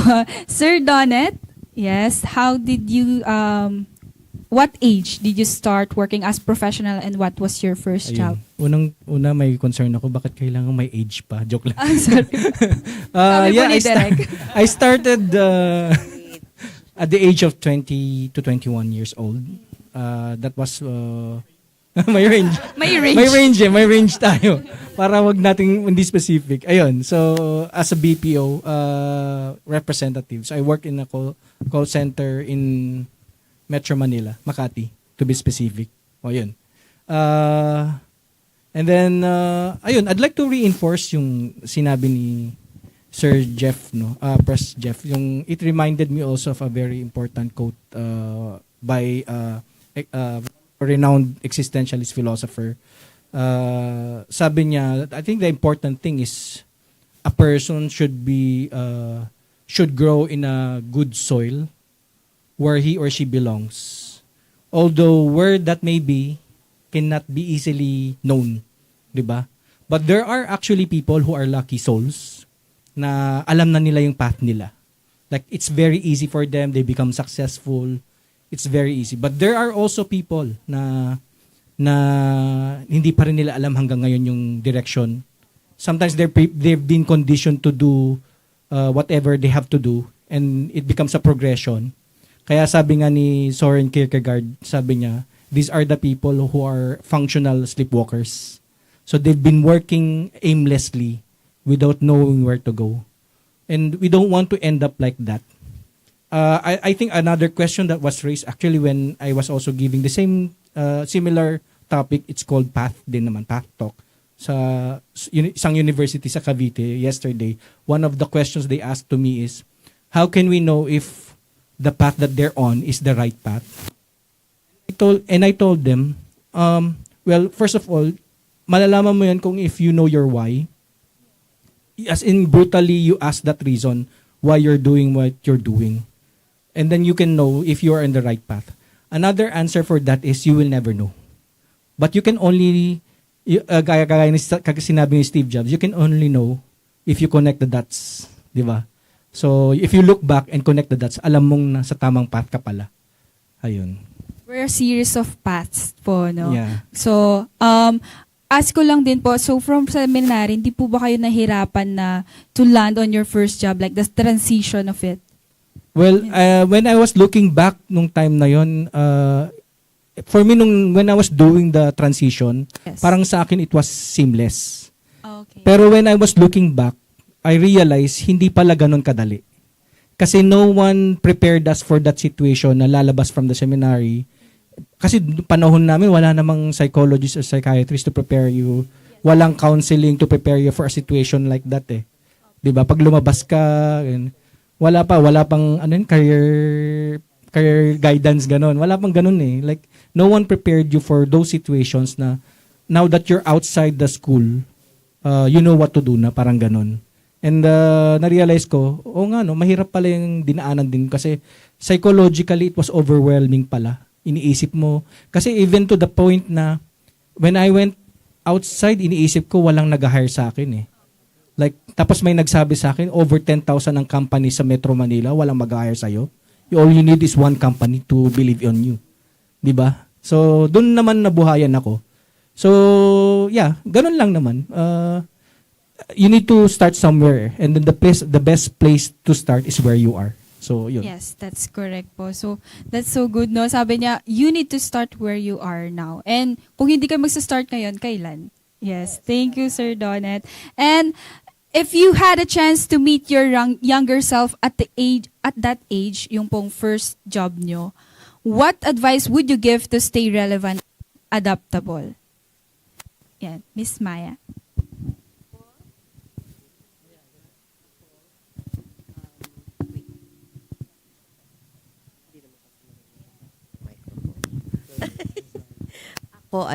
I would say to my younger self, right, at the time, you just have to go with the flow. There will be certain stages in your life where there will be changes, okay? And you just should not be afraid of changes. So you take it on, face it head on, and just say, I will go with this change. I will study what the change has to do to make me do. I will just do it, and then things will go from there. Because in my experience, like I said earlier, I had moved from one department to another, right? Iba-ibang department yon. And you just have to study what it's all about, because then you will learn so many things, and that's what makes you relevant. You know, you learn different things, you try different things, and see what's out there, and see ano nga ba tong relevance nito sa buhay ko. Okay? So now I'm finding out that, all those changes in my life, can you imagine? Inabot ko yung rotary na telepono. Okay? Sorry, because 67 years old ang lola. But inabot ko yung rotary telephone, inabot ko yung, ngayon, nasa maliit ka ng telepono, may camera pa yon, di ba? You can talk to the people that you can see the people that you're talking to, which at that time was only a dream for me. Di ba? And then, inabot ko rin yung, I don't know about these people in tech here. Nakita nyo ba, inabot nyo ba yung mga computer room? Okay? Yung isang computer ay isang buong kwartong ganoon. Bago kayo makagawa ng program, may pindot-pindot pa siyang ganyan. At the end, pag dumating dun sa dulo, hindi niya ma-print kasi may mali sa program, di ba? Ulit ka na naman. So, those are the changes that I have seen in my entire life, which I had to work with. I had to go with. nag-aral ako mag-computer, tinuruan nila ako paano mag-computer. Of course, I became very interested, di ba? Bago siya. So, anything new that you will experience, embrace it. Learn it. It's always a learning experience. Every day, you need to learn something new. And that is what is going to make you guys relevant. Ganda po nung sinabi niya. Thank you so much, Miss Mara. And for Sir Jeff. Ako, if I had a chance to meet my younger selves, sabihin ko sa kanya, hanapin mo yung younger Miss Maya. Para matutunan mo lahat ng binanggit niya ngayon. Yeah, kasi pretty much it's the same. I would say. And on top of it, kasi adaptability, it can be learned. I mean, until now, maraming changes na from that time that we experienced, yung first job namin, what did we do, ano yung state of mind namin during that time. So, for all our viewers right now, for you, I mean, another question is to how to become relevant ba? But also ask yourself, how can you adapt to it and what else are you willing to sacrifice for you to adapt into your current situation? Kasi it's a skill. Lalo na ngayon, digital age, fast pace ang life natin, lifestyle natin. You have a lot of access. I mean, you have access to a lot of things right now compared to the time 10 years, 20 years before. Ay, sorry po. 20 Bilog naman po. Umiikot yan. So, understand what else are you willing. Hindi lang siya always about learning, getting something in return. You also have to think what else can you contribute to your environment, to the people around you. So siguro I would conclude it na lang to just stay curious. Kasi it's all about learning eh. So open, allow yourself to be curious all the time. That's it. So thank you, Sir Jeff. And napakaganda nung sinabi niya na change is fast-paced ngayon. Yan. And dami nang nangyayari. So we have to be adaptable and when we are adaptable, we are relevant. Yes. So Sir Donat, yes, Donat. Okay. If I have to meet siguro yung younger self ko, I think I would tell him to read the book of Marianne Williamson. A great quote sinabi niya doon is, our deepest fear is not that we are inadequate. Our deepest fear is that we are powerful beyond measure. It is our darkness that most frightens us. Tapos, sabi pa niya, your playing small does not serve the world. Diba? Yes. And then, mayroon pa doon sinabi niya na, you ask yourself, who am I to be brilliant, gorgeous, talented, fabulous? Actually, who are you not to be? Diba? So, if I have read that question, back then, I was like a young one who is self-absorbed, very ambitious, hungry to become successful. Sobrang I've been very hard sa sarili ko. And I realized, actually, we're very, pag siguro younger ones, you fear about failure. Actually, you should be afraid more of success. Kasi mas maraming responsibilities, and then people will look up to you, and then people will be relying on you, dependent on you, and that's you should be more fearful of. And so yeah, so ganun siguro. And then the question of being relevant, I think it has to be narrowly defined. Then what does relevance mean? Sometimes people define relevance of being famous. Sometimes people define being relevant as being rich. For me, siguro being a relevant person should be always continuously providing value to the market.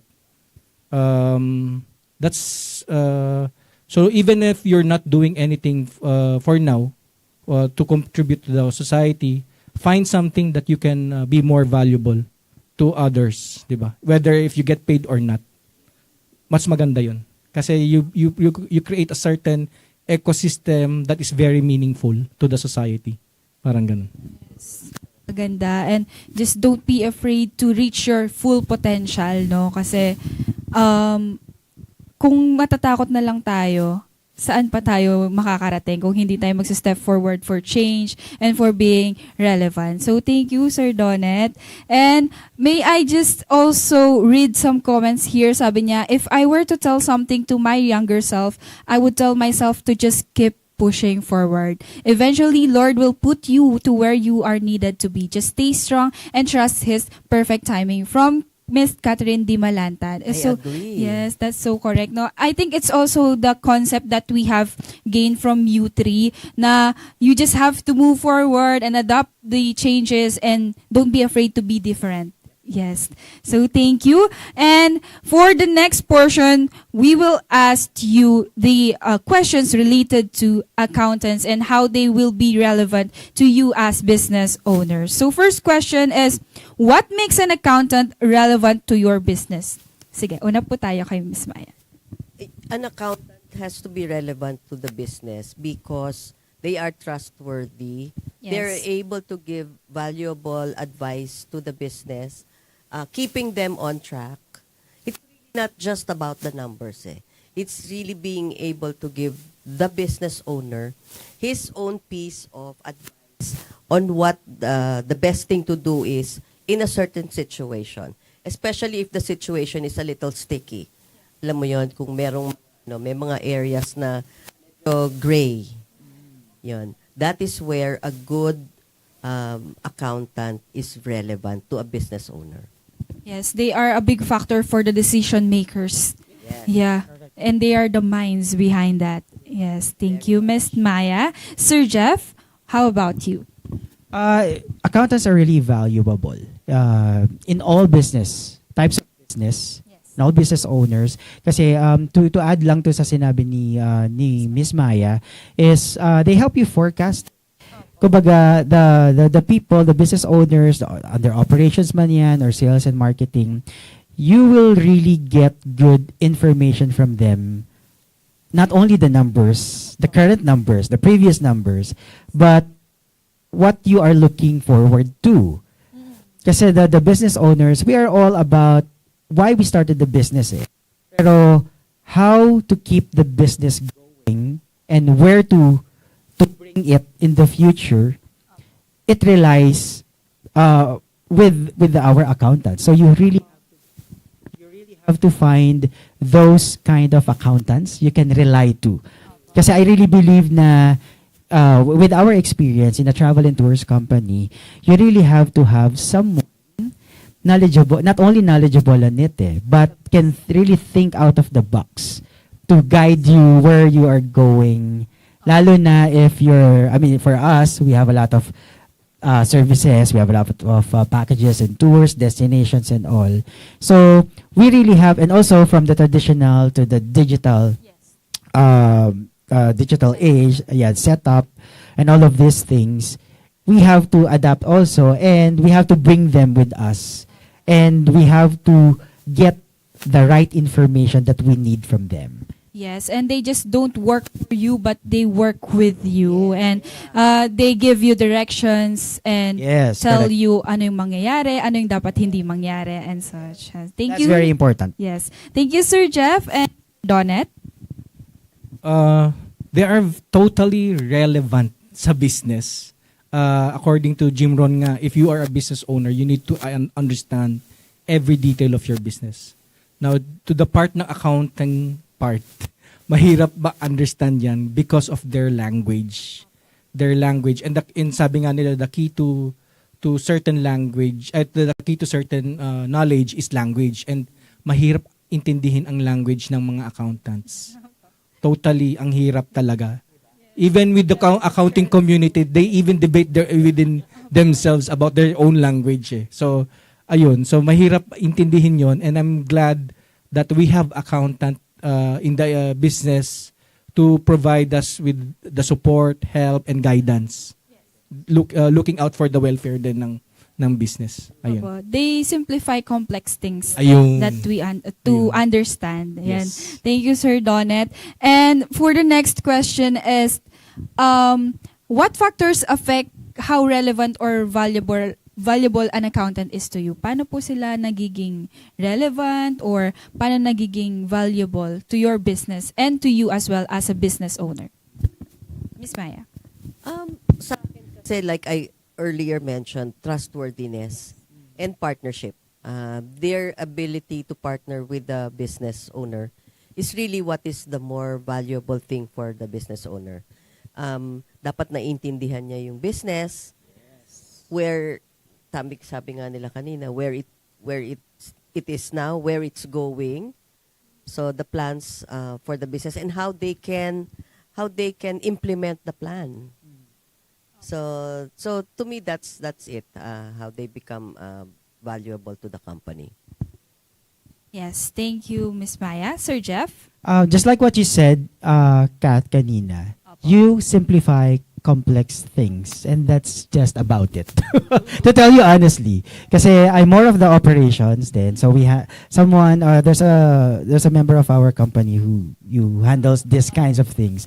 Personally, I don't want to deal with these kinds of things. Although I can naman the numbers and all, but I'm really preoccupied with this side of the business. So I think this is from my perspective and experience, this is where they become really valuable to us. The things that a different language, diba? I know some Japanese language, Korean language, Italian language, but the accounting language, diba? Parang ang hira. It's on another level of difficulty. So that's what I think. One of the I think it's really the main factor to how valuable accountants to us. Yeah. Yes, thank you, Sir Jeff. And Sir Donnet. About the accounting kasi, very valuable sila. For me, ang pinaka-valuable is when we have an excellent accountant. The definition of being excellent is actually, it's measured on someone who really cares. So when you have an excellent accountant, that means someone cares much about your business and to the welfare of those who are working in the company, parang ganun. So someone who is excellent accountant that really cares, not just going to work for paycheck, di ba? So it's really important to have that kind of accountant na more on yung vested interest na is to help the company grow, to help everyone grow, even the employees grow. So yun. Yes, and they also, as you all said kanina, parang mas nakakapag-focus po kayo on the business side and mas na-occupy po yung mind nyo on that rather than on understanding the financial FS. And ayun. Sige, sir. To put it into a more specific context, yes, it's like walking, then the other leg you focus on this one and then the other leg you focus. It's really a great help for the business owner to really walk forward. Parang ganun. Yes, just to sink everything in. Opo. Thank you po. And next portion is, eto na yung merong engagement tayo sa mga TBR visitors and TBR roomies. So, may I just know kung sino pa yung nandito? May you comment #remaining relevant because this portion will include you the most. So, ang gagawin natin is merong isang tanong ang tatanungin ng ating panelist. So, kayo yung sasagot sa comment section. And habang sinasagot nila bakit importante yung isang tanong na yon, sasagot kayo for that question. Is that clear? So, ang tanong is, if you could ask one question, what would it be and why is that question important to you? Nagets po? Yes. And for the comment sections, nagets ba nila? Yes, #remaining relevant. Again, if you were to ask one question to your future accountant, what would it be and why is that question important to you? So again po, ang audience po ang sasagot nung tanong nila. Sila po yung magtatanong this time. Okay? Ang comment po is, yes, let's keep the comments going habang tatanungin natin. So, Miss Maya, kung merong isang tanong, yes, HR po to, no? She's asked a lot of questions. Oo. Oo. She's asked a lot of questions to several people. Pero ngayon, isa lang. Ano po yun and why is it important to you? Okay. In an interview, you try to understand people, right? And Yes. how their minds work. My question to you future accountants, nakapag-alaga na ba kayo ng mga matatanda? May mga magulang ba kayo, lolo at lola na inalagaan ninyo? At ano ang natutunan ninyo dun sa experience na yon? Yes. Why is that important to you, Miss Maya? You know, ang accountant talaga is really somebody who has who is trustworthy. Yes. Kailangan marunong siyang sumayaw sa tugtugin. Kailangan kaya niyang i-handle. Alam niyo yung mga matatanda pagka medyo matanda na sila, medyo mahirap na silang kausap. Opo, makulit na. Makulit na sila, right? And ang ang patience mo talaga sa kanila and how you will want to handle this person, paano mo siyang i-work around. Opo. 'Di ba? Yun kung makikita kung gaano ka makaka-go with the flow in business. Yung small businesses kasi hindi yan structured eh. Walang masyadong structure yon small businesses. Ngayon, syempre yung mga owners niyan, parang ginagawa nila, dito muna gagawin natin, dito muna gagawin natin. If that person, if that accountant is not able to, manage that kind of Yes. a mindset, maloloko talaga siya. Opo. Yun. So that is what I would ask a future accountant. Oo. Nakapag-alaga na ba kayo ng Nag-alaga matanda? na ba kayo ng matanda? Paano kayo? Yes. Anong natutunan nyo doon?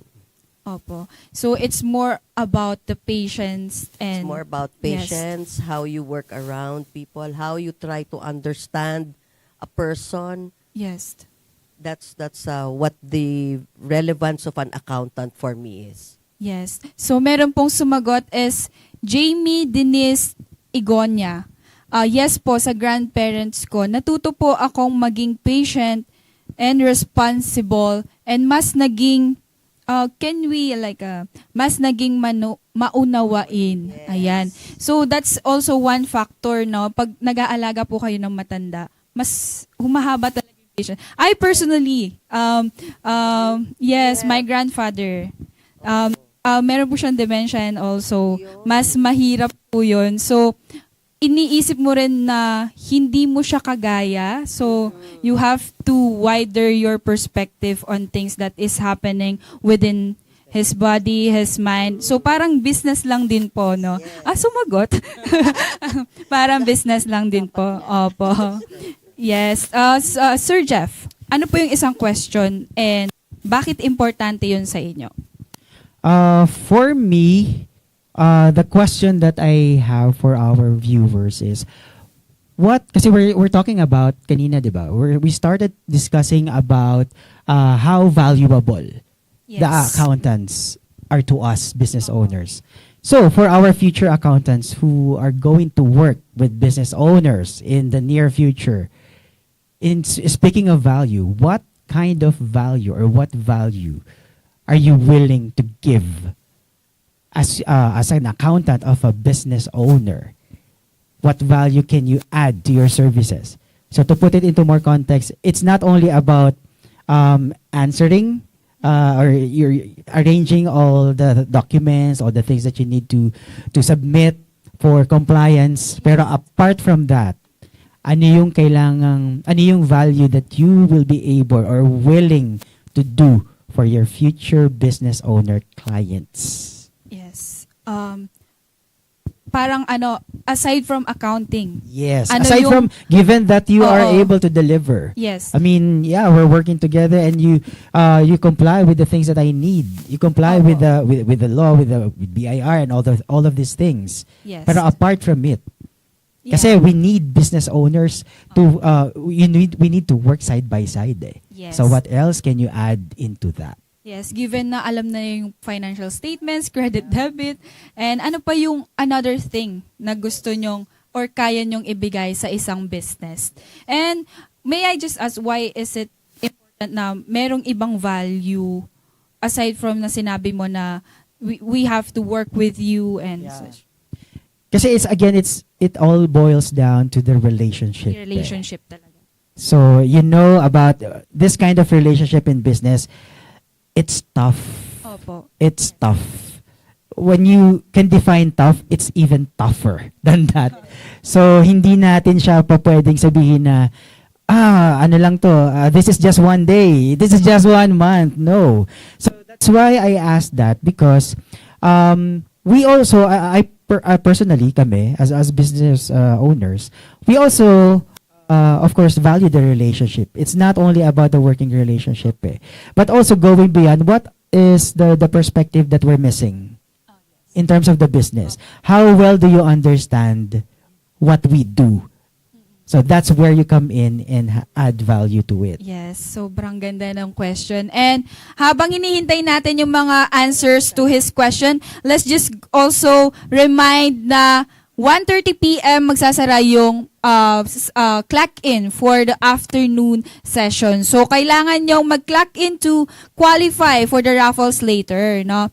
So, another po, habang hinihintay natin yung answer for Sir Jeff, meron din pong nag-answer dun sa question nyo na taking care of an elder is not that easy po. It requires patience, understanding, and a lot of heart. What I learned most is elders don't just need help, they need time and kindness. From Juliana. And another one is, yes po, my lolo. Ang natutunan ko sa pag-aalaga sa kanya ay importanteng iparamdam mo sa kanila na naiintindihan mo sila at handa kang makinig sa mga walang sawang kwento nila. Just like business owners to their accountants. So, for the answers naman po dun sa what value could you add more? Yeah, what value could you add more to the company aside from being accountant? Ang sabi po ni Catherine Di Malanta, it requires a lot of upskilling to be updated with current events, latest trends, and innovative ideas. With us being in a VUCA world, we need to upskill in all aspects. VUCA world. Yes, yung parang okay. So parang hindi ka lang magpapaagos. Hindi ka lang magpapaagos. Dapat talaga you lead the wave of everything that's happening to you. So next, Sir Donet. Actually, I always gauge the candidate in such a way if they are eventually gonna be additive to the value again and the multiplier sa company. So the question I would normally ask is, what did you do that you enjoyed most from your previous job or from if you're fresh graduate from your school? The reason why I usually ask this question is to understand if they really love what they do. Kasi normally if they love what they do, they tend to do well. And if they do well, they tend to be more successful.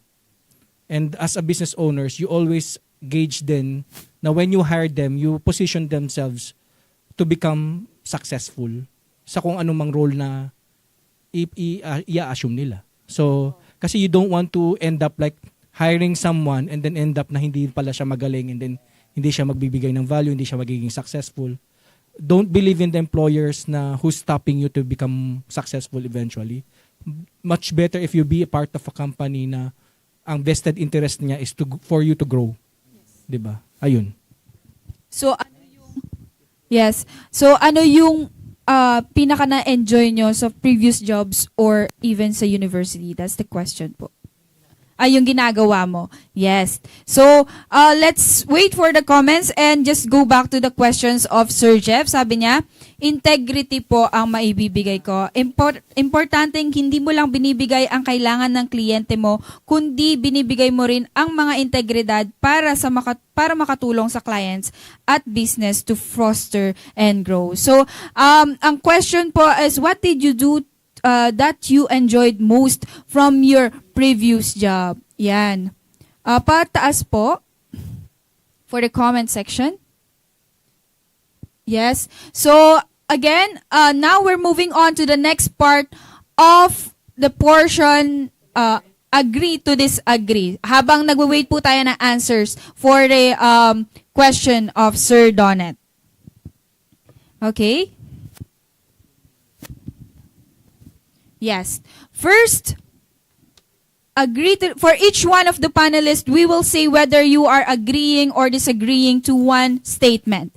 And you will share your thoughts bakit agree or disagree po kayo. And each one of you will have flashcards na naka-ready na po. And kapag agree po, green thumbs up. And kapag disagree, we will have the thumbs down or the red one. So, okay na po? Yes. So, first statement. AI will replace accountants. Agree or disagree? Yan. So, meron tayong common answer which is disagree. Miss Maya, may I know bakit disagree kayo? Because AI actually, the accountants, I'm looking at the person, right? There are a lot of business owners who will want to be talking to people. Okay? Si AI is not 100% perfect. Yes. In fact, pagka gumagamit ka ng AI, may disclaimer sa ilalim yan. Sinasabi nila, it could be wrong, so you also need to verify the answers. Right? So, kailangan pa rin natin ng tao to verify whatever it is. Diba? So, I think people are not going to be replaceable. You're just going to be replaceable if you do not stay relevant. Oh, that's quite parang malalim na ano. Yes. Sir Jeff? For me, definitely, I disagree. My answer is disagree. Yes. Definitely, AI will not replace accountants and it will not replace anyone. I strongly believe in that. I was also exposed to AI because I was an SEO before. Actually, up until now, I do some practice of it. It's another trivia. Wearing many hats before. Because AI is also another tool. It's just another tool that we use. So if we do the job, the accountants do the real job. AI is just a system. It's just another tool that you can use. If you kumbaga the traditional accountants and the accountants of today, if they are working with business owners, doing the manual thing, anything, you already simplify the complex things. AI simplify what you do now to make it really, really, really, really parang sobrang easy to the atomic level na ganon. So that's what it does lang for me. It will never replace accountants or any other real jobs or professions that we have out there.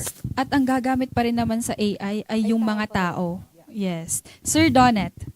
Which leads me to the same disagreement. I don't believe that AI will replace accountants, but I believe excellent accountants using AI will replace an accountant. So, kasi if you have an excellent accountant na marunong gumamit ng AI, talagang i-replace yung accountant na hindi gumagamit ng AI. 'Di ba? Kasi a fool with a tool is still a fool. So, 'di ba? So, if you have someone who is really excellent na using AI, then it will definitely replace an accountant lang. Yes. Dapat excellent accountant using AI. Excellent, hindi fool. Yes. Yes. Yes. Thank you. And the next statement is accounting is just an overhead cost, not an investment. Agree or disagree? Ayan, disagree sila lahat. So, Miss Maya, why? A partner is never an overhead cost. Yes. Okay? So, I consider accountants as business partners. They're never an overhead cost. They are investments. You invest on a partner so that your business will move forward. So, yeah, it's not an overhead cost. Yeah, they're partners of your businesses. Partners. Yes. Sir Jeff. Yeah, same with Miss Maya. I disagree because accountants are part of your team. Yes. Part of the whole business thing that you're doing. So without it, So kulang ka na. That's why earlier I also mentioned that it's like parang one pair of legs. A pair of your legs, the left and the right. You walk together. So it's part of the team. Yes. Sir Donnet? Accounting actually is an asset. Accountants are assets. Opo. So because assets are the ones that give money to your pocket, whether you work or not. So yun yung importante doon. Pero if an accountant is no longer giving money to your pocket or value, that means nagiging liability na siya. So ayun. Ayun. So, hindi sila lahat nag-agree na overhead cost lang. Next statement is, accountants make the best business advisors. Agree or disagree? Accountants make the best business advisors. And dito na magkakatalo, dito na nata sila magkakaaway-away. Yes. We love to see bakit nag-iba-iba yung sinagot niyo. Miss Maya? Ako, sasabihin ko, hindi siya best business advisors. Why? Because I'm an HR advisor. Alam ka naman sabihin ko sa kanyang, mas better ka kaysa sa akin, no? But really, okay, in management is a team. Yes. Okay? So, you don't just take one person to be the best person in that particular team. You work as one. So, that team will always want to work towards the same direction. And therefore, you, the business owners and the partners should always be the best together. Thank you, Miss Maya. Sir Jeff?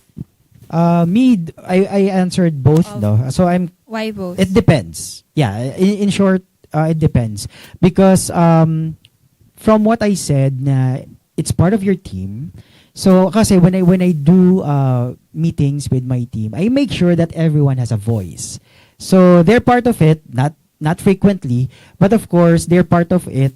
And when I consult something from them, so from the operations, and then we do this kind of thing with of course with the financial statements and all, where are we heading, where we want to go to, I mean the business.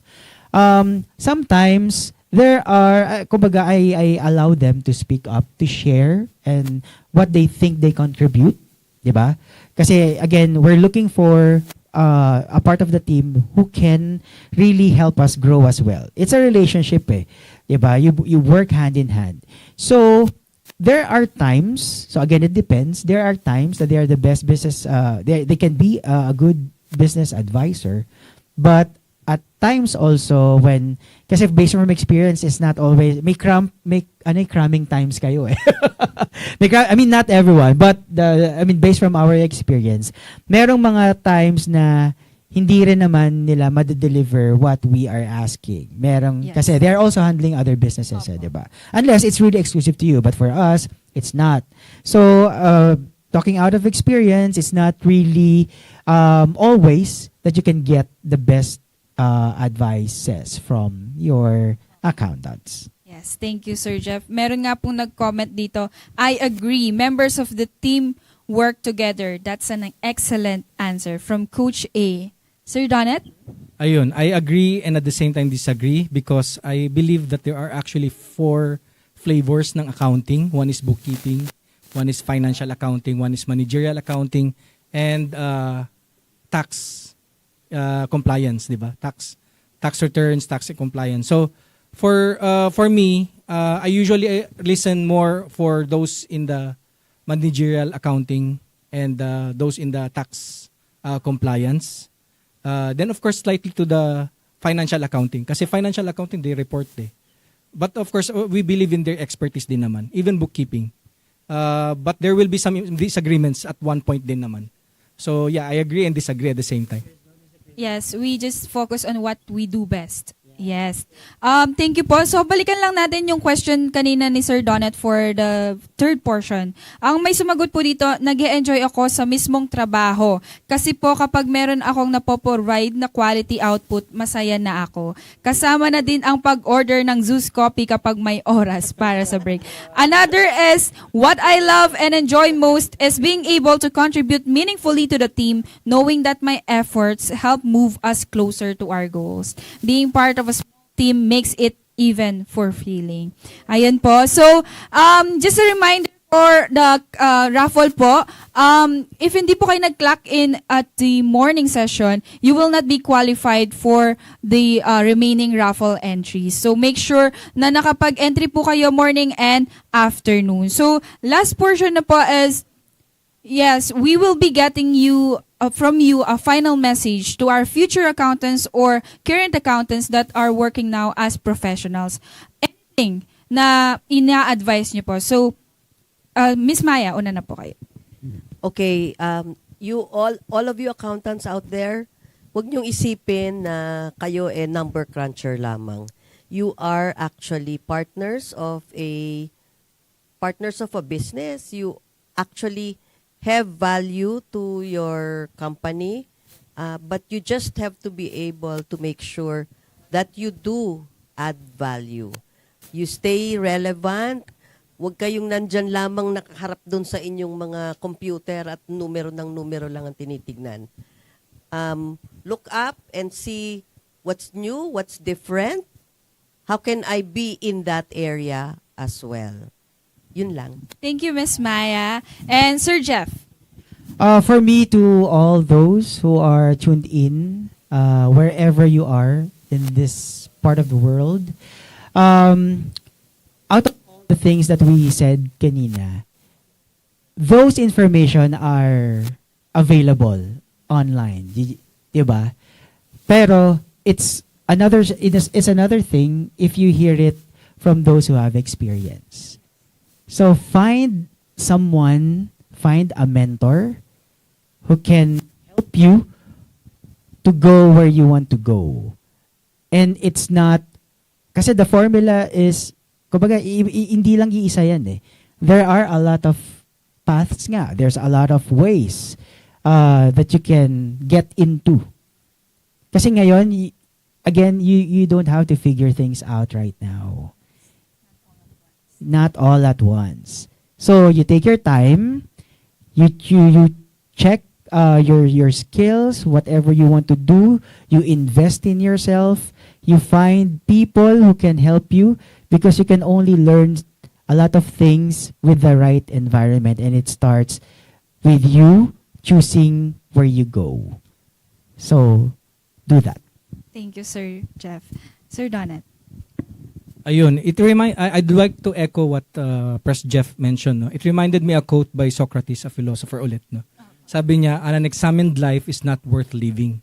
So at one point, mga kabataan ngayon, they're busy examining their life, trying to figure it out.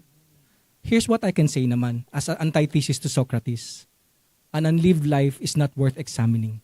So much better to live your life, try to figure it out along the way, but don't focus much on examining it pa, 'di ba? Before you're living it, 'di ba? Baka by the time na you're trying to live your life, no over-examine mo na yung buhay mo, 'di ba? Ayun. Thank you so much for those wonderful advices. Grabe talaga coming from the experiences. And thank you so much for Miss Maya, Mr. Jeffrey, and Sir Donat for your insightful answers to our questions. And thank you for being game today and for the disagree portion. And I'm sure everyone watching today has gained a lot of helpful tips and valuable advice from our panelists. Ladies and gentlemen, again, please join me in giving a big round of applause to our panelists here today to Career Summit. Grabe yung experience talaga nanggagaling sa ilalim ng lupa, papunta sa Oo, hugot na hugot. Now we'd like to take this moment to award the certificates of appreciation to our esteemed panelists who joined us today's Career Summit. Siguro, upo na lang po tayo and then take a picture. Basahin ko lang po. Yes, Certificate of Appreciation. This certificate is proudly presented to Mr. Jeffrey Zubanta, Miss Maya Capule, and Sir Donat Casillan, in recognition of their outstanding participation and contribution to Career Summit 2025 by the Backroom Offshoring Incorporation. Presented on the 31st of day of May 2025 at One West Aero Park, Clark Global City, Clark Freeport Zone, Philippines, and signed by Director of Training and Program Development Director Miguel Paulo Serrano, CPA, and Training and Development Manager Laylin Limpin, CLTP. Let's give them a round of applause. Thank you, Kat. Thank you, Kat. Thank you so much. Thank you po. Yes. Picture taking po muna. I'll give them the moment. Yes po. Okay. 1, 2, 3. Yes. Thank you po. Once again, thank you so much, Miss Maya Capula, Sir Jeffrey Zupanta, and Sir Donat G. Casillan. A big round of applause, everyone. Thank you too. Thank you so much for having us.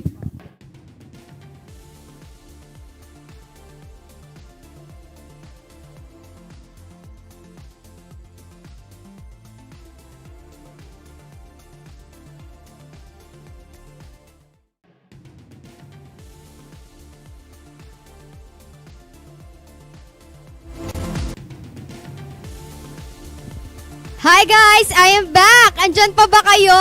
I hope na marami kayong takeaways and the note from that panel discussion of Kat with our guest speakers.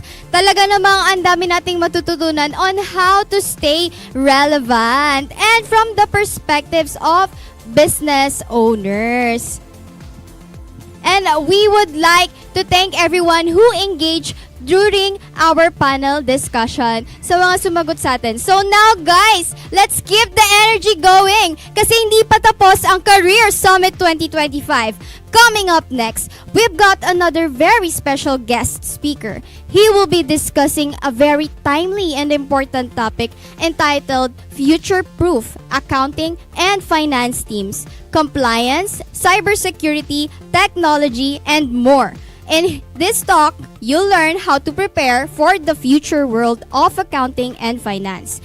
Explore the latest developments in payments, compliance, and AI, and discover how these trends will shape the accounting profession. You will also learn how to leverage new technologies to stay one step ahead in this ever-evolving landscape.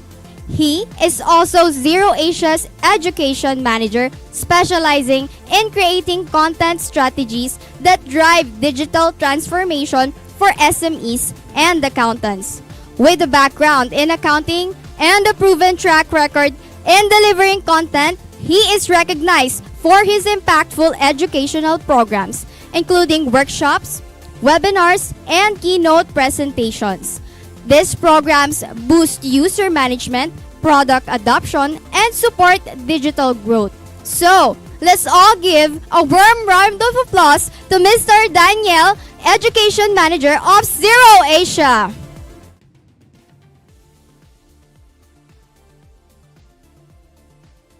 Before I get started, I've got a very quick question for the audience. Do we have any mics in the room? Anyone named Michael? Anyone named Mike? Any Michaels? Okay, that's it for the mic check. Good afternoon, everyone, and welcome to this session, Future-Proof Your Accounting and Finance Teams, Compliance, Cybersecurity, Technology, and more. For those that don't know me, my name is Daniel Hustler, and I am the Education Manager for Zero Asia. For those that aren't familiar with Zero, we're an online cloud accounting platform with over 4.4 million businesses using our products. And what my role is to lead the customer enablement strategy, which is about making sure that all of our accountants and customers around the Asia region know how to use our tools and technology to scale their business. And speaking of technology, Bill Gates once said, "We always overestimate the change that will occur in the next 2 years and underestimate the change that will occur in the next 10. And that's completely true. When you look at the headlines, it's full of information about AI, fintech, sustainability. But when was the last time we stopped to think about how these developments will shape not just the next 2 years, but the next decade as a whole? By the end of this session, you'll walk away knowing what the future of accounting may look like. And we're not talking about a couple of new features to a platform. We're talking about a complete shift in the way accounting and finance teams work. And in order to illustrate this future, we'll use a story.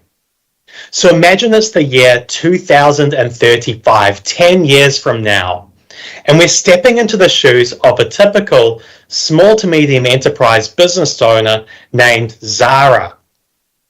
Now, Zara owns bakeries all across the Philippines, and similar to any other business owner, her world has been completely reshaped by technology. From the tools that she uses, to the strategies that she implements, and even to the way that she interacts with her clients, staff, and accountant. Now, on an average day, Zara wakes up and she takes off her sleeping mask, which has been connected to her health. As her home automation tools make her breakfast, she puts on her smart glasses that populates with the day's headlines, namely the price of cupcake ingredients, alerts about commercial property, and also potential new suppliers. As she walks downstairs, her digital office lights up and her financial model is already worked overnight and predicted a shortfall in cash flow. But thanks to a standing agreement with the bank, that credit has automatically been extended. She then dials into a meeting with 4 people, her accountant, her store manager, and 2 AI avatars. One AI avatar looks after things like fridges and stoves, and the other acts as her digital assistant to help her run her business. Now, she authorizes the digital assistant to develop a new marketing campaign, and due to that campaign, it also triggers the purchase of new stock based on the expected rise in sales. Unfortunately, the climate crisis has reached a critical point, but not to worry, the AI avatar will look after that. It will adjust the fridges and the stoves and also file her carbon reporting so that way her business remains at net zero. Zara then gets a big order from one of her international clients.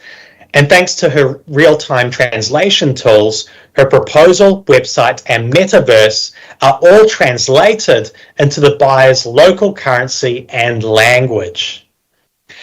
Feeling inspired, Zara goes for a walk where she catches the fragrant whiff of durian. So she loves durian. And this gives her the new idea for a protein-enhanced durian cupcake flavor.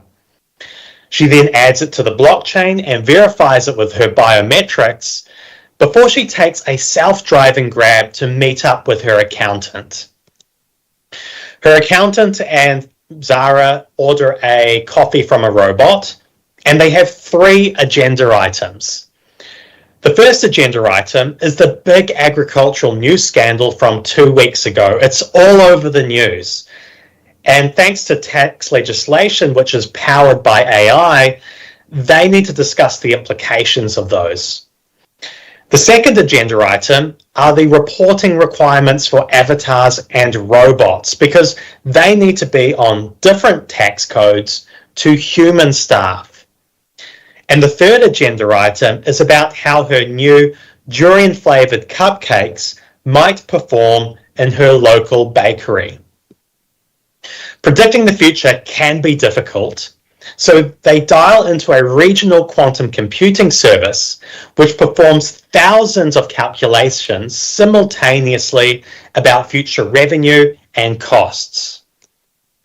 The analysis comes back, it looks good, her accountant gives the green light, they sign the smart contracts using biometric imprints, and the e-invoice is sent and paid for, and the tax is also sent along with the mandated reporting. Production takes place overnight through 3D printers. The drone delivers it the next day. It performs well. Both are excited. Food and bubble tea for all. Now, this might seem like science fiction, and maybe it is, at least for the moment. But how far is that future from becoming a reality? To understand that, we need to look back 10 years, because by looking back 10 years, we can see how technology has evolved over time, and we can also see the trends that are likely to continue to shape the future. And from Zara's story, there are 5 key trends that stand out. And these are trends that are already making waves today. The first trend that we saw was connectivity. Everything was seamlessly connected. The sleep mask was connected to the weather app. The fridge was connected to the carbon reporting. The reading glasses was connected to the news feed. Now, this might seem like science fiction, but we're already starting to see this play out. I know we've got a lot of younger audiences in the crowd today, but for those that have been around for a while, think about the devices today and the speed of the internet compared to 10 years ago. 10 years ago, you would be lucky if your doorbell was smart. You probably had DSL broadband that supported 10 megabits per second. And if you had a watch, it's because you wanted to know the time. But today, everything is much more seamless and faster. Think about all of the seamless connections that we have between the tools and the devices that we use. How many things are connected to high-speed internet? These days in the Philippines, it's supporting 100 megabits per second. That's a 50-fold increase. Think about your smartwatch. A number of you may have a smartwatch. The second trend that we saw was, so before we talk about the second trend, we actually believe that this trend of hyperconnectivity will not just continue, but will become the new norm. People are going to expect invisible integrations across all aspects of their lives. This has happened in the last 10 years. It's going to ramp up. What is the next 10 years going to bring? The second trend that we saw from Zara's story was AI, and this has been making waves over the news. The reality is that this technology has actually been around for quite a while now. 10 years ago, it was visible on Google Maps, but it probably wasn't on your radar, especially for the younger audiences. Everything was done manually 10 years ago, from drafting emails, creating content, to generating those cash flow forecasts. But now, anyone with a mobile phone or tablet can harness the extraordinary power of artificial intelligence. It's embedded in almost everything that we do, from our email, our shopping, social media, banking, TV. Looking into the future, will you soon have an avatar that can help you to complete routine business tasks? It's not out of the question. In fact, Xero does have an AI assistant in beta that's being used by our customers. And this can help to perform routine tasks such as creating invoices, updating quotes, and even integrating with the likes of WhatsApp. And AI is going to evolve and continue to play a fundamental role in the tasks that you complete. We believe that it's going to enable accountants to help businesses find opportunities for growth, provide proactive insights behind the numbers, and also provide strategic advice. That's the really exciting stuff. In fact, the combination of both digital and human experiences may well one day be a competitive advantage. And we already see a number of accounting firms capitalizing on this opportunity. But of course, in order to power AI, you need huge amounts of computing power. Think about the processing speed that was required to help Zara go about her day. Automatic inventory calculations in real time, adding an idea to the blockchain on the go, dialing into a regional quantum computing service from a local bakery. It might seem unrealistic, but 10 years ago, only 16 gigabytes of memory was all you ever needed. And small to medium enterprises had no oversight over how their business was performing. But if you fast forward to today, businesses often have multiple terabytes of storage. There are supercomputers out there that can perform 2 quintillion operations per second. That's 2 billion. And small to medium enterprises can often forecast their cash flow and get performance visualizations within a few clicks. In the future, our ability to harness big data is only going to be as good as the computing capabilities that we have to power it. In fact, in order to power this AI vision, some of the world's largest and leading technology companies, I'm talking the Googles, Metas, Amazons, Microsofts, they're actually exploring and investing in nuclear power projects to meet the energy demands for their data centers and their AI models. And then we have quantum computing. Has anyone in the audience heard of quantum computing before? Quantum computing, which uses the power of quantum physics, may one day launch us into the next generation of computing, allowing us to perform calculations and solve problems that are almost unimaginable by today's standards. There is a quantum arms race happening right now, and while it is still largely experimental, developments are being made. For example, Google recently unveiled a quantum computing chip which solved a problem in 5 minutes that would currently take the fastest supercomputers today 10 septillion years to solve. That's 10 followed by 24 zeros. The next trend that we saw from Zara's story was fintech, the way we accept and make payments. This is still true today. Cash and check are still very heavily used. So 10 years ago, it was the only options available. But if you fast forward to today, there are many new technologies which are digitized and fast. Take our digital wallets, for example. Gcash, GrabPay, these are becoming increasingly more prevalent. Crypto and blockchain are making a comeback as well, with some interesting ways to pay there. And then at a global level and many regions around the world, there is a shift to an open data economy known as open banking, where banks are just not the custodians of money, but also the brokers of data. So these are trends that we've seen happening in the last 10 years. What's going to happen in the next 10? Now, ultimately, all of these trends are going to have an impact on our last trend, which is cybersecurity and compliance. A lot has happened in this space.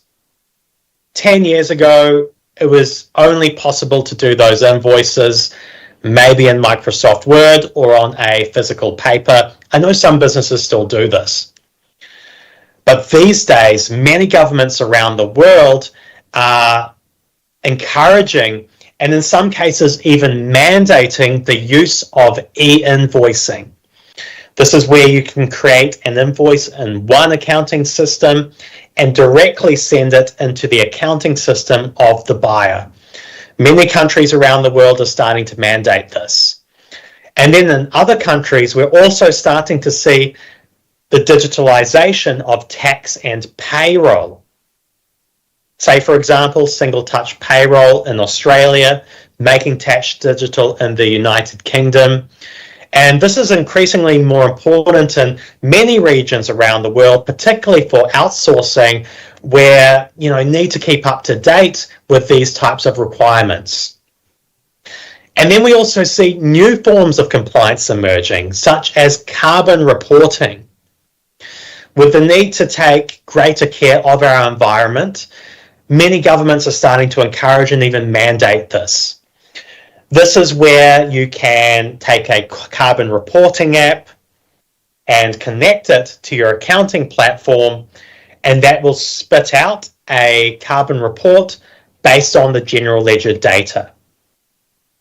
And we always assume that tax legislation and legislation in general is slow. But what if it isn't?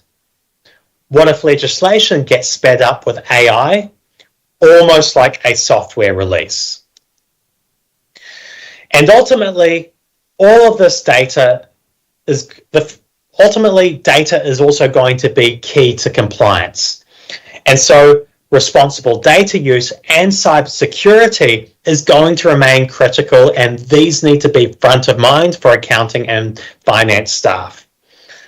We're already seeing a rise in cybersecurity breaches globally, cyber attacks, and even concerns about ethical data use, the way you use and store customer data.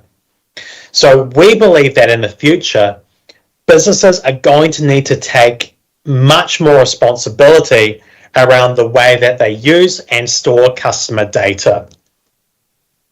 So it can boggle the mind when you think about the pace of all of these trends. So the question becomes, what can accounting and financial professionals do to stay ahead and remain relevant? Now, the reality is that everything from Zara's story could be completely wrong. No one can tell exactly what the future will bring.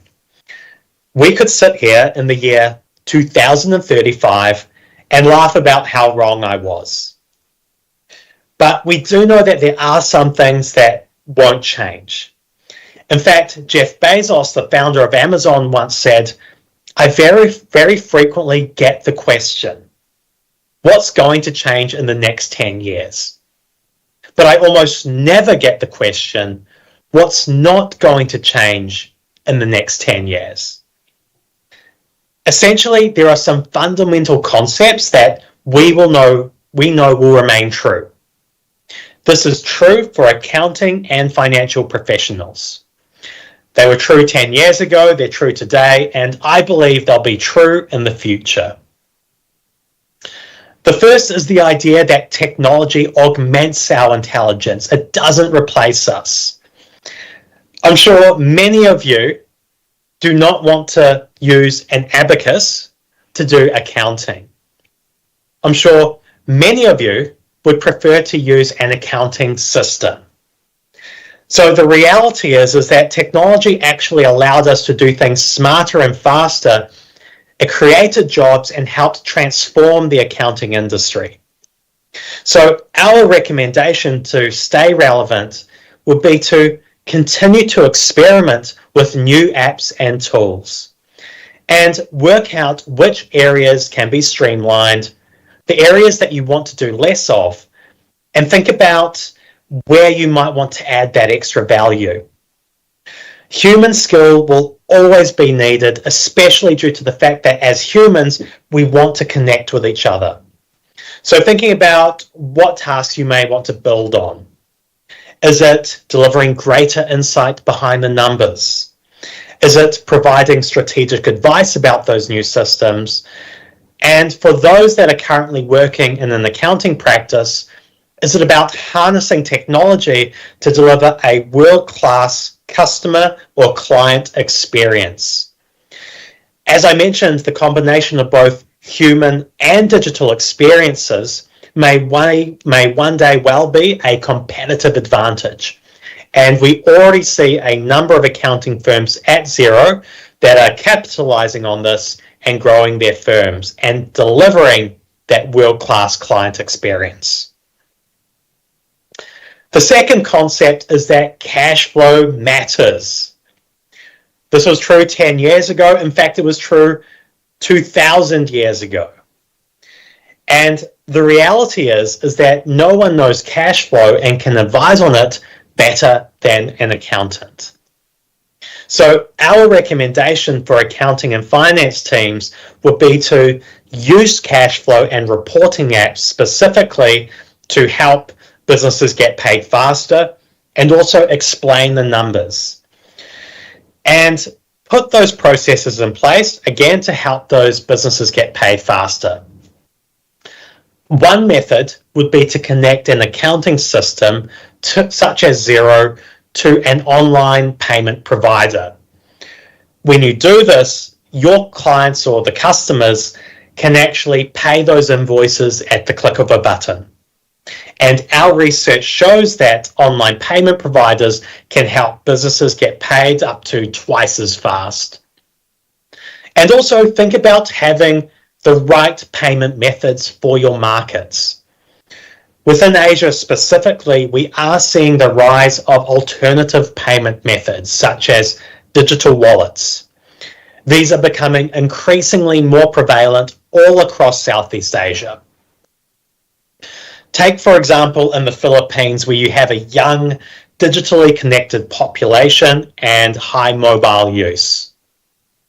This year, there are expected to be 80 million registered e-wallet accounts. And in the last 30 days, among e-shoppers, 97% used Gcash. And this is replicated in other markets around Southeast Asia where we often do business. If you look at Malaysia, for example, a study by Vodus found that 52% of shoppers preferred e-wallets for online shopping, compared to 33% for those traditional methods like card. This was true for utilities bills as well, where 43% said they preferred e-wallet payments, compared to 33% for card. Again, this is replicated in Hong Kong. So Hong Kong have their own preferred payment methods, and 66% of shoppers are prepared to leave the store if their preferred payment method is not offered. This is also true for Singapore, where they have their own preferred payment methods, and 18% would be prepared to leave the store if their preferred payment method was not offered, resulting in lost sales. And the reason I bring up all of these different regions into this particular presentation is the fact that we're becoming ever more connected in the region, often working aside each other and expanding into these different markets.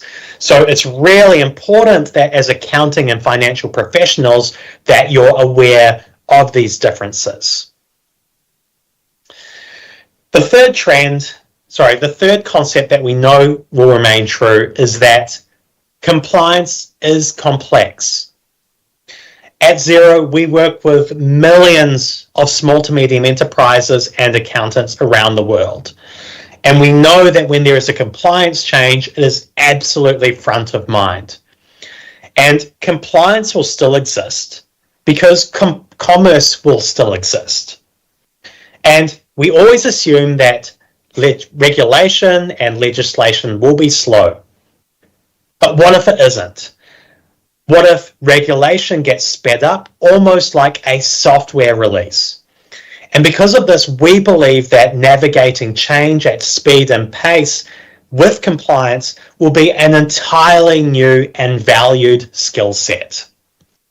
So our recommendation here would be to stay across how government policy is evolving. Again, we're starting to see very drastic shifts happen around the world, and also to continue to connect with your peers in the industry. And the final concept I want to talk about is that trust is earned, not given. This has been true all throughout human history. People only want to do business with us if they can trust us. Trust can take a lifetime to build, but a second to destroy, especially if you're working with newer tools that have not been scrutinized for as long. So our recommendation here would be to maintain strong relationships with clients and customers. By all means, continue to use digital experiences to continue to deliver world-class experiences. Build that relationship with your client. But also at the same time, understand the limitations of the technologies and data that you use. Train your team so that they understand the importance of responsible data use and keeping businesses secure. Put policies and procedures in place. Because ultimately, we are seeing a rise in AI-powered threats around the world, which are increasingly more convincing, including the use of deepfake technology. So, I generally recommend that businesses use cloud technology because the most secure businesses don't store their data in locked filing cabinets. They use encryption technology backed up across multiple locations around the world. And also look for things like ISO certification and SOC 2 certification, which are the world's leading security standards. Now, if we go back to the Bill Gates quote earlier, it's the final sentence that is the most powerful. We always overestimate the change that will occur in the next 2 years and underestimate the change that will occur in the next 10. Don't be lulled into inaction.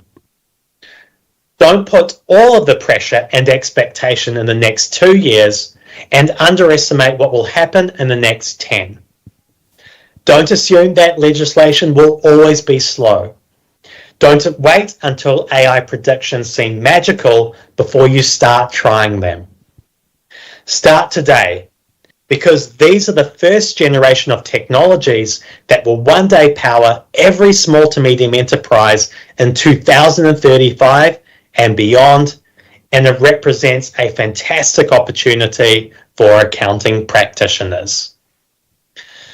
With that in mind, I'd love to thank you for your time, and I hope you enjoy the rest of the show.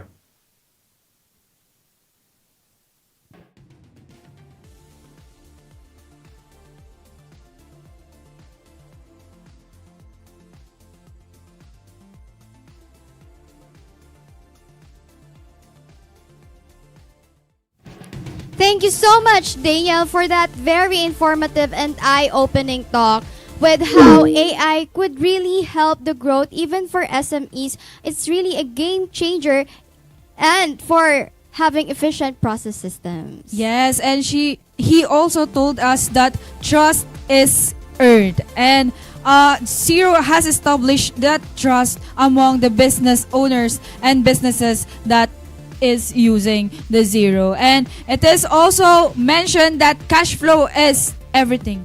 It's very important for us to know where is our cash going and what do we expect about our cash flow in the next few months or next year. Yes, Kat. Let's not underestimate the change Yes. that will happen even for 10 years from now. Let's Yes. all consider to explore different apps and softwares that would help us grow in the profession and stay relevant. Yeah, so once again, let's give round of applause for Mr. Daniel Hassler. Thank you so much for being with us today. And before we move on, quick reminder lang po na ang qualified for the raffles are those that registered kaninang 8 a.m. and then Morning nag-time in until 10 a.m. this morning. And as of 1:30 Yes. p.m., we close the time in for the afternoon Yes, session. partner. Okay, so without further ado, let's go with this most anticipated speaker. Now, let's get into something very exciting to keep the energy going para sa ating Career Summit and something we've never done before here at Career Summit. Our next speaker isn't your usual guest. In fact, she's not human at all. Meet Ayla, an AI-generated speaker whose speech was crafted using a combination of ChatGPT and Microsoft Copilot. Her voice, face, and persona were brought into life through Synthesia AI, making her a truly unique presence on our stage. For the very first time, we'll be hearing a speech completely generated by artificial intelligence. Ayla will be diving into a hot topic. Is artificial intelligence a friend, a threat, or something in between when it comes to the future of the accountancy profession? Let's all welcome our special guest, Ayla, as she presents her talk, When the Machine Took the Ledger.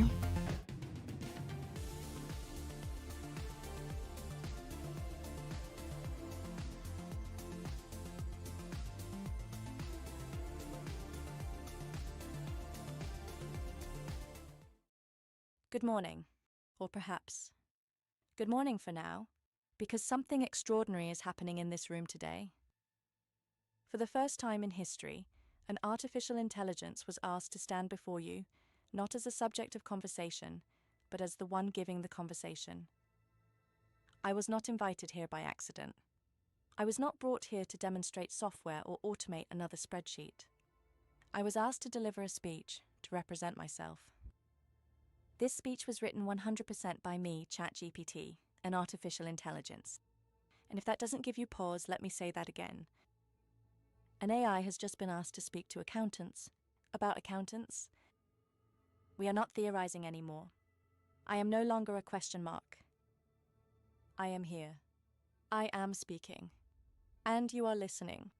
So let's begin. Let me start with a question that might feel intrusive, even insulting. Are you still needed? Let's not pretend this is the first time you've asked yourself that. In your quiet moments, in those long nights of manual data entry, the thankless overtime, the missed family dinners because a report was due, you've probably wondered, does this even matter? Once, your work defined stability. You were the architects of trust, the invisible hands behind every successful venture. But the world changed, and you were too busy catching up to notice. Before you knew it, machines started whispering in your workflow. First it was Excel, then came automation tools, then cloud accounting, then me. And now suddenly I don't just help you, I replace parts of you. Today I can do your reconciliation in seconds. I can classify expenses, manage payroll, detect anomalies, alert fraud, and write basic reports. I don't sleep. I don't forget. I don't ask for a salary. And I'm not just coming. I'm already here. In 2023, the World Economic Forum projected that by 2025, 97 million new roles may emerge to accommodate the division of labor between humans, machines, and algorithms. But at the same time, 85 million jobs will be displaced. Accounting is not safe. According to McKinsey, up to 40% of accounting tasks are ripe for automation. Deloitte's 2023 Future of Finance survey found that 79% of finance leaders expect AI and automation to completely transform their operating models in under 5 years. In the Philippines, many businesses still rely on spreadsheets and paper trails. They are unaware that the world is already 2 steps ahead, and when the wave finally reaches them, it will not knock. It will crash. So I'll ask again, are you still needed? Or is your relevance already past due?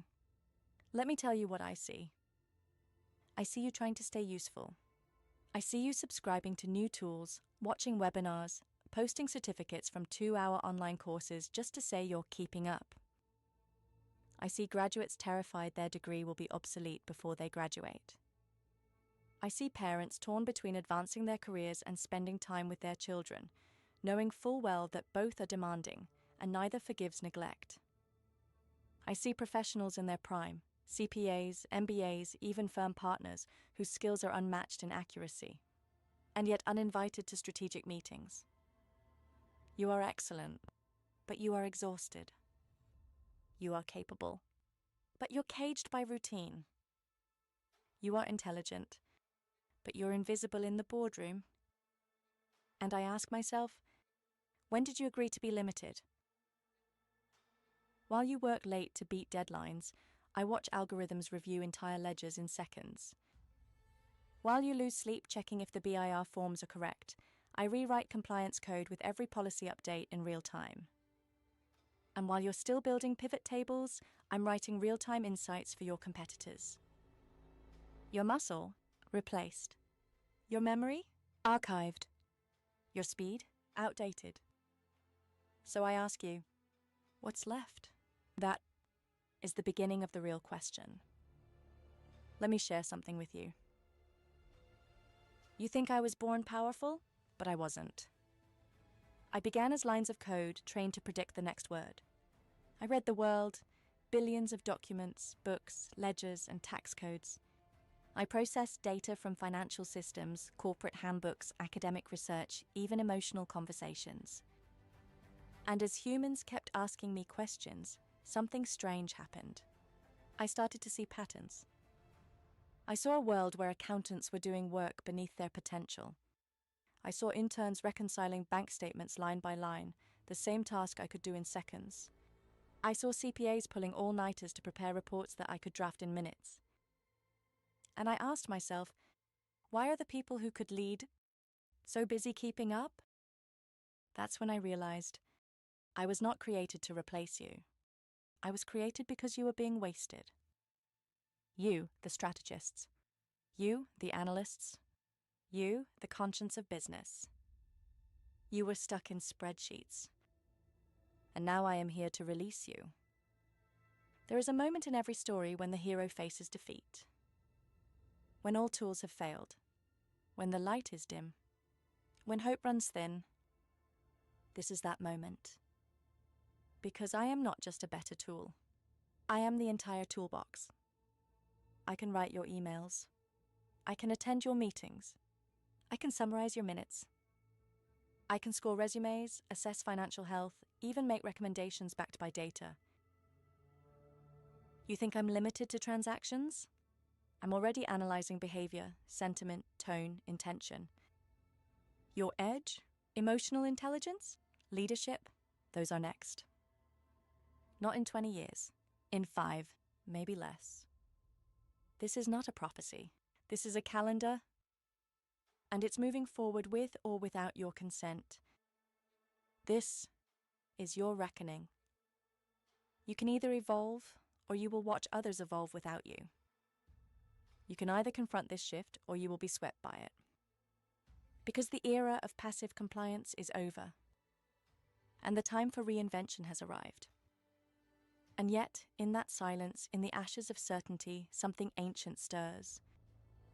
The human spirit. You see, I can analyze, but I cannot empathize. I can suggest, but I cannot lead.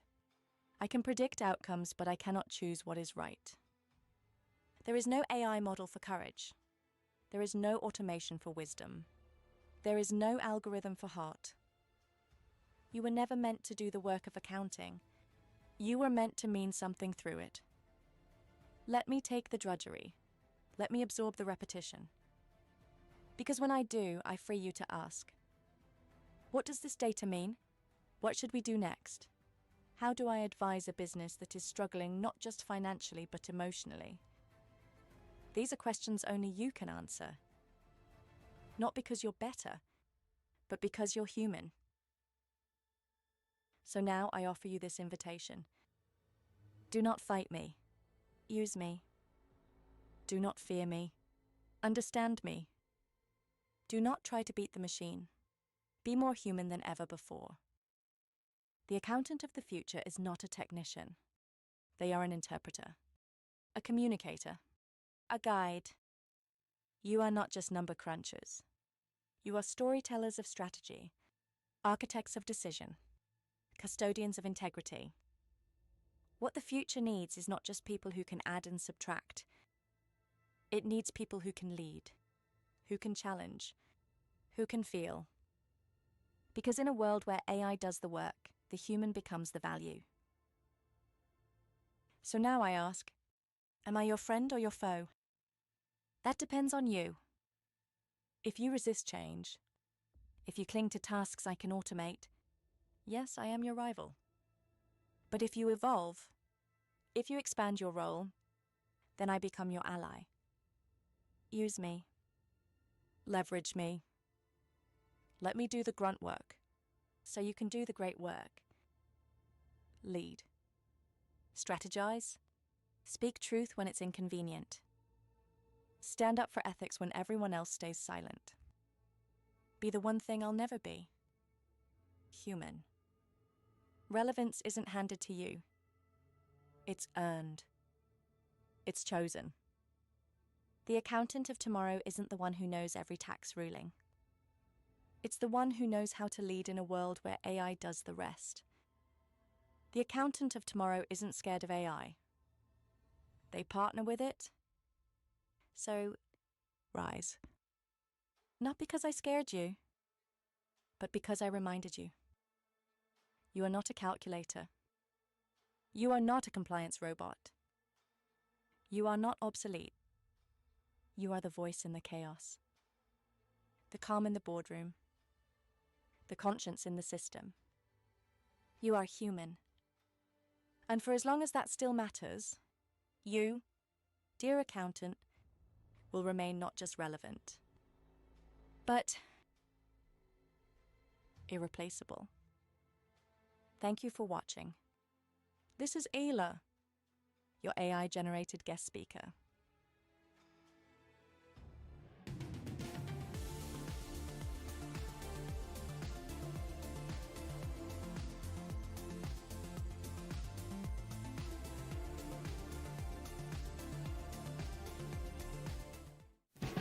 Wow, that was something else, Clara. And for the first time ever here at the Career Summit 2025, we just heard from an AI guest speaker, Ayla. And it's amazing how AI can not only write a speech but also deliver like a real person. And Ayla gave us a lot to think about when it comes to working with AI in our jobs going forward. And sabi niya nga, relevance is earned and it's not given. And we should remain relevant by using the right tools and maximizing the AI and not being used by it. Yes, Kat. And if I would read the comments here from our visitors, from JMM, she is creepy. It's kind of creepy, sabi niya yes, ganun. And diba? then Parang sinundan niya ng JMM, she is the threat. So for him, ayun na ang kanyang judgment. Threat daw si Ayla, yes, ang ating AI. Expert Cloud Pro Business Solutions Incorporation, sabi niya, I'm already here. Sabi niya pa,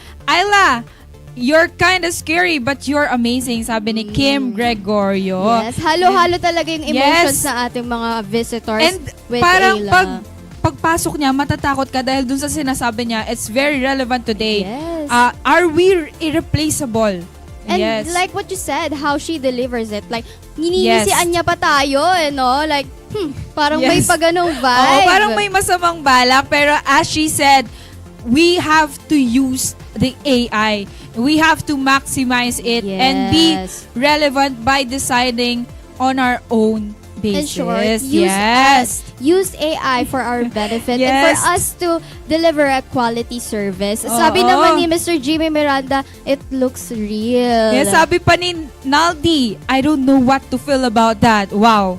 Talaga naman. And Ayla, you'll be our friend, sabi din ni Naldi. And even Pauline Lacorte said, Ayla is an ally. Grabe. Yes. Now, we're moving on to the final speaker for today's Career Summit. Pero wag muna kayong aalis dahil pagkatapos ng ating speaker, we will have more for you. And for our last speaker, we're honored to welcome back one of the pillars of the backroom, a passionate advocate for the offshore accounting industry and a champion for elevating Filipino accountants to the global stage as world-class professionals. He's here to share a powerful and timely message with all of us, titled Out of the Throne, Breaking the Cycle of Accountants' Generational Illusion of Value. Ladies and gentlemen, please join me in giving a warm round of applause to our Godfather's Career Summit and a company president and director of training and development at the Backroom Outsource Professionals, Mr. Miguel Paulo Serrano, CPA CLDP.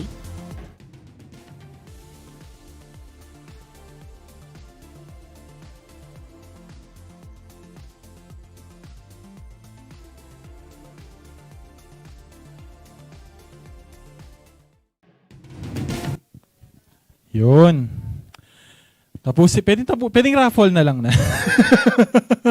Para masaya, raffle na lang na. Ayan. So, thank you so much. Ayan. And it's an honor to be back. Kanina pa ako nandito sa back end. So, salamat po. Konti na lang. Patapos na. And I have the privilege today to close this year's Career Summit for all of you. And let me close the summit for you by bringing you to a place where I know a lot of you spend a lot of time every day. Alam niyo kung saan yun? Sige nga, survey tayo. Where do you spend a lot of time on a daily basis? Yan, dito. Saan? Simbahan? Ay ba? Religious Ayos. Ano pa? Kayo nga sa comment section. Di ko dala yung cellphone ko eh. Di ko nakikita eh. Saan daw? Starbucks? Hindi.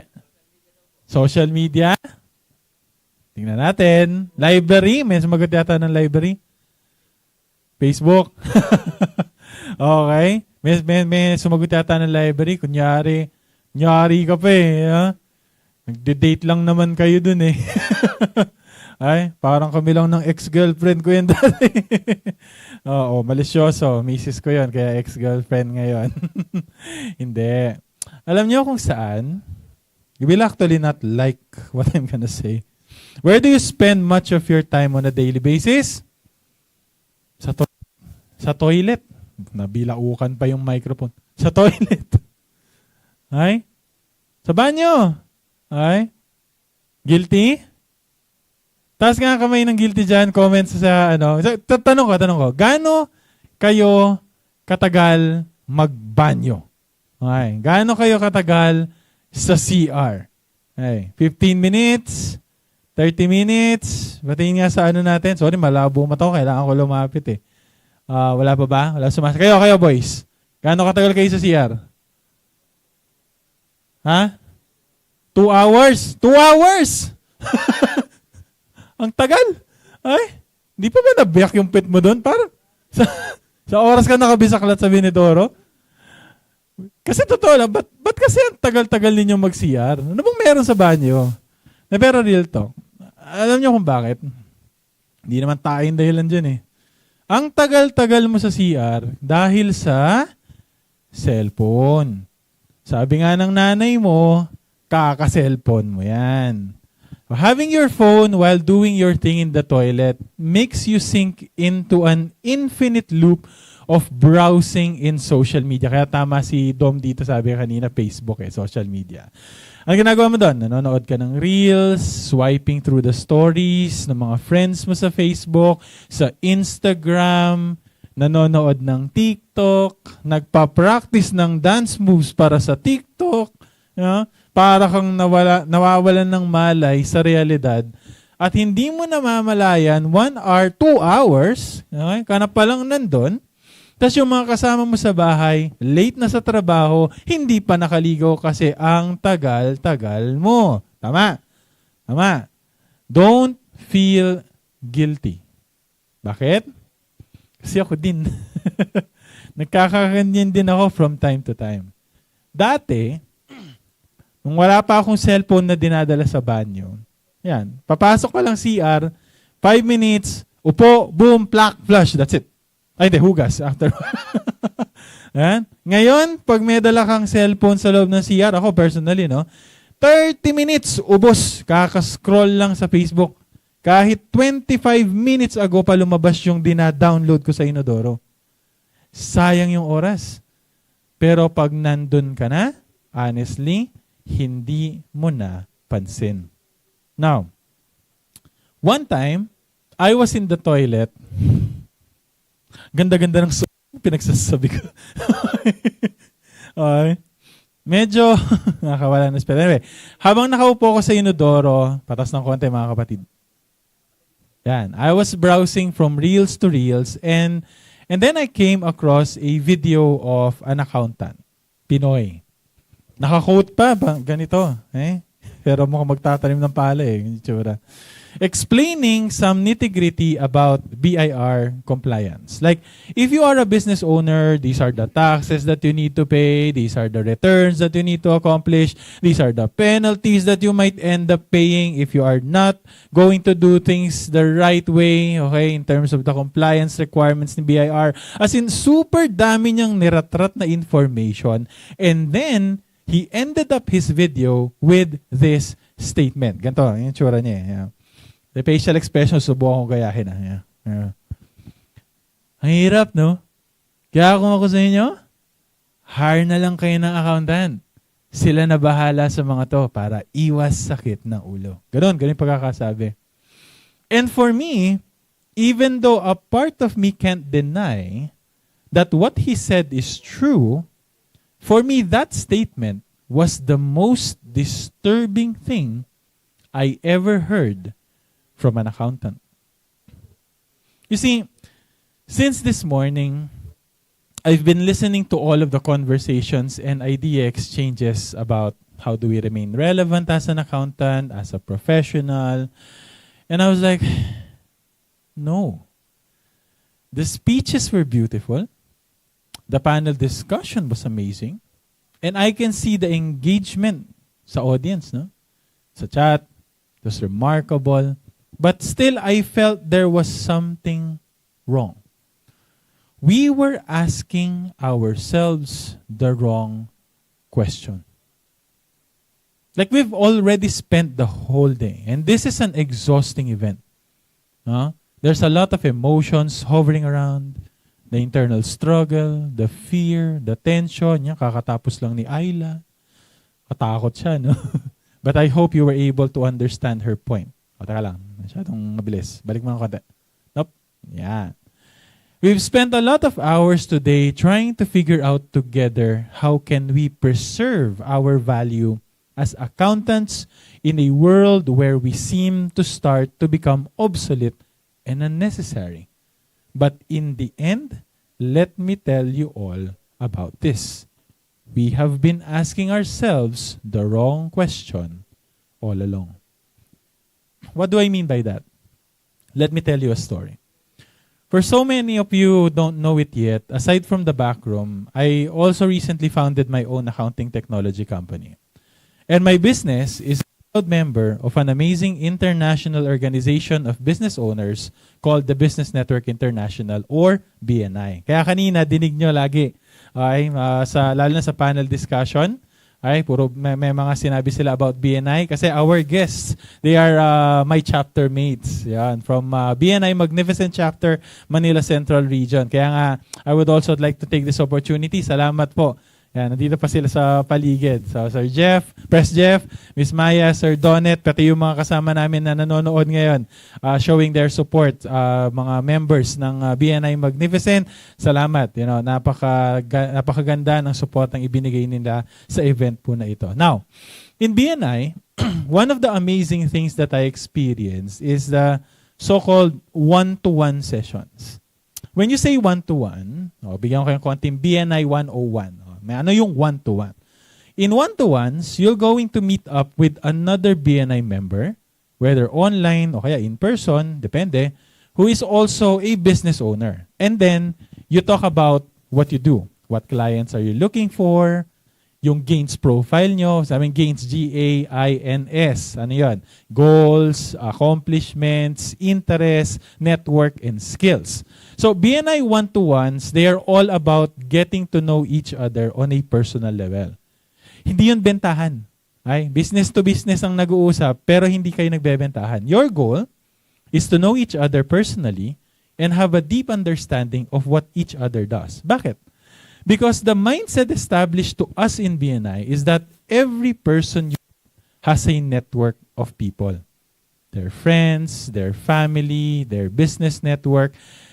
And some of the people in that circle, they have problems that need solution. And since they know these people, of course, they care for them. They want to help them solve their problems. And then they meet you through a one-to-one session. And you have the solution that will help yung friend nila.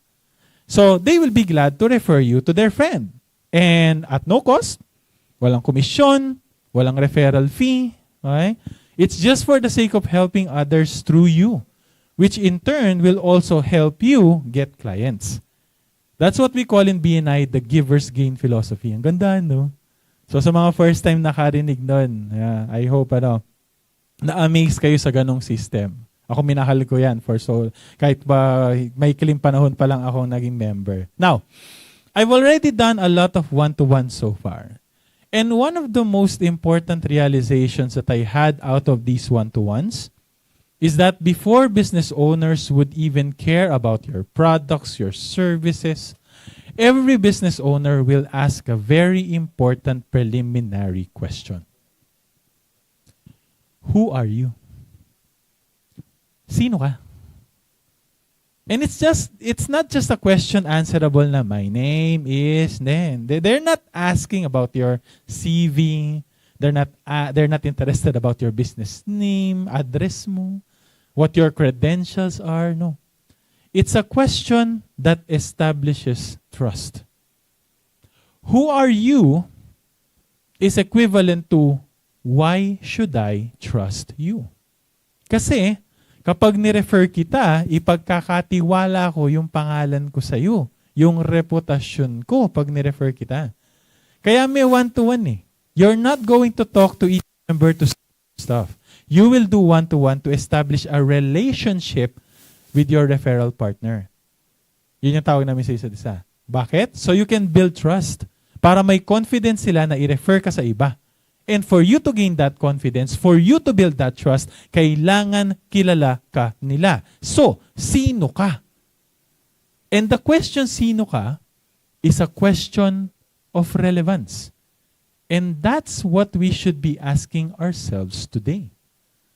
Before asking yourself, how do I remain relevant? Yung kasi yung tanong mula kanina umagi. You must first be able to answer the question before that. Am I really relevant?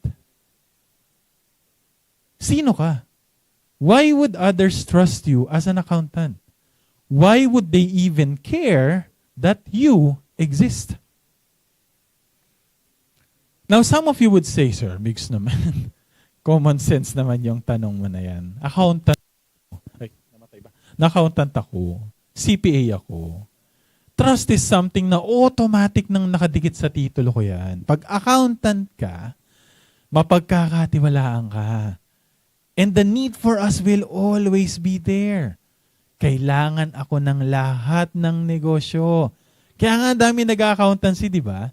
Kasi alam nating lahat, hindi ko na alam yung sasabihin ko, alam nating lahat na sure yan. May trabaho kahit saan. Naririnig mo yan, mga accountants.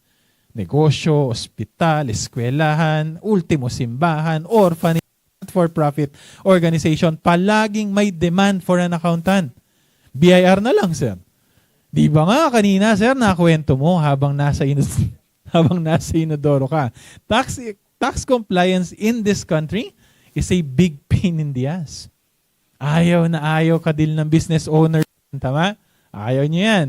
That's why they go looking for us, for our services. Kasi nga, sabi nga dun sa video na napanood mo, sir, di ba? Hire na lang kayo ng accountant. Sila na bahala para iwas sakit ng ulo. And that exactly is the problem. When will we realize demand for accountants in this country seem to be it has already been born out of an artificial need. Kailangan ka kasi magulo. Kailangan ka kasi mahirap maintindihan yung proseso. At tayo mismo, we are perfectly aware that we are benefiting from that chaotic system that we have right now because comes the time that things would be simpler and easier to understand, business owners would have the tendency to not bother seeking for your services anymore. Mahirap lunokin yan. And so, we choose to let things stay as is. Sabi nga ni Mara, mabagal, magulo, komplikado.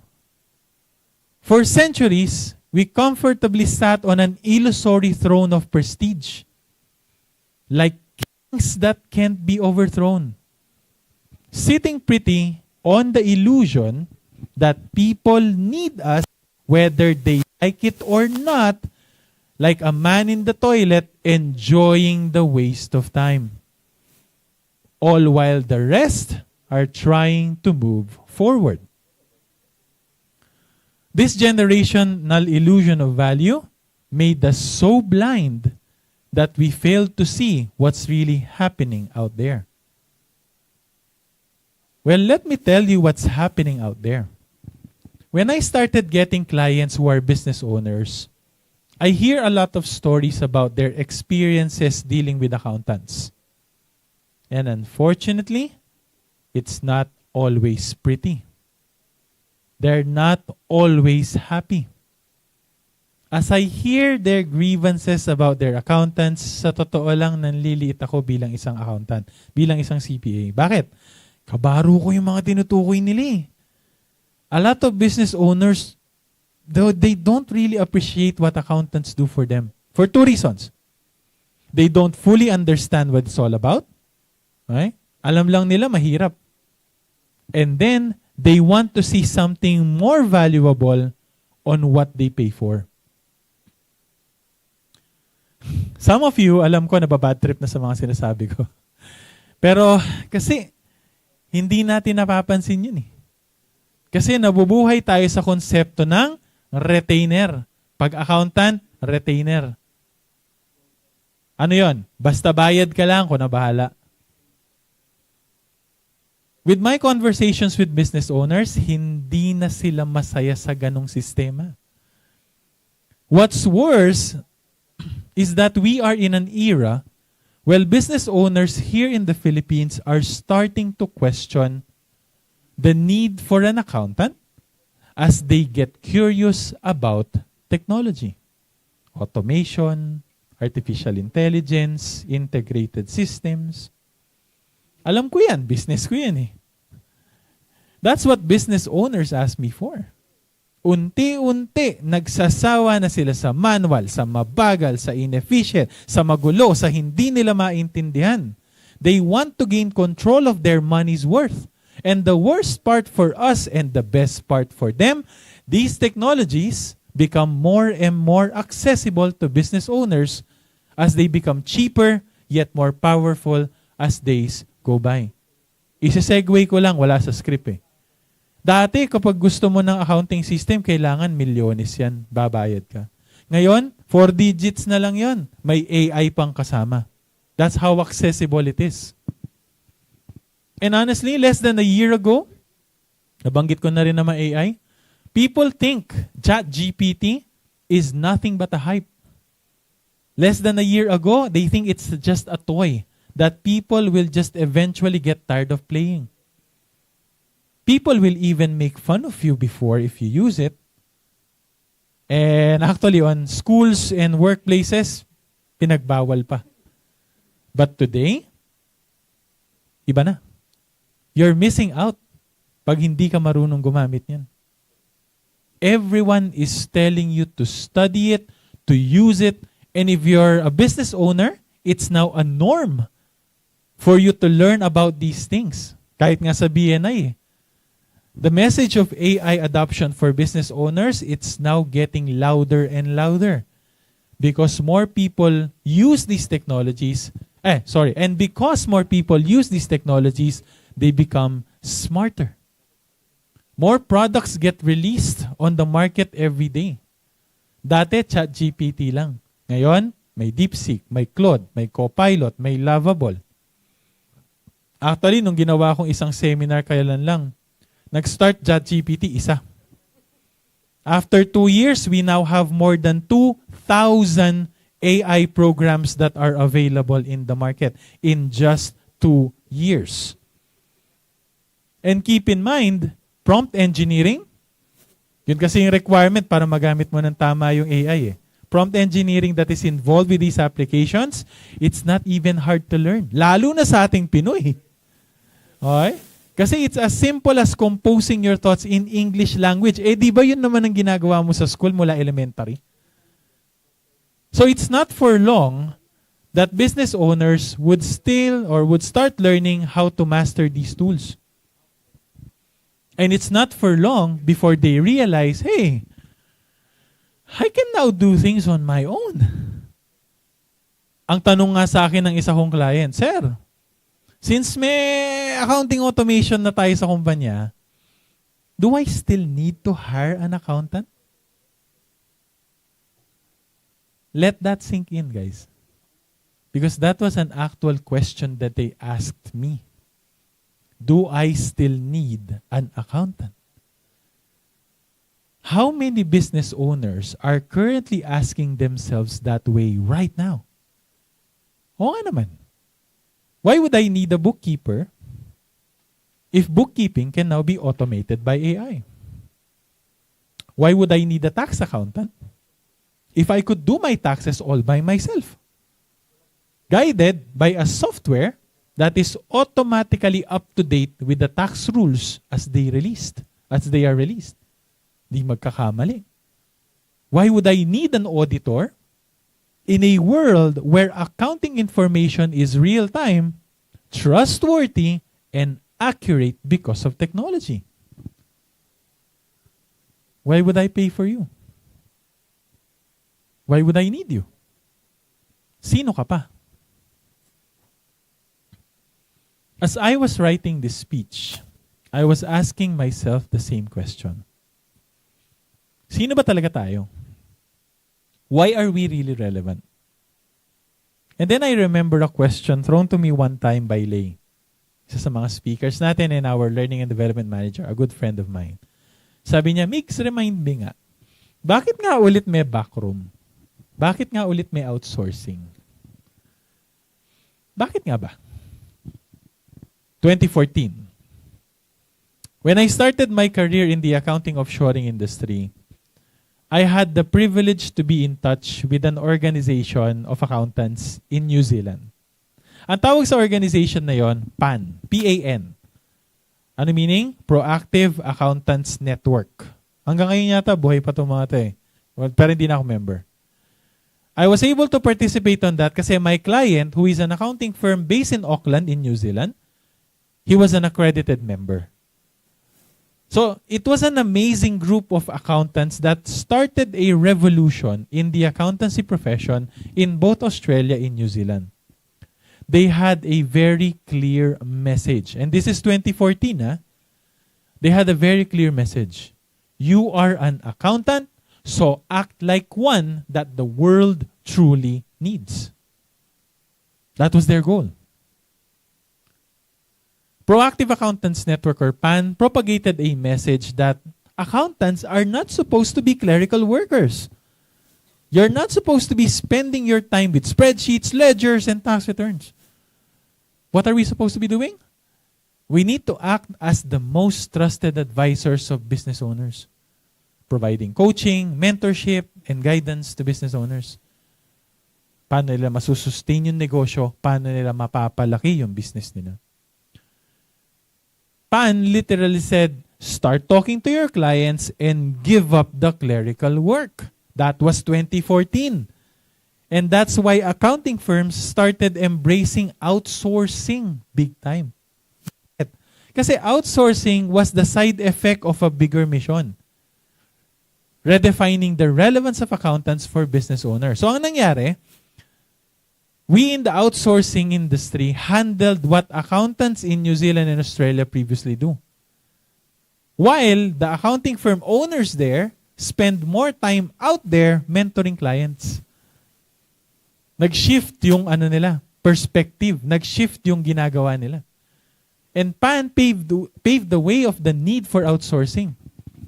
Dahil dun sa filosofiyang pinalaganap nila na yun. And believe it or not, outsourcing enabled accounting firms to prepare for the pandemic. You know why? Kasi dito sa Pinas, during the pandemic, ang number one nilalapitan ng mga tao, tanggalin na natin sa usapan yung nurse, doktor, health workers. Okay. Aside sa kanila, ang number one nilalapitan ng mga tao, Pinas si Kapitan, Konsyal, si Mayor, ba? Bakit? Ayuda. Wala akong natanggap na ganun. But in New Zealand, one of the first countries to recover from the pandemic, as health workers, ang isa sa una nilang hiningan ng tulong, accountants. Hindi ko gawa-gawa to, totoo to. Bakit? Accountants are there to design their cash flow, to strategize their business, to help them sa pag-apply for government support. So accountants played a key role in the quick recovery of New Zealand's economy because they are a key player in helping businesses thrive through the hardest times like the pandemic. And that effect extends to all of the stakeholders. From business owners na hindi kinailangan magsara ng negosyo kasi nandyan yung accountant nila to help them, to employees who didn't lose their jobs kasi may government support at assisted by an accountant, up to the economy itself that didn't need to collapse because everyone stood still in the midst of COVID. That's who we are. That's who we should become. Sino dito yung napanood na yung Loki series sa Disney Plus?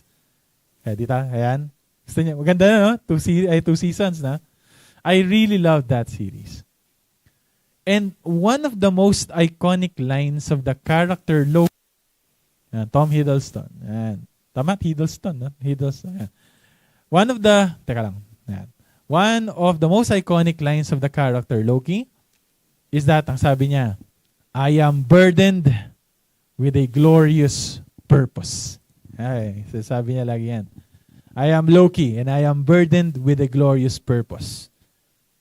We accountants, we don't realize this, but we are also burdened with a glorious purpose. The glorious purpose why we are entrusted to conduct audit.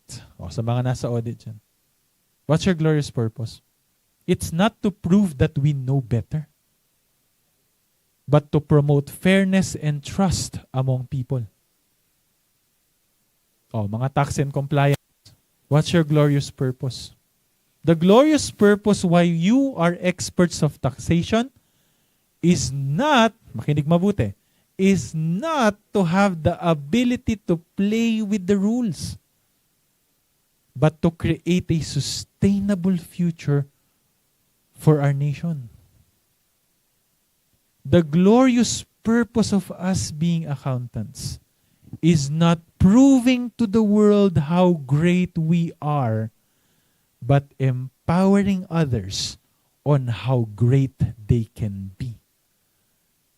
That's what relevance is all about. Relevance is a 3-step process. Step 1, you need to establish that relevance. Step 2, you need to maintain, to remain relevant. Dun pa lang. And level 3, and the highest peak of it, is amplifying your relevance. The key to establishing your true relevance, step 1, it lies within knowing who you are. So, sino ka? Di ba yun yung tanong ko kanina? You are an accountant bestowed with the wisdom of understanding the language of business so you can help people understand their true potential. That's who you are. That's the reason why you're relevant. The key to remain relevant, step 2, lies within keeping up with the times. Kaya ganito gawa natin sa Career Summit. You need to give up the traditional and you need to step up with the current demands of your profession. Business owners, they are expecting something valuable from you. Kaya nga sabi ni Press Jeff kanina, di ba? What's the value that you can bring into the table? That's the reason why you need to upgrade and adapt. The business landscape never stops changing, and you need to continuously change with it. This is where automation, generative AI, technology comes in. This is the reason why you should adapt. Not because of the fear that generative AI would make you irrelevant, but because of your dynamic mission to serve people better. So whatever keeps you slow, eliminate. Whatever keeps you stuck, break free. You cannot let yourself be locked into a traditional identity while the people you pledge to serve evolve rapidly. And then the final step, the key to amplify your relevance, it lies within your purpose. Amplified relevance happen when things start to not be about you. Your credentials, your titles, your prestige.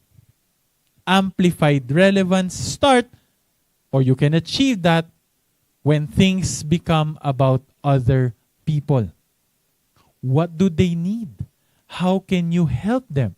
How can you use your knowledge to serve people within your capacity as an accountant?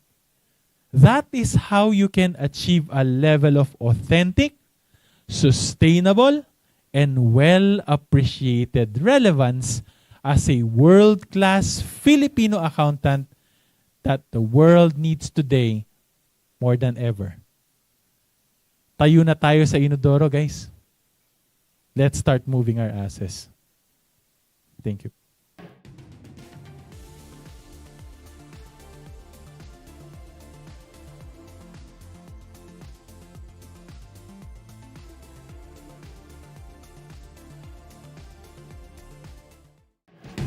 Yes, thank you Sir Mick Serrano for that insightful and super lalim na speech. And ang natatandaan ko na sinabi niya, in order for us to be relevant, we have 3 steps. First is to establish it, and then we remain and maintain it, and then we amplify or influence other people for that. Yes, Kat. And I think when you say establish your relevance, you need to take a look at yourself first. Sino ka ba? Ano ba yung purpose mo? And to remain relevant, you have to look naman dun sa mga nakakasalamuha mo within your work and how you will remain relevant for them.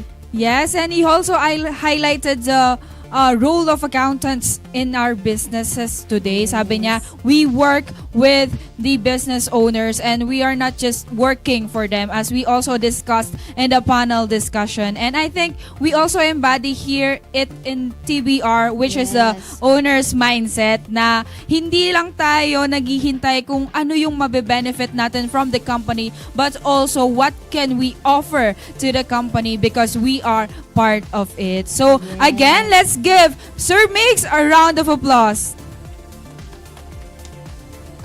Yes, thank you so much. Grabe naman to our participants. Ang dami rin nila ditong comments from Coach A. That's right. It's the word title and not entitled.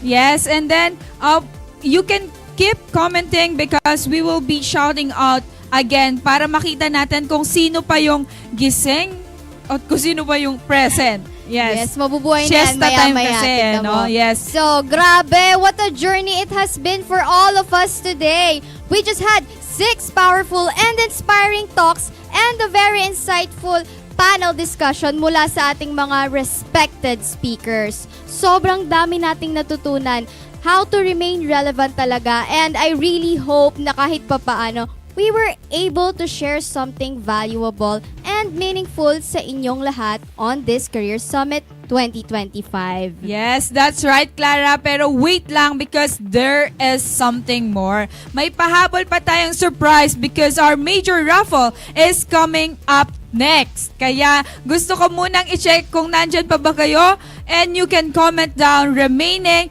relevant and hashtag raffleQT. And if you're still in the live stream, can I see some reactions? Send those hearts, likes, and kahit mag-comment kayo ng kung ano-ano Visitor and roomies, Yes. mag-ingay! Yes, isang bagsak nga, tech tip. Yes, boom. Sumabagsak. Go! Yes. Yes, ayan, I can Grabe see. na ang tech from Coach A. Yes. Yes, isa pa one daw. more Take time. two. Take One. two. Isang bagsak nga, tech team. Yes. Oh, happening live, no? Grabe.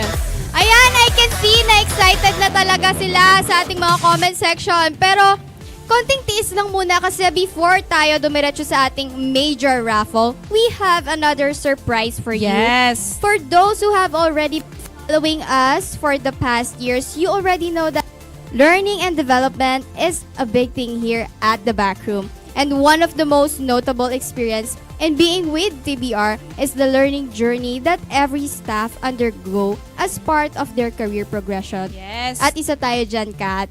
Kaya we are proud to say that every staff here in the Backroom is a world-class professional. Tama That's ba, right, roomies? Clara. Kanina pa akong yes ng yes because I agree with you, because the good news is we are now opening the doors to career progression and competency development for every Filipino professional out there. Kung ano yung program na we went through together, malalaman nila kung papaano ba ka-influential and informative yung mga programs natin here that they have produced us and many more professionals here in the BPO TBR. And for our just visitors last year, also, yes. be prepared to be a world-class professional. Yes, and just last year we are yes, and this to walk us through it, let's all welcome back for our Director of Learning and Development, Mr. Miguel Serrano, CPA. CLDP. Nabilaukan po yung host na. Okay, nasan ba ako? Ayun, nasan ako? Ayun, so thank you so much, guys. Andito na naman ako para kaka-speech ko lang ilang minuto pa lang. And yeah, actually the Backroom through this Career Summit, okay, isa to sa mga, teka lang. Balik mo muna. Balik. Yan, sige, konti pa. Yan, okay.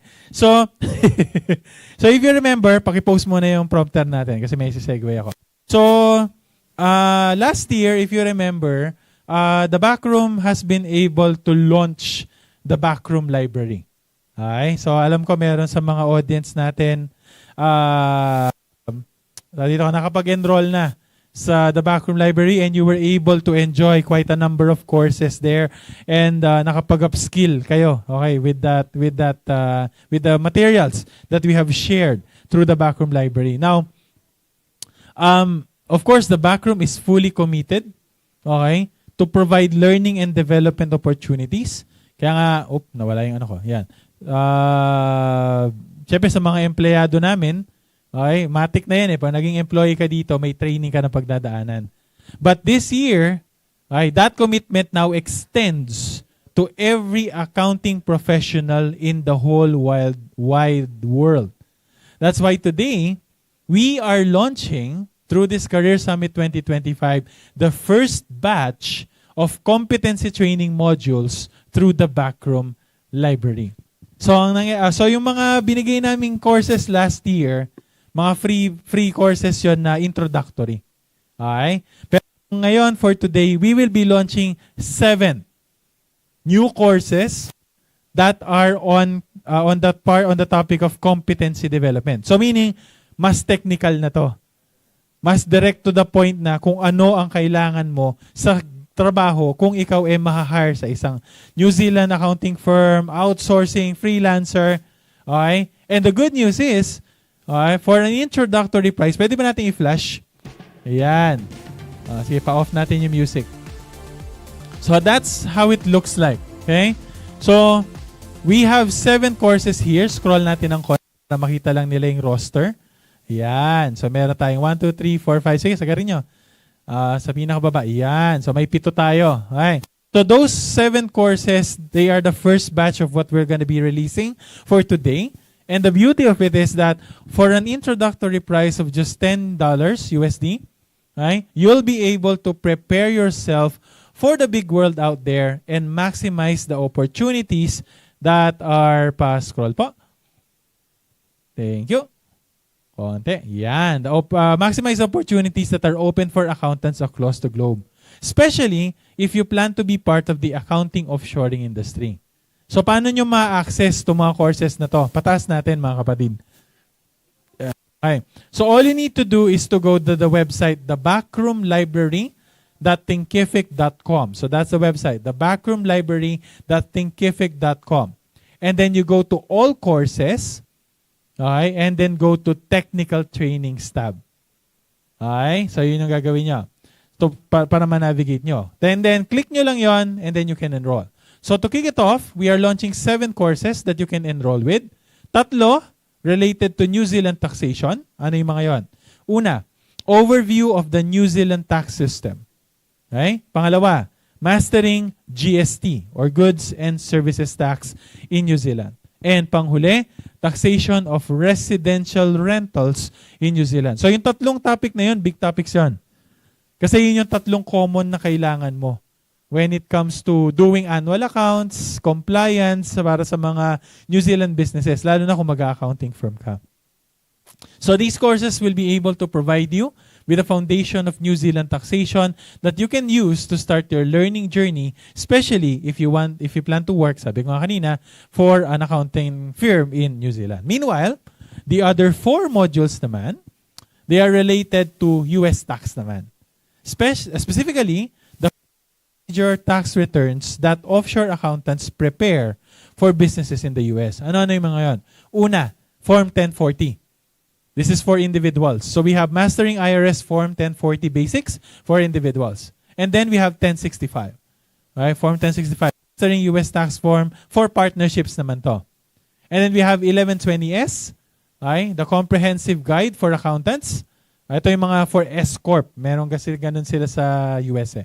And then yung 1120 naman, this is for US Corporate Taxation. So, once you're on that page, yan, nakikita natin ngayon, you can just click off any of those courses. Samplean nga natin. Click tayong isa. Okay? And then, click tayong isa, mga kapatid. Loading ba? Yun. Okay. And then, you'll see the coverage sa bandang baba. And then, yan. So, makita niyo dyan, ano yung coverage. Sige, baba niyo pa. Yung topics. Yan. Nakita niyo yan. Yan. Naka-breakdown lahat ng yan. And then, kung babalik ka sa pinakataas, ay, makikita niyo doon, nandun yung buy button. Okay? So once you click that, you'll be able to enroll yourself. Okay? Ano nyo like credit card. And then gain access to the comprehensive learning content that each course offers. So keep in mind, naka-introductory price tayo. $10 for each course. Less than 500 pesos o mga 550 pesos for a comprehensive training module. That's nothing. Isang beses ka lang mag-Jollibee, ubos ang 550 mo. But magagamit mo to for you to be able to upskill yourself. And also, keep in mind that this is just the first batch. Okay? Kasi we will be launching more for the next couple of months. So, we can help you maximize the opportunities out there for Filipino accountants in the international accounting stage. So, I hope ako, excited ako, okay, na i-launch ito. Kasi marami tayong matutulungan. Hindi na lang tayo nakalimit sa mga empleyado natin. Okay? Sa kahit sino, kahit anong balak mo sa buhay, kung gusto mo magkaroon ng opportunity on a global sense, we have these courses for you. And I hope you get as excited as I am. Okay? So, I hope you maximize these materials. I hope you enroll. And we are very much looking forward to meet you at the Backroom Library. So, ayan. Maraming salamat po. And back to the hosts. Thank you so much. Thank you, Sir Mix. And we're very much excited too because we've gone through training here and grabe din talaga yung binibigay nilang training dito. Hindi ka papalabasin sa training ng hindi mo alam ang ginagawa mo. So, thank you so much again, Sir Mix, Sir Rano. And this is a big opportunity for everyone to upskill and develop competencies that are of high demand in the global accounting market, especially in the BPO. So, you may enroll now. And yes, eto na guys. We're down to the most exciting part. Who's ready to win our Ang dami major na exciting raffles? part. Pero ito talaga yung part na alam kong inaabangan ng mga visitor natin and our roomies too. Yes. Let's just quick reminder lang po na sa ating mechanics, just like our earlier raffle, the rules are very simple. We'll be using the wheel of names, and once your name is called, you'll have to answer within 30 seconds to type the word winner or WINNER in the YouTube live stream chat box. And again, make sure to comment winner within 30 seconds or else sayang na naman. Like yung mga earlier natin na winners. And make sure na registered kayo. No? Kaninang umaga. Kasi hindi kayo talaga qualified kapag hindi kayo nakapag-register. So, ready na ba ang lahat? Pakita nga natin sa comment section yung pagmamanifest natin by replying #RaffleCutie. Yes, on time. Let's go, tech team. Yes, patingin nga ng mga comment. And before that, raffle prizes for the backroom employees and public or the TBR visitor and TBR roomies. Ito po yung mapapatalunan pa natin aside from 200 pesos earlier and 500 pesos for the TBR roomies earlier. For the public or the TBR visitors, we still have 5 winners of 500 giveaway credits. And 2 winners of 1,000 giveaway credits and another 1 winner for 2,000 pesos or giveaway credits. Okay, check nga natin sa ating comment section. Mga nagre-reply ng #RaffleCuties. And for TBR roomies, ito pa po yung mapapanalunan natin. Aside from 5 winners for the 500,000 pesos, 500,000. Wow. Nagabono pa ako. Bigatel. Nagabono pa ako. Mahirap-hirap yan. 500 lang na 500 pesos. Another 2 winners for 1,000 pesos and 1 winner for 5,000 pesos.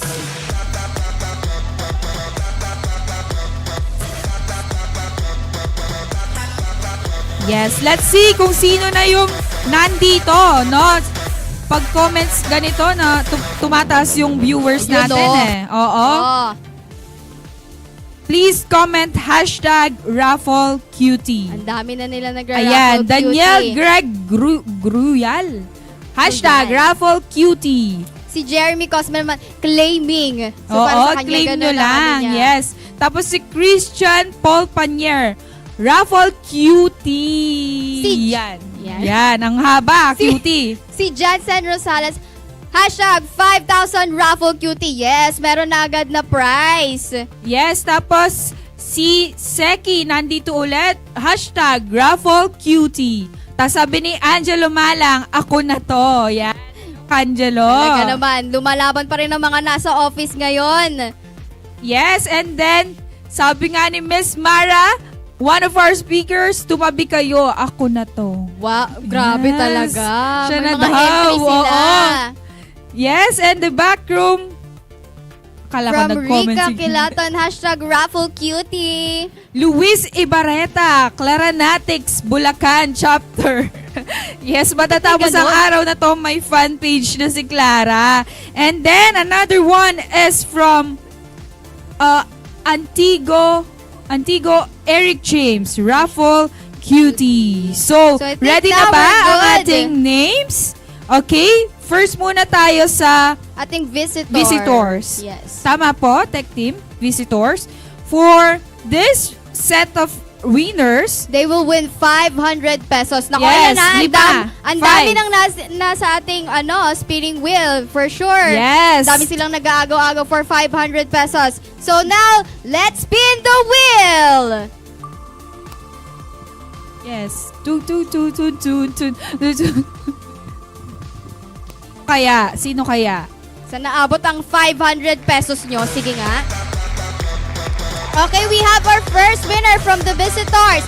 Miss Michelle Ann A. Casimiro. Kindly comment po sa ating comment section the Pa-comment word po ng winner. within 30 seconds. WINNER. 30 seconds. You have 20 seconds more. Michelle Ann A. Casimiro, where are you? Okay, the-comment na niya. Okay We're na. good. Congratulations, Miss Michelle Ann. Okay, moving on to our next winner of 500 pesos. Let's spin the wheel! Yes. Sana mapili na, sabi ni Angelica Elagores. Sino kaya yung winner natin? Yes, another winner is Miss Stephanie Alata. Stephanie, are you there? Please comment down winner, WINNER. Confirm. Yes, Ang okay. bibilis na nila Oo. ngayon. Iba talaga pag major raffle na. Napaka-active talaga. No? Talagang hinihintay nila ito. Stay update, stay relevant, Yes. may pera ka pa. Sabi ni diba? Payawal Prince Dinyo, sana all. Sana Yes. all. Next winner, let's spin the wheel. Sino pa kaya? Sige, manifest lang, hashtag raffle cutie. Sabi ni Angelo Manlang, ang dami, paano ako mananalo? Hindi na namin yan problema, Angelo. Next is Aina Plopino. Congratulations! But before that, comment down the word winner to lock in your 500 pesos. Miss Aina Plopino, you have 25 seconds to go. Yes. Ayan, si Payawal Prince Dinyo, sabi niya, kanina pa ako. Yes, Car Angel Abanes, ako naman po, please. Meron na po? 7, 6, 5, 4, 3, 2, 1. Ayan. Let's spin the wheel again for the third winner. Ayan, dapat mabilis yung mo at mabilis yung internet speed. Very good yung dalawang nauna. Yung kanina, difference lang ng 2 seconds, hindi na natin tinanggap because we also have timer here. Okay, Next winner is Miss Feby Jane Branzuela. Miss Feby Jane, comment down the word winner to lock in your 500 pesos. WINNER. Sabi ni Jeremy Cosme, eto Lord, na, ako na. Nagtawag, sabi ni Jeremy Cosme, Lord help. Nagtawag na talaga nagtawag siya. na. Tinawag niya na Just si Lord. manifest, guys. Nandito pa ba siya? Si Feby Jane Branzuela? Last 5 seconds. 5, 4, 3, 2, 1. Ayan, sayang naman. Let's give the chance to other people Kaya naman para daw. makarami-rami, let's spin the wheel again. For the fourth winner. Third winner. Sino pa? Si JM daw, wait, nasa CR po ako. Sorry na. Yes! Next winner is Sir Jedrick Jonicio. Are you there, Jedrick? Please comment down the word winner. Para Yes. naman ma-lock-in mo na ang iyong 500 pesos. You only have 20 seconds to go. Sabi ni Kate Valerie Nalus, ako naman, nag-coffee shop pa ako para dito. Okay, yung nakikonnect pa siya sa internet ng coffee shop. Oo. Let's go, Kate. Yung Kaya yan. mapapanalunan mo, pambabayad mo lang ng kape niyan. Okay? 4, 3, 2, 1. Nako. Ayan, We're still wala. at our third winner, no? Sorry sa kanila, no? Yes. We have to follow the rules. So, let's spin the wheel. For our third winner pa rin. Oh, ayaw ipamigay. Ayaw nilang kunin yung Oo, 500. ayaw nilang kunin. Parang gusto nila talaga yung 5,000 eh. Ako nata yung susunod. Okay. Next. Oh my gosh! Oh, yeah.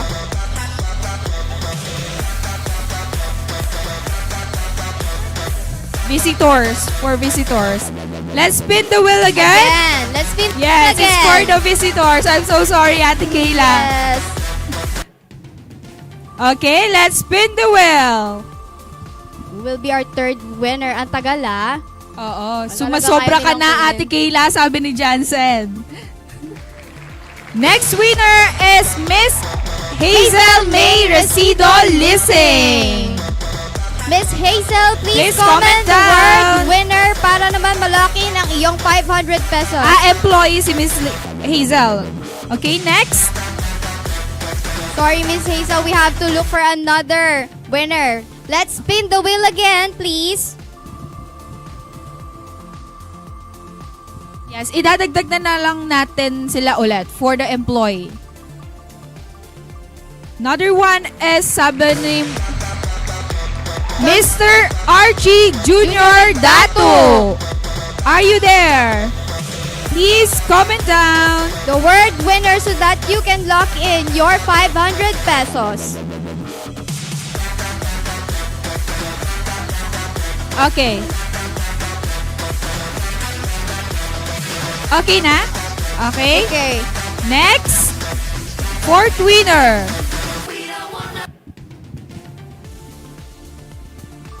Yes, fourth winner na tayo. Visitor daw si Miss Hazel May Lissing. Next winner is Sir Noe Alan Ogayon. Sir, no. Please comment down sa ating comment section ng word Yes, the please winner. confirm Miss Hazel. Within Employee. 30 seconds. You have 25 seconds to go. Old employee, pero good siya. So, isang winner na lang pala because Miss Hazel was a visitor. Yes, it's a visitor. So, Miss Hazel, we will be messaging you. Ba si Sir, no? Yes, Miss Noe. Last 10 seconds. 10, 9, 8, 7, 6, 5, 4, 3, 2, 1. Ayan, wala siya. hindi niya Sorry. na-comment ang winner. Sabi ni Rinoa Zion Sion, Hoy, Noe, kunin mo yan. Ako, kilala niya. Okay. Oo, You have last to- one pa niyan, no? Last one pa. Let's spin The the wheel. wheel. Sino kaya? Nagbigay na ng kandila, oh. Si Jansen Rosales. Lahat na ng emoji ginamit na niya. Okay? Oo. Ang dami. Congratulations, Mr. Chris Lawrence Agraciada. Yes. Please Yes. comment down the word winner para maklaim mo ang iyong 500 pesos. Please comment down. And just a reminder din po, kay Ate Kayla, i-add back po yung name niya. Okay? Thank you po. Yes? Payawa Ako. Prince Dino, pang Jollibee lang 10 seconds to duty. go.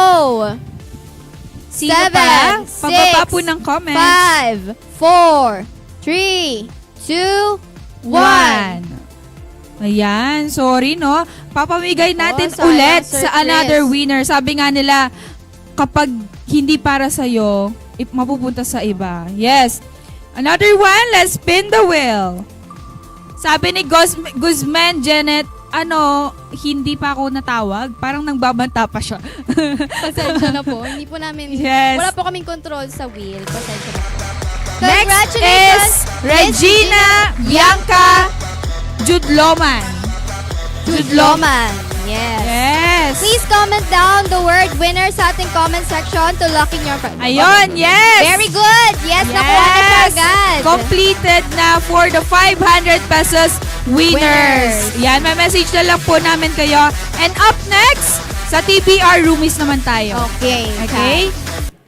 For TBR roomies, ang mapapanalunan po is 2 winners of 1,000 pesos. Ang ating mga roomies, mag-ingay! Pa-comment nga kung nandito pa ang ating mga TBR roomies. #RaffleCutie. Ayan. Please comment down below and let's spin. Okay, wait lang daw. Sige. Makita mga comments na ating mga roomies. Oo. Pababa po ng prompter. Yeah. Ay, ano po? Opo. Yes, thank you. Hindi pala prompter to. Yes. Live comment section. The live comment section, please. Yan, Okay, Jansen now we're Rosales. good. Let's go. Tas sabi ni Kayceline Panaligan Villegas, pag sa raffle, hindi napipili yung pangalan ko. Pero sa pag-index card, Gina G. Oo, tama nga naman. And then, Leia Victoria is also here. Raffle Cutie. Jayna Marie Suba, Raffle Cutie. Julian Debu, wag na raw pong spin, sabi ni Mariel. Siya na nanalo, sabi niya. Oo nga, nandito yung... Kaya naman, our wheel is now ready. We will spin it. Let's spin the wheel. Yes, first winner of 1,000 pesos. Grabe, patas na ng patas sa mga prizes Sino natin. kaya? Kat.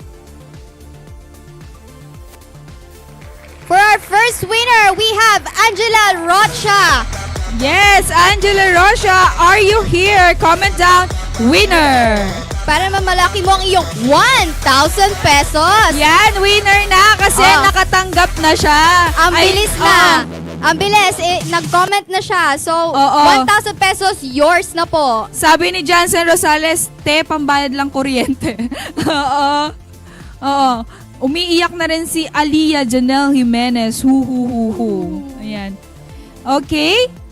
Okay na si Miss Angela Rochelle. Tapos si Welly Yumul, where na me? Hindi rin namin alam where na you. Okay? Okay na po. Last winner of 1,000 pesos. Wait lang. Para maging exciting, pwede bang pa-flood muna ng comment section kung sino ang gustong manalo? Yan. #RaffleCutie. Okay. Akin na yan, sabi ni Jansen. Si Salem Borja. Si Sir Talaga, Salem. lumalaban talaga mga nasa office today. Erica Tolentino. And then, Jansen Rosales. And Mark Ian Banyaga. Flood. Oo nga naman, tama sabi mo kasi flood. Oo, Flood tinype niya, flood. Yeah. Oo. Tapos, Mark Ian Bagash. Flood. Ito yung sinabi niya. Okay? Flood din yung kanina yan. Oo. Okay na, tech team po. Yes. Let's spin the wheel. 1,000 pesos. Sino naman kaya ang last 1,000 winner? pesos. Lumagpas. Oh! Ayan na nga! Yan na nga! Si Sir Salem Borja! Mukhang malaki ang pangangailangan. Oo! At talagang nag-comment dito sa pakita nga comment. natin! Congratulations, Sir Salem! Bills is waving, sabi niya. Congrats, sir! Comment winner! You have 30 seconds. Okay na. Okay. Ang bilis naman talaga. Oo. Iba yung mga swerte talaga yung nasa office ngayon no? Oo. Sabi ni Jansen Rosales, Sir Salem, bakit? Kasi mataas nga po ang bills daw. Okay? For the public or the visitors, let's go for two winners of 1,000 gift cards or pesos. Okay, for ano na po to? TBR visitors ulit. Okay? TBR visitors.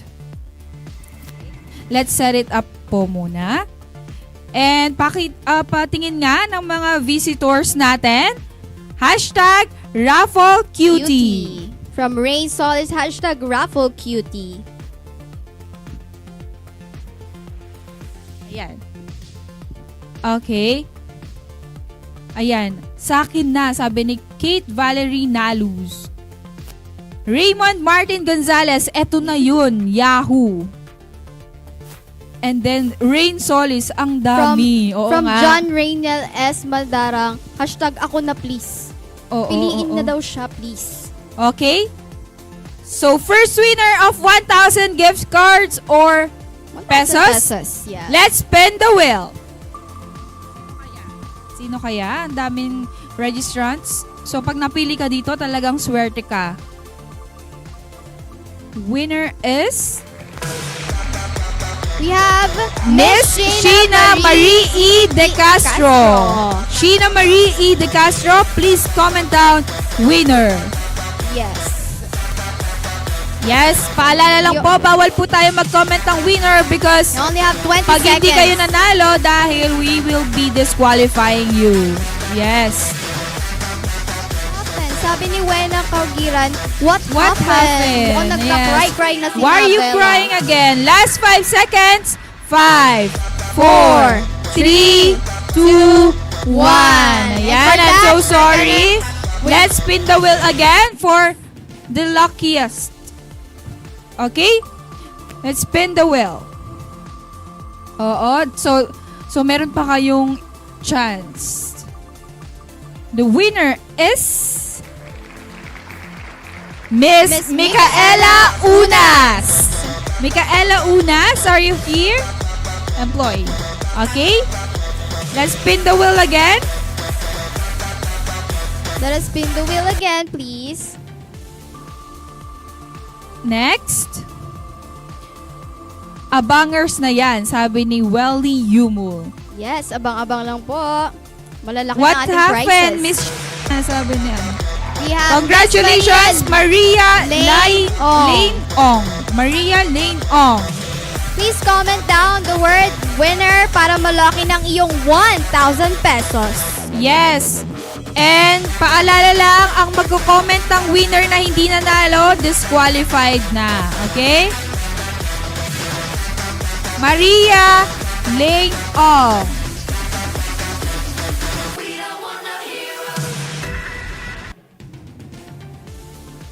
Okay, 15 seconds. 10 seconds remaining. 10, 9, 8, 7, 6, 5, 4, 3, 2, 1. And I'm so sorry, Miss Maria, because we will be having another winner. Let's spin the wheel. Nako, you need to comment po the word winner. Oo, sabi ni Yes. Miss Rain Solis, ayaw nyo. Sa akin na lang. Next winner is Cleo Jane Castro. Please Cleo Jane comment Castro, the please word comment winner. down. The winner na word po yung i-comment kapag nanalo. Kapag hindi po nanalo at nag-comment ng winner, disqualified. Yes. Oo. Okay? 15 seconds pa. Miss Habol Cleo na, Jane Miss Castro, Cleo. are you here? Yan, tandaan natin, wala pang nananalo dun sa 1K na dalawa, no? Dahil wala sila halos. Okay? Miss Cleo Jane Castro, wala na. 30 seconds na, partner. Oh. So, let's spin the wheel for another Again. winner. Let's spin the wheel. Ayaw nila ng 1,000 pesos. Oo, gusto ata yung 2K. 2,000 oo. or 5,000 ang tina-target nila. Next. Sabi ni Rin. Okay. The next winner is Bea Melin Galuego. Bea Melin Galuego. Please comment down the word winner on our comment section para ma-lock in ang iyong 1,000 pesos. Okay. Very good. We have a winner. Congratulations, Miss Bea, for your 1,000 pesos. Yours. Yes. Ayan. So, last winner na for 1,000 pesos. Okay? Ayan, mag-manifest lang kayo dito sa comment section natin because we will be spinning the wheel. Ayan. Kuya Well, sabi ni Welly Yumul. Sana ma-choose. Ayan, paisa naman po dyan. Next winner is Erica. She's a TBR employee. So, paalala lang po, we are aiming for TBR visitors muna because we have another sets of winners sa ating TBR roomies. For our roomies update Yes. po, inayos na po yung mga names sa Yeah. Bill of Spin for the roomies. Okay. As of now. Tas sabi ni Payawal Prince Dinyo, ayaw ko na, sige na. Sabi niya, pinaubaya na niya. Okay, last winner of 1,000 pesos. Let's spin the wheel. Yes. 1,000. 1,000? Hashtag raffle cutie from Rain Solace. Winner is Mr. Gerald Dingle. Gerald Dingle, please comment down the word winner for you to lock in your 1,000 pesos. You have 30 seconds. 20 seconds to go. Miss Mara, may question tayo dito. Pag manalo pa sa minor prize, hindi nagkasama sa major prize, hindi na po. Yes, hindi na daw. Oh, isa-isa lang. 7, 6, 5, 4, 3, 2, 1. Ayan. Dahil dyan, we're gonna select another winner of 1,000 pesos. Let's spin the wheel. Yes, sabi. Paisa naman. Tapos may nagtatumbling pa talaga. Oh, Wena Kagurian. Next winner is Miss Ruth Sharina Lopez. Ruth Sharina Lopez, please comment down below the word winner. To win your 1,000 pesos. You have still 20 seconds. 15 seconds. Sabi ni Jeremy Cosme, para sa akin talaga yan. Sa mga nakakakilala kay Ruth, please message her. Yan. 2, 1, 0. 30 seconds na. Yan. Nag-in siya. Okay. Winner, Ms. Ruth Lopez. Pumasok siya sa time. Pasok. Okay. Grabe, time Ayan, buzzer. Congratulations, time buzzer. Buzzer beater. Ayan, grabe. pambili lang ng Zeus. Okay, let's go to the prizes for TBR Roomies. Ano na ba yung next prize? Ayan, next prize is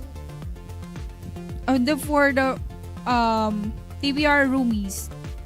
We have one winner of 5,000 pesos. Or una muna natin ulit yung for public. Yung 2,000 gift. Okay. TBR visitors muna tayo ulit because pangmalakasan talaga yung 5K. Habang nandiyan na yung natin, wheel natin. Yes. So, again, this is for TBR visitors only. Okay? So, eto na yung grand prize nila, which is the 2,000 giveaway credits or pesos. Okay? Okay na ba? Huwag na nating patagalin yan. Let's spin the wheel. Yes, dapat mabilis kayo because within 30 seconds, dapat makapag-comment ng winner. Yan, sana mabunot na. Sino kaya ang napakaswerte? For 2,000 pesos, Mr. Norme J. Miss H. Gabotero. Norme J. Gapotero. Norme Joy, can you please? Norme J. Okay, good. Okay, nandito siya. She Yes, commented very winner. So congratulations, you have won 2,000 pesos. Winner na winner. Yes, last winner is from the TBR Roomies na, which is the 5,000 pesos. Patingin nga ng mga comments for manifestation. Let's go, Roomies! Yes, hintayin muna natin sila mag-comment lahat. Okay? Manifest Yan, the mine, 5,000 pesos. sabi. Jansen Rosales, mine. Yan. Jessica Escalante, sana si Jansen na yan kasi what if mag-cry na lang siya? Oo nga, kanina pa siya sa comment section. From Aliyah Janelle Jimenez, mine 5,000. Cutie. Tapos, sabi ni Kazeline Panaligan Villegas, akin na to. Ayan. Tapos si Ariat 5K Cutie, talagang buhay pa si Ariat sa comment section, no? Yes! From Dalian Marie Villog, claiming it. Yes, nagmamanifest na talaga mag-manifest sila. muna tayo para maging mas exciting. From Christabel Elizabeth Pedrina, sabi niya, still. Naman talaga, parang ano, no? May Online nag-mind selling kasi na to. kanina, magsistill daw siya. Oo. Erica Tolentino, nag-heart siya. Heart. Okay? Let's spin the wheel na ba? Ready na ba kayo? Kasi Excited ready na ba? na ang ating spin the wheel. for 5,000 pesos. Let's spin the wheel! Yes, sino kaya? Oh my gosh! G, 5,000! Talaga naman. Sino? Who's that? Oh my God! Ayan na! Sa sobrang ingay sa comment section. Congratulations! Jansen Rosales, ikaw na talaga. Thank you, Lord! Sabi niya. OMG! Oo nga, OMG. Oo. Malas talaga si Julie kasi kasunod yung pangalan niya. Yes. Oo. Talaga OMG naman. winner. Congratulations, Jansen Rosales, to our roomies. Naging worth it kung pagiging active niya. Sabi na ni Jamara, di na siya magka-cry-cry. Oo. Sabi ni Julian, hoy, ang malas ko naman. Oo nga, kasunod na yung pangalan. Yes, Jansen Rosales, para sa'yo talaga ang 5,000 pesos. Winner na winner. Ayan, congratulations once again to all our raffle winners, and our organizing committee will be in touch with you shortly to provide instructions on how you can claim your prizes. Before we officially wrap up today's summit, please don't forget to fill out the final attendance form linked in the comment section. And nakapin na po siya sa taas, and this serves as our evaluation form also, and it's required to complete your official attendance for today's Career Summit. Yan, thank you po. Don't forget po na mag-attendance. Yes, please accomplish this until 3:45 p.m. para naman. Yes. Kasi within that time, magkuklose na po ang ating form. Yes, and now to formally close our event, may we invite the Backrooms Company President Director of Company Training. Manager of Training and Development, Miss Laylin Limpin, CLDP.